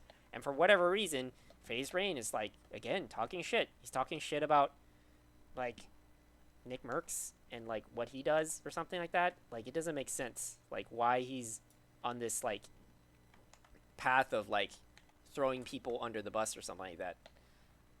It's so fucking weird. This guy's like bored, like trying to make his own content through just drama, maybe. Because he was hamming it up with the video that he like posted between him and what's her name, Grace or something like that, the actress. Fucking weird. The ego is crazy, man. See, that's the definition of bad ego. Yeah. What did you end up ordering? By the way. I got some Thai food, some Patsy U, some. Oh, Thai food. I know, delicious. I mean, once you try, Patsy U, you can go back. Okay. You know what's Pad Thai. Pad Thai. You know what's funny? I'm not much of a Thai fan. Oh yeah. I'm not. I wouldn't say I'm like. I don't have like. You know how like some people are particular about their food. Like I'm not usually particular at all, but I do like. I don't hate Thai food. I'll eat it and stuff, no problem. But I don't go out of my way to order it. That's okay. the difference. Yeah. It's okay. We can still be friends. Just know that I will forever judge you from that one. Brenda loves Thai food, so this is definitely where she. Yeah, you like Thai food. You don't like Thai food? I mean, you eat Thai food more than I do. Yeah, but I don't really like it. Okay, well, fine. You like it more than how I like it. Okay, how about that? Huh? Okay, Korean food. Okay, fine. You like? Oh, fine. Your Korean is above Thai. Fine. But certainly, I don't go out of my way for Thai food. Sean, it's like you don't even know her. They're saying that Carlos is saying, Sean, you don't even know her. I was like, yeah, I'm still learning. It's gonna be 20 years. Yeah, almost 20 years, and I'm still learning new things. That's how you keep it fresh. That is true. That's how you keep it fresh. Yeah. You know what? Maybe that's a good excuse right there. You know what? I'm not gonna learn anything. The more if I keep it a secret and a mystery, then the better, right? Like that's how you keep it fresh. True. If you never listen, you never listen, get surprised. Yeah, it's new every time they tell you. Yeah. Oh man, it's like a memento situation. Oh, Jesus. I could just have temporary memory. It's like I forget. Look, I forget because on purpose, so that next time I hear it again, it's like I'm hearing it for the first time. So. Right. Yeah, but this was about taking the cat to the vet. Did you take him to the vet? Well, this is the first time I'm hearing about it, so. It just keeps going. You know who expects us to have never seen the same content content over and over again? Destiny. Oh yeah. The final shape. You like that? Very subtle segue. That's right. Yeah. Is that the last one? That's the last. It's officially it. That's it. They are. I mean, it does have final in the. I mean, so does Final Fantasy, and there's like 8 million of those games. I was gonna say, with so finger bring that up. That's the only reason why I said it. You just needed to hear that. Yeah. No, but it's supposed to be the last expansion in the same terms as as Lightfall. I imagine that there's probably going to be some seasons after, and that might just conclude the entire thing. Oh yeah. Right. Yeah. But the story arc is supposed to end, the next during the next DLC and season with and we get a little teaser trailer with somebody making a comeback. Yeah, Cade is back. He's not dead. Nathan Fillion's character. Mm-hmm. Yeah. played by him this time around because I think he got replaced by Yeah. Nolan North at the Right. for a while there. For a bit, yeah. Yeah. A little small stint on it. Yeah, they had to bring back the classics. In this case, the only character the only two, one of the few characters that actually has a personality in Destiny. Right. Right. They needed something. Yeah. They needed something. They already still have some recordings from Riddick. Yeah. That they're going through, but we don't know what that extent that is for like the rest of the game. Apparently, we don't know. Mm-hmm. I wonder how they're going to conclude that. I mean, with his character in the game, or right. I mean, maybe they already had planned that the character is gonna like sacrifice himself or something, because he always seemed like that type of character, right? Mm-hmm. True. It's like sacrificial. Yeah. Sacrifice his life for something, because we didn't see him in the trailer. We only saw Yeah. those two, so for all we know, he's not That's gonna true. make it. For And all they we are- know. Yeah, and in the trailer it shows this. They are in a place that we all expect to be inside of the Traveler. They're in this like Right. peaceful, kind of mountainous, almost paradise looking region. I thought it was gonna be wackier and crazier looking, because it just looks like Yeah. somewhere on Earth. It even looks like something from Earth. I Well, it expected kind of reminds me of. You played Legend of Zelda Majora's Mask, right? Not all the way through, but Okay. enough. Well, of it. at the end, you go inside the moon of Majora's Mask, and it's just this meadow with this tree in the middle. It just kind of gives me that same vibe. Ah, okay. Huh. Yeah, I don't know. I don't know of it, but all right. I see. But yeah, I expect it to be sort of in the same way. Like it probably is just there's probably a bunch of biomes inside Right. of the Traveler. Right. We're also thinking too. I was also thinking in theory that this is their Guardian's version of the afterlife. Mm. That Cade really is dead, but he only exists inside the Traveler, because that's like where their version of like Valhalla is, or something like that. Mm-hmm.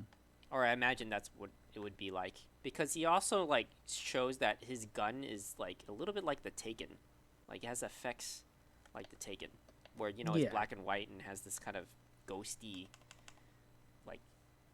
Yeah, it's got all this like light pouring out of it. Right.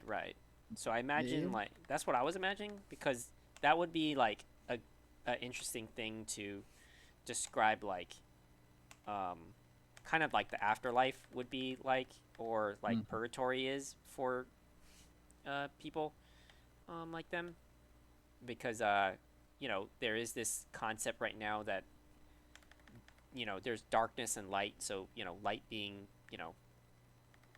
breathing life, and then darkness is death. Yeah.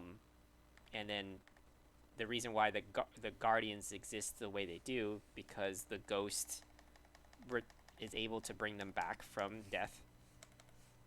And since his ghost was destroyed, he got pulled back into, like, he has no way to get pulled back out from the Traveler, and the Traveler, inside the Traveler, is afterlife.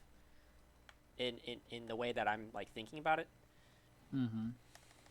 So we'll see if that's like like what that it means exactly, and does that mean like some of the characters that we see that passed, do they exist still, or is it only for the Guardians? Which then, if Zavala does like die, like how are they gonna canon explain him not being there? Yeah, right. Right? Yeah. Because then we already would understand like how what's her name doesn't live, like she just she doesn't have a ghost. Amanda Holiday. Yeah. Right. The- Yeah. The ship lady. Yeah. She gets blown up recently. She's dead, and but she doesn't have a ghost. And then some people are are speculating that, oh, a lot like how, what's his name? Um, what's his name? The guy who's now known Crow. as the Crow, yeah. Yeah, like he forget his got name. brought back because he now has a ghost. Like he got Mhm. chosen from the Traveler or some shit like that. People are saying that, well, what if that's gonna happen? Obviously people are gonna be like, well, let's Yeah. let's let death be death, right? Like, let's not bring people back all the time. Yeah. So what- we'll see. I predict some time traveling shenanigans. Oh, okay. Probably. I mean, yeah. It could work that way too, where it's like, the Traveler and the, what's his name, The Witness. the Witness is like they're beyond time, like they're the reason why like universe exists or something like that. Like they're the balance. Yeah. And then we're just running through the cycle. Could Yeah, be like a it- whole it- like Mass Effect thing where it's just like, oh, we're just repeating this over and over again. Yeah, it's true. We're going For through the all eternity. motions. That's kind of like what the lore says, or something like somewhere along the way. It's like that's one of the explanations as to why the Vex even exist. Like there's, in the lore they explain that there's this, the light and the dark, they create like worlds, and in the worlds that are created, that sometimes there is this kind of repeating pattern, which are the Vex, which end up just eating the worlds. They just, they end up just annihilating all of them. They just kind of Oh, I see. come out as like as a consequence of like of the light and the dark just creating worlds. Right. Just to put I it, see. yeah. That's why we're getting all these like Vex stuff happening around it, and their association with the, what is it called again? The weird MacGuffin thing that, like, Oh, the veil. the veil, yeah. The thing that we still don't know what it is. Yeah. That it should be explained by now. It's getting there. Some sort of like eyeball, I don't know. Yeah. I really wish I could see the story of Destiny just like actually well portrayed.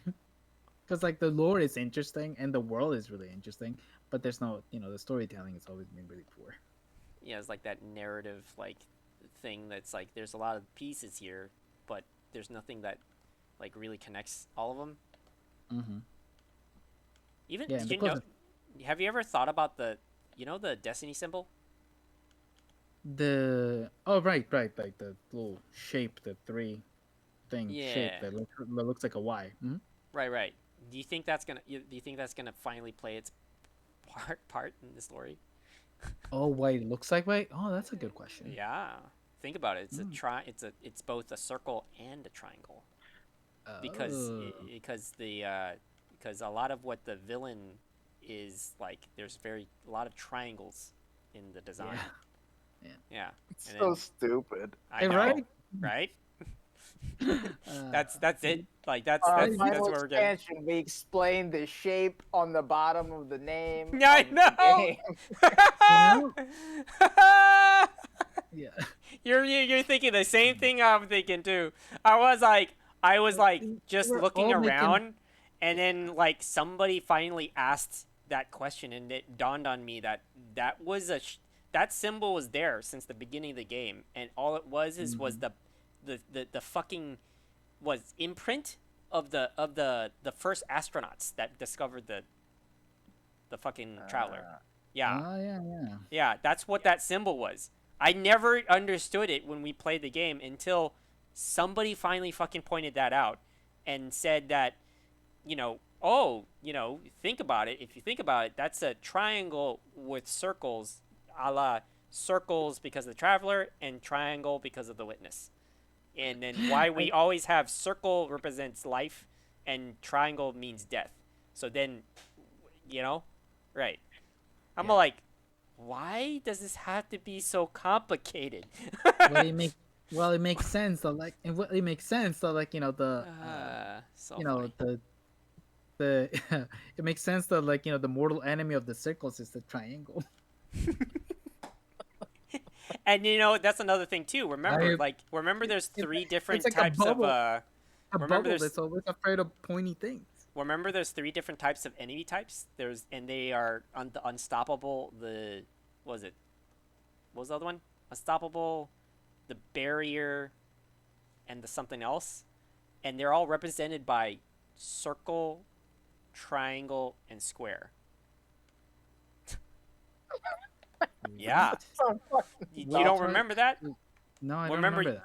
Well, we have to go through the Nightfall, Oh, right? right. Yes. The things that the different barriers that we use, like that. Right. The unstoppable are the right. Are the and are we the would squares. all we would do is, and it's really simple mechanic of like we would just be like, oh, that's that enemy, and we need to use a certain weapon that can make it easier for us to kill him, right? Mm-hmm. And then it doesn't dawn on you and the fact that the symbols like represent the three aspects of the game, right? Whereas there is a triangle, which is the witness, and then the traveler is the circle.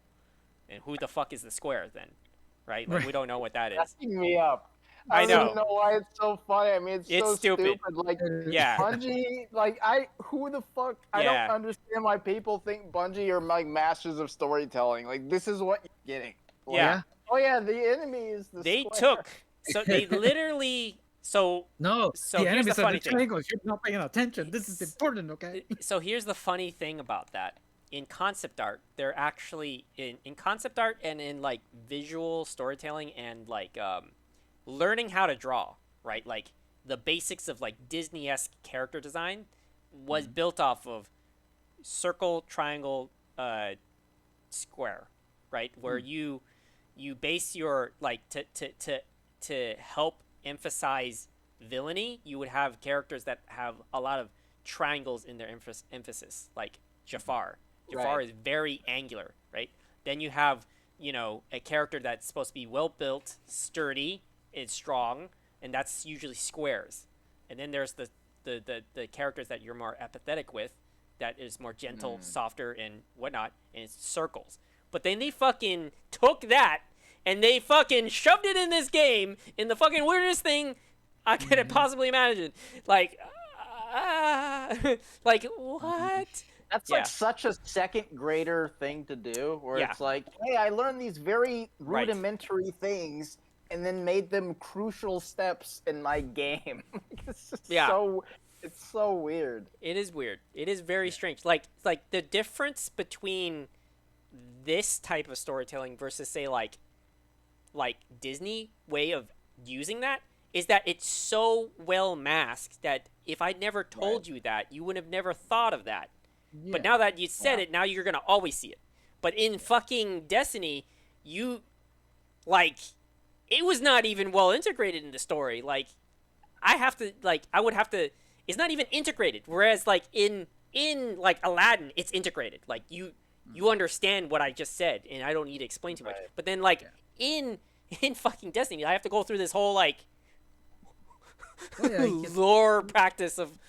It's like Apollo is saying. It's because of Bungie, the guys at Bungie are not good storytellers. Right, yeah, like... Disney actually knows how to tell a story. I honestly think, like, they originally started with, like, the good idea, and then, like, midway through the execution, it just dropped off the map, and then now everybody just kind of like, okay, all right, we just got to design based on these shapes, like,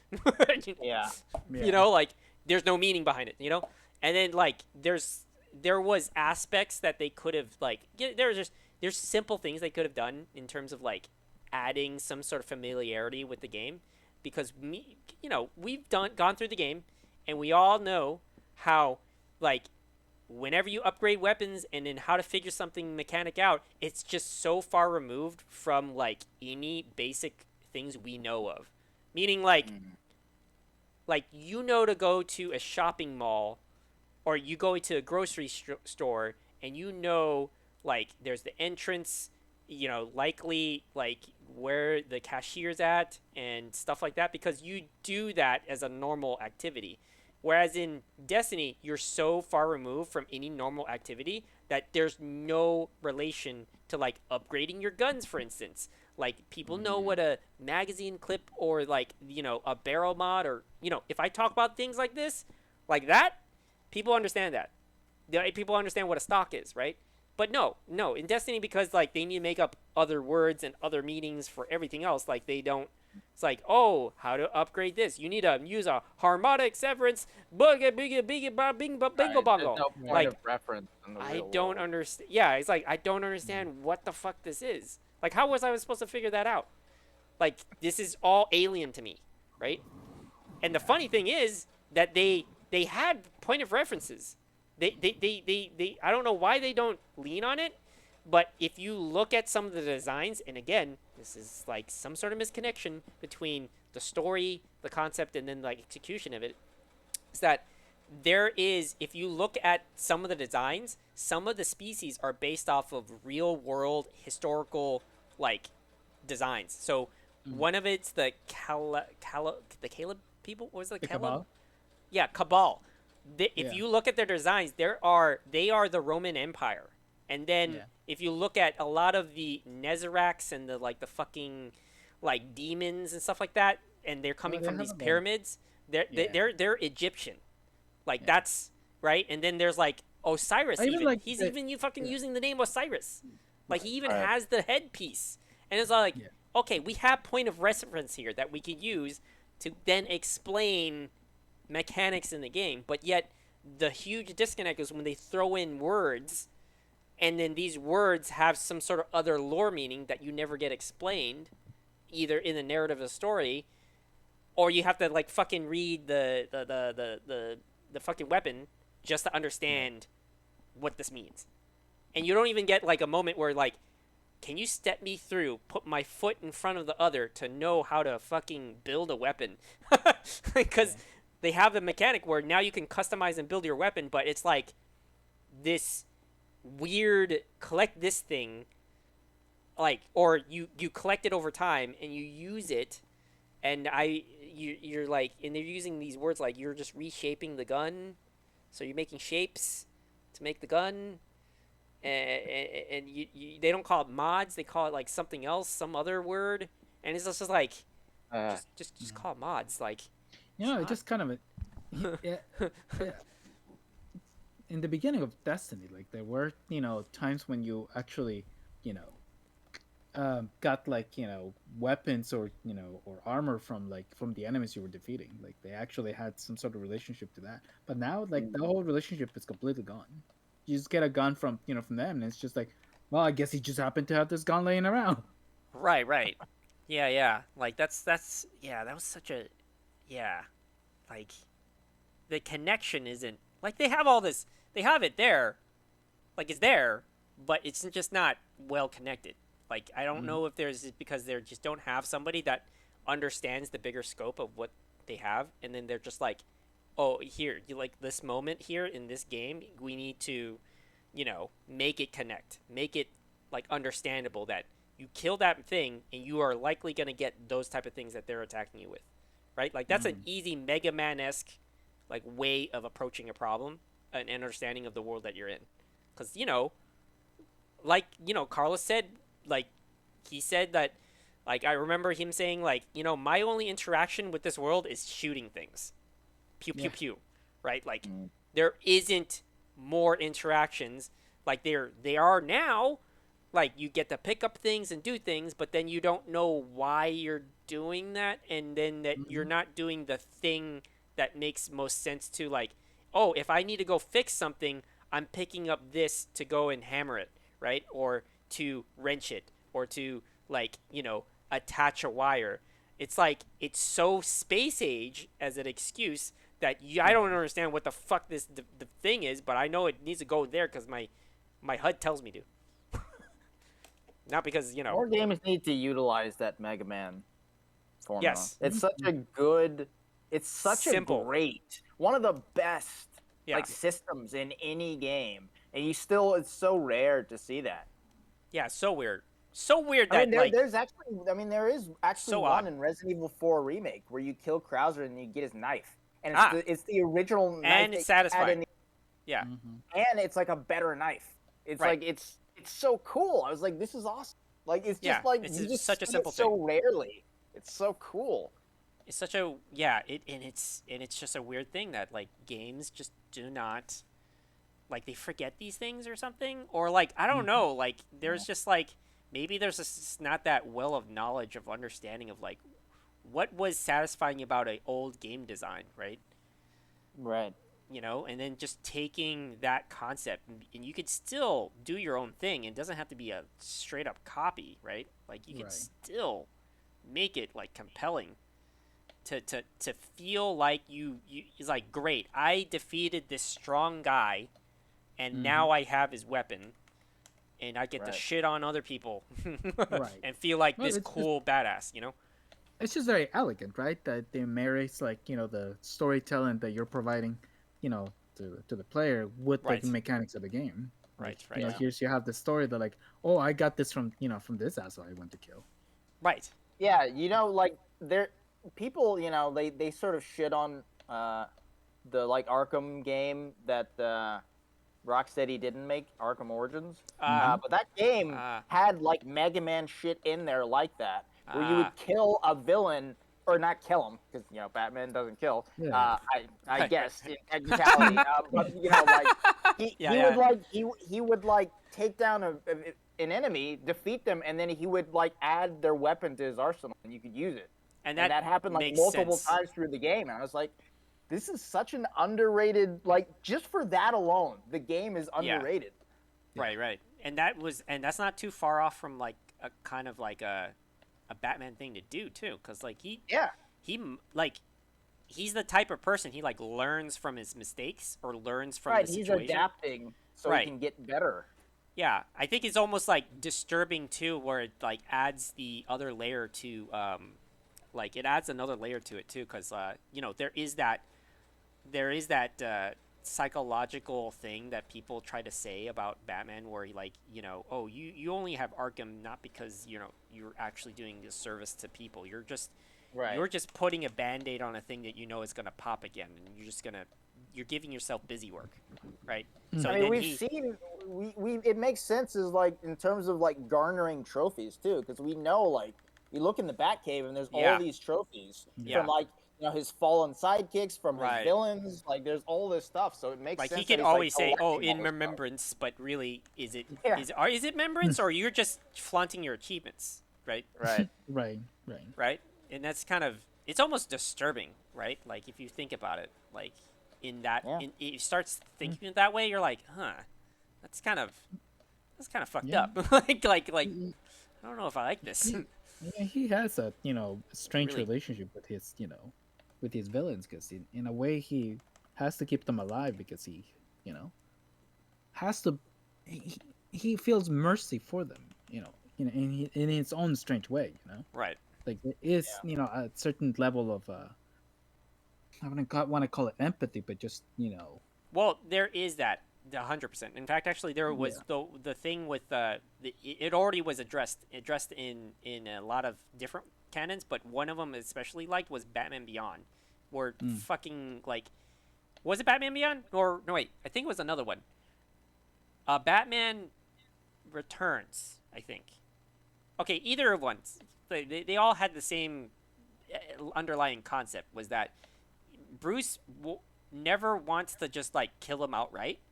Like he wants to make sure that if they are salvageable, he is also salvageable, right? Like he has that hope that, like Two-Face, for instance, can come back to being the good person that he remembers him for being. Right.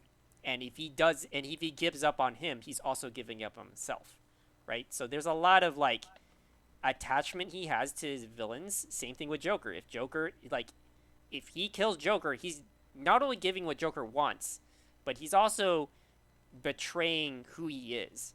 So if he gives in, Joker outright wins in all factors, right? Then there's like Mr. Freeze. Like he knows that he's doing this for a noble cause, to do this for his wife and stuff, but he wants to solve the problem, but not by just beating him up all the time and putting him in jail, but by actually trying to find a solution for it. It may take years for it to happen, but if he never gives them a chance, he also doesn't get a chance. Like he always sees himself as like, I could have been that. Like that could have been me. And if I don't give that person a chance, I don't deserve a chance either. And I believe I do deserve a chance. So it's like this weird, again, like you're saying, empathy, where it's just like he's seeing himself so much that the world could have turned so bad for him. And that's actually a really cool thing too. That I look, there's this one series called Batman Metal that I think is just, oh yeah, let's just clone Batman and just like ride the Batman train down to the ground.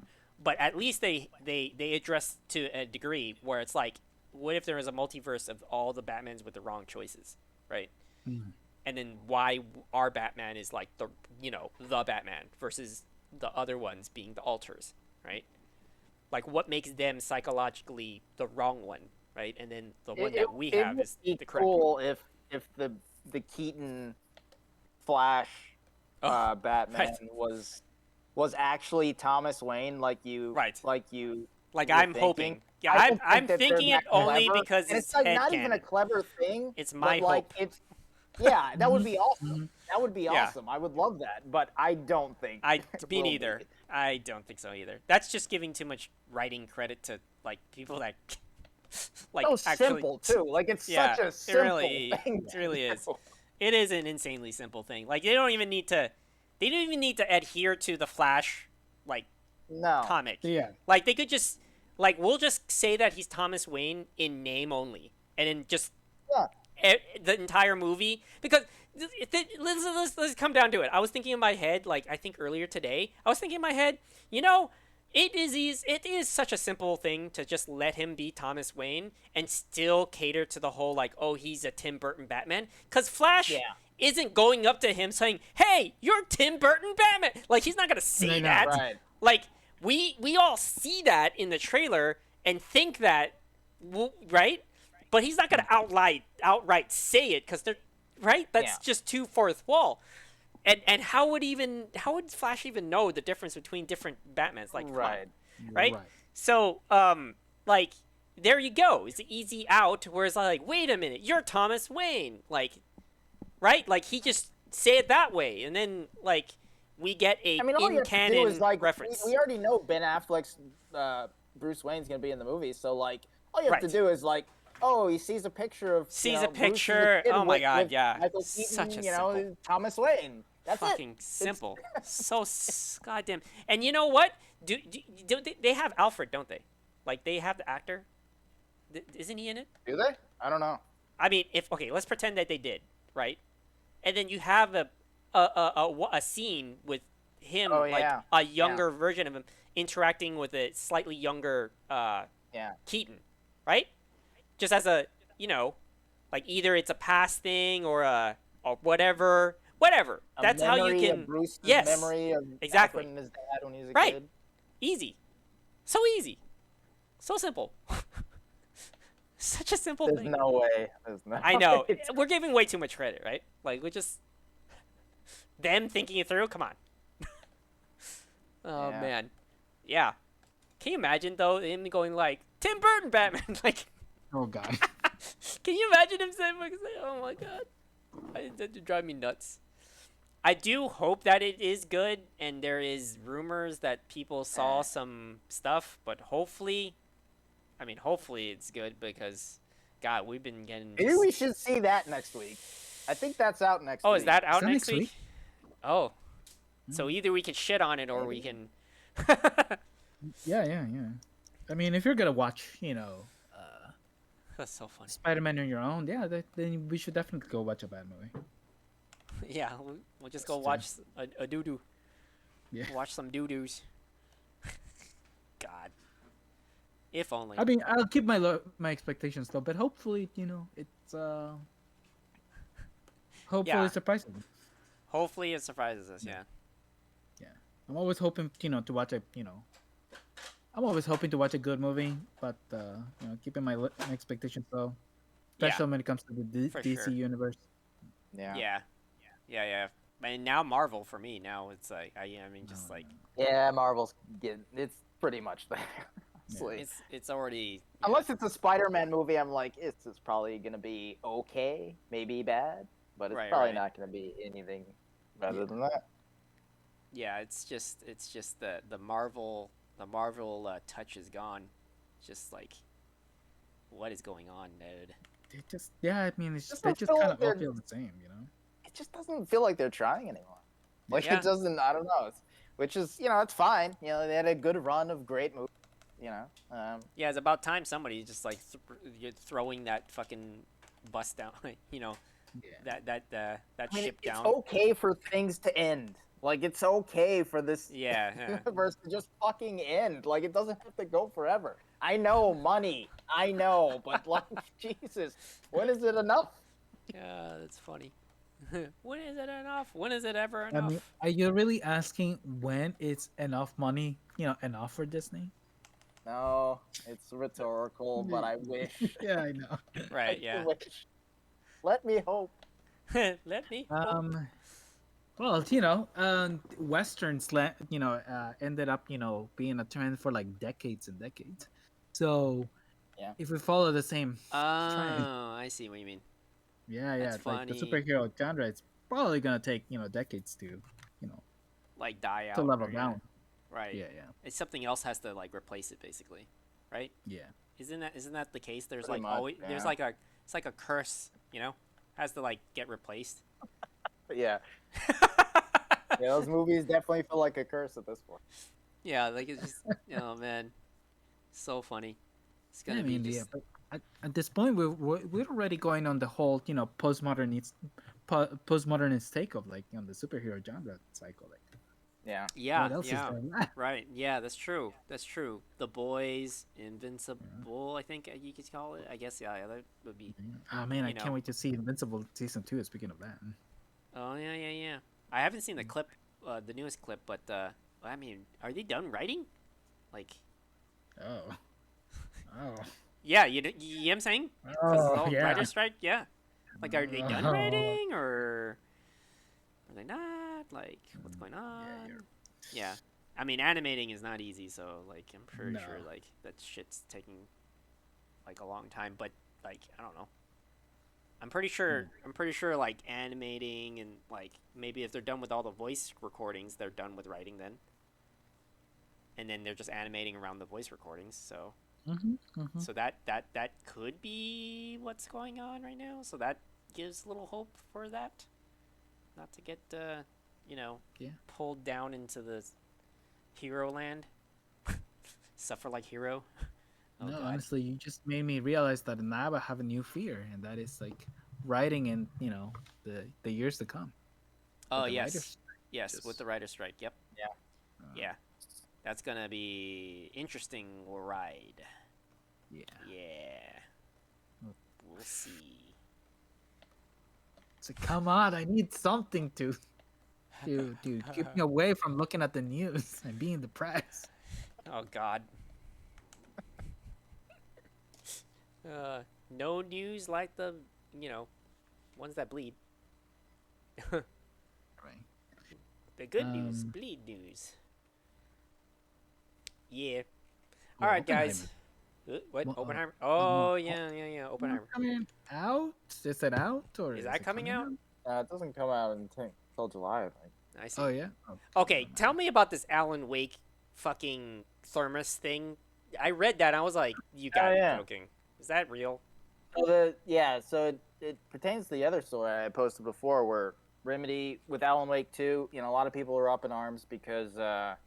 they're not releasing a physical version of the game in order to cut down on costs. Right.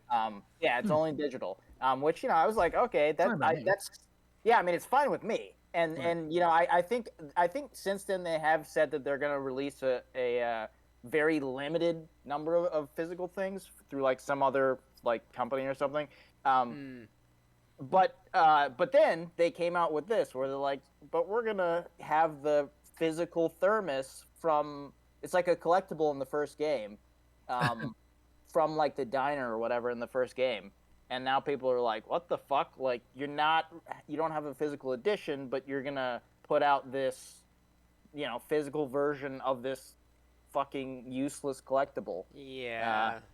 So it's definitely weird. I don't know what the thinking was there. Yeah, it's like they go like, oh yeah, we're doing this to cut costs, but really we're putting that cost into this. Right. Yeah. It's like it's wait, an odd. went I don't know. back on their what they said, basically. I was like, wow, that's stupid. Yeah. It's like way to just like, it's just again, it's just like finding another way to have people pay for scarcity. It's just I mean, Thermos is easy to put out there, so it's not like I guess making a physical version of the game. Actually, I'm gonna take that back. Yeah, I mean, I don't know the exact cost of each. Maybe it is significantly cheaper. I don't know. Yeah, I know, right? I don't know the logistics behind that, so who knows? So is the Thermos a standalone thing, or is that comes with DLC? No, it's a separate collectible. Yeah, I don't think it comes. It doesn't. No, it doesn't come with any, edition or anything, any sort of special edition or anything like that. It's just something if you're a fan of Alan Wake and you want, you can buy somewhere else. Right, just merchandise. Merchandising. Right. Yeah. Right. Yeah. It seems like, let's see, in the wake of the announcement, THQ Nordic suggested it might be interested in helping creating a disc version of the game for PC, but this did little to assage the who has a many disc fans. drive for PCs anymore? Yeah, that's just that line just that makes no sense. I was just like elevated in heat. I was just like, what the fuck? I don't fucking get it. So far, I'm just expecting it for PlayStation 5 and Xbox, but PC. Yeah. Yep. I don't understand that. No one uses disc drives. Yeah, that happened. That was like a decade ago, man. Like, like actually, like, come on. Yeah, pretty much. No one uses disc drives for fucking, like, yeah. If you just don't have an internet connection, then you probably don't have a PC anyways. Let me just put it out there, right? Like, come on. Yeah, maybe they're gonna release. Maybe they're gonna release the physical version for PlayStation and Xbox on a cartridge somehow. This is a funny joke. This is funny and great. All we need now is a physical edition as a coaster. I really appreciate the commitment to the bit there. Yeah, that would be actually. I'll take funny. 10. Yeah. I just what the fuck? That's so. Oh my god, that is so funny because it's like, oh, hey, we're not coming out with a physical edition because we're not gonna spend the money on it, but we will spend money on a Thermos. And you know what? Everybody's pissed off now that they don't have a physical edition, so we'll come out with a disc version for the PC that nobody uses the fucking disc anyways. So now you have the coaster and the Thermos. Great. That's fucking hilarious, man. That's fucking hilarious, dude. The coaster is the DLC. Why? The game developers are so fucking out there, dude. Like, yeah. But it's not even the fun way out there. More than oh, come on, really? Yeah, we're gonna have a fake, protest of fake Christians, pretending that our, game is satanic. It's like game. Yeah, it's like the producers and the developers are not even gamers. They're just fucking, some people that got hired and just we're just told to do this and they're just following instructions. That's so funny. It's just fucking bizarre. They are super weird. Man, United. What? That's weird. Anyway, somebody said, "Did you hear that Apple is going to buy what? The soccer team, Manchester United. United, the soccer team. He meant Apple. Yeah, he meant Why is Apple Manchester doing that? United. I have no idea. What the hell? Yeah. I guess there's a lot of money in it, I suppose. I guess. Yeah. What? I thought you had already read that, to be honest. Sorry. Yeah. I actually turned off the notification for like whenever somebody like I need a different notification. Here, maybe we could brainstorm one thing and we could leave it at this. We've been kind of on this for too long. Uh, It's 1 a.m. Man. yeah, we've been having fun with the chats. But I want to make a sound. I want to put a sound effect or something whenever somebody talks in chat. It like then shows up as a notification, right? Because that's why I had the snap sound. I had mine's was like a finger snap, and I figured I'd do something that's a little bit more agreeable with the situation.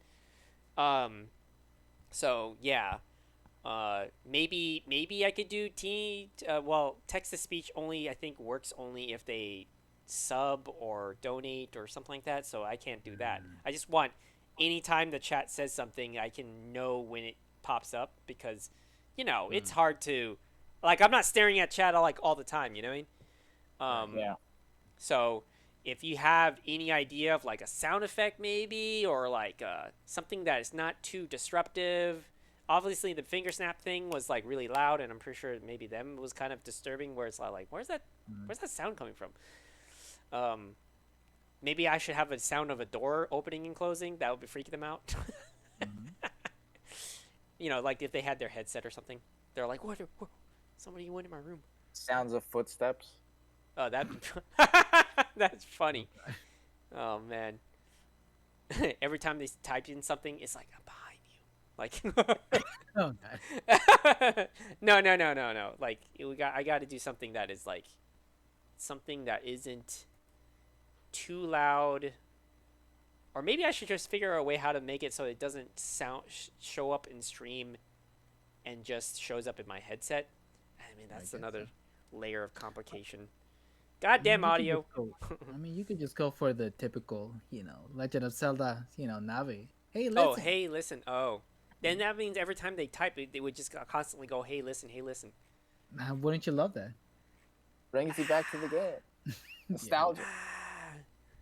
I mean, I could. But then people, here's another problem. Then, what I always have this feeling. This is kind of a little bit like the cosplayer type of thing, too. Where if I put that in the stream, people are going to think like, oh, man, this guy's really into Zelda. Which I'm not. I'm not. Like, or no you could offense. put a baby crying. Oh, God, no. Is this in reference of the time that I told you I was playing Max Payne and I was stuck in that level with the baby crying? No, but now it is. Well, yeah, that's. You wanna go back to Bloodborne? Second half of Bloodborne. Oh, that one. That's Bloodborne. Okay. Yeah, that's true.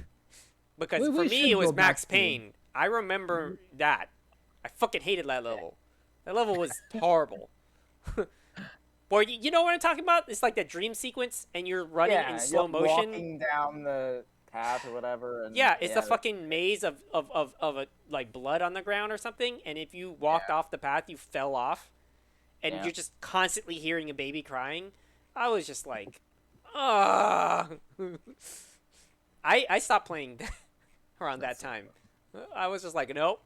I'm watching some sort of recap. I'm not doing this. Nope. Or I think I added, like back in the day, like I was playing on PC, so I was like, oh, nope, cheat code, skip this level, I'm out, nope. Right. Yeah, like skip this level, fuck this. I'm not dealing with this shit. Shit, that's funny. Yeah, I gotta figure something out. Better notification than the finger snap thing, or just make it so that they don't hear the finger snap, only I hear the finger snap. It's just like I would have to figure it out. Do something subtle, like. Yeah, like I need something subtle. I need to figure out something subtle. Something. Like a quick orgasm. Can you imagine? Like I do that. It's just like a. It's like somebody going like a hentai. Oh man. That would draw in somebody. Yeah, that might draw some people in. Probably the wrong crowd. Yeah, probably the wrong crowd. Hey, any crowd. is better than no crowd. That's just, even if our chat is just filled with like 100 people with like anime, profile pictures. Oh my god. God damn. That'd be funny. That'd actually be kind of funny. Yeah. I won't get banned for them. I can ban them. As long as they don't put them in the screen. Like the chat in the screen. Well, actually, wait a minute. I do have chat showing up on the screen, so that won't work either. I just figured that out. All right, I just remembered. Yeah, that's right. When they chat, when they type anything, it shows up on screen. So Yeah. that won't be good. That's so funny. All right, man, guys. This one really took a long while because we had a lot of topics to go through. We definitely had a lot, and we started pretty late. So it's all good. We're fine. We survived. We got through it. I think we skipped maybe like one or two things, but it's all good. Is everybody caught up with Barry yet? No, I haven't. Okay, well, we could probably talk about that next time. So we'll make it. We can make it a thing. Let's see. Next time it's what episode? So we're in 25. 126. 126. Yeah. Oh, also I did find a neat little website that also apparently takes the clips from Twitch, and it actually you can actually program it to well, I would say programming is a heavy word. Not programming really, but I guess you could say programming. But what it does, it can actually clip out based on certain parameters. So if like I'm playing Apex, it could clip out based on the kills that I got in the game. It actually can read like the visuals, I guess. I don't know what it's using, maybe some sort of AI to track like that, and it clips out stuff by parameters. So then that means I don't know, and I'm just gonna experiment next time. Like maybe I could do that with the podcast where it takes the whole clip, it takes the whole VOD, and then I can set parameters to say, hey, clip out when things like we say something, right? Yeah, wow. Somebody came in, crew 30 YT. Hello. He says, whoa, that looks cool. I know this thing that I was painting, digital painting. Yes, it's pretty wild, disturbing, some freaky shit.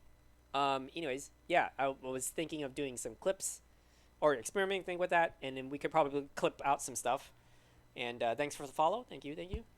We're about to actually end. I'm sorry that you came at the very end of this, but we'll be back next week. Check out the VOD. Yeah, check out the VOD. We've been talking about a lot of great news, and next week we're going to talk about some other great news. Also while painting. Maybe digital, maybe something else. Yeah. But yeah, I could program it so like we have keywords. Like maybe if we have keywords that like, oh, this is a clippable moment, right, in our discussion. And then it'll automatically clip that part out, and I can edit from there. You know how like I was saying it's so hard to like scrub through the VOD and find the thing that I wanted to clip or something? Yeah. Like now there's a thing that I can use where it can program it by some parameters. So I'm gonna experiment with that shit. Hopefully it's gonna be fun to see the results of. But let's see. Crew says is it like Attack on Titans? Oh, this thing actually was based on this like Pinterest sculpture that I found. Although I did watch Attack on Titans and I did enjoy that. So yeah, this sculpture right here, and then I drew it and I'm now putting colors into it. So yeah, some freaky ass sculpture. But anyways, yeah. All right, guys. Well, I'll see you Everyone later. have a good morning. I know, right? Yeah. Everybody have a good morning, good evening, afternoon, all that. We'll see each other soon. Next week. Oh, actually, if we're probably hiking next week, and watching movies, so we won't be. Yeah, we won't hang out. Yeah, we won't be podcasting next week, but the following Monday after that, 7 p.m. Pacific Standard Time, we'll be back, and we'll be talking about news and also possibly talking about our reviews over whatever we watched that previous week, and also we probably by that time saw Spider-Verse, and we'll talk about that, and then yeah, I'll be doing some more drawing, more painting, all that good stuff, probably more freaky shit, or maybe not. I don't know. We'll see. We'll play by ear. All right. Bye bye, guys. I'm going to say bye bye stream. Bye bye stream. Bye bye stream. I'll see you all next time. Check out the stuff. Check out the link tree.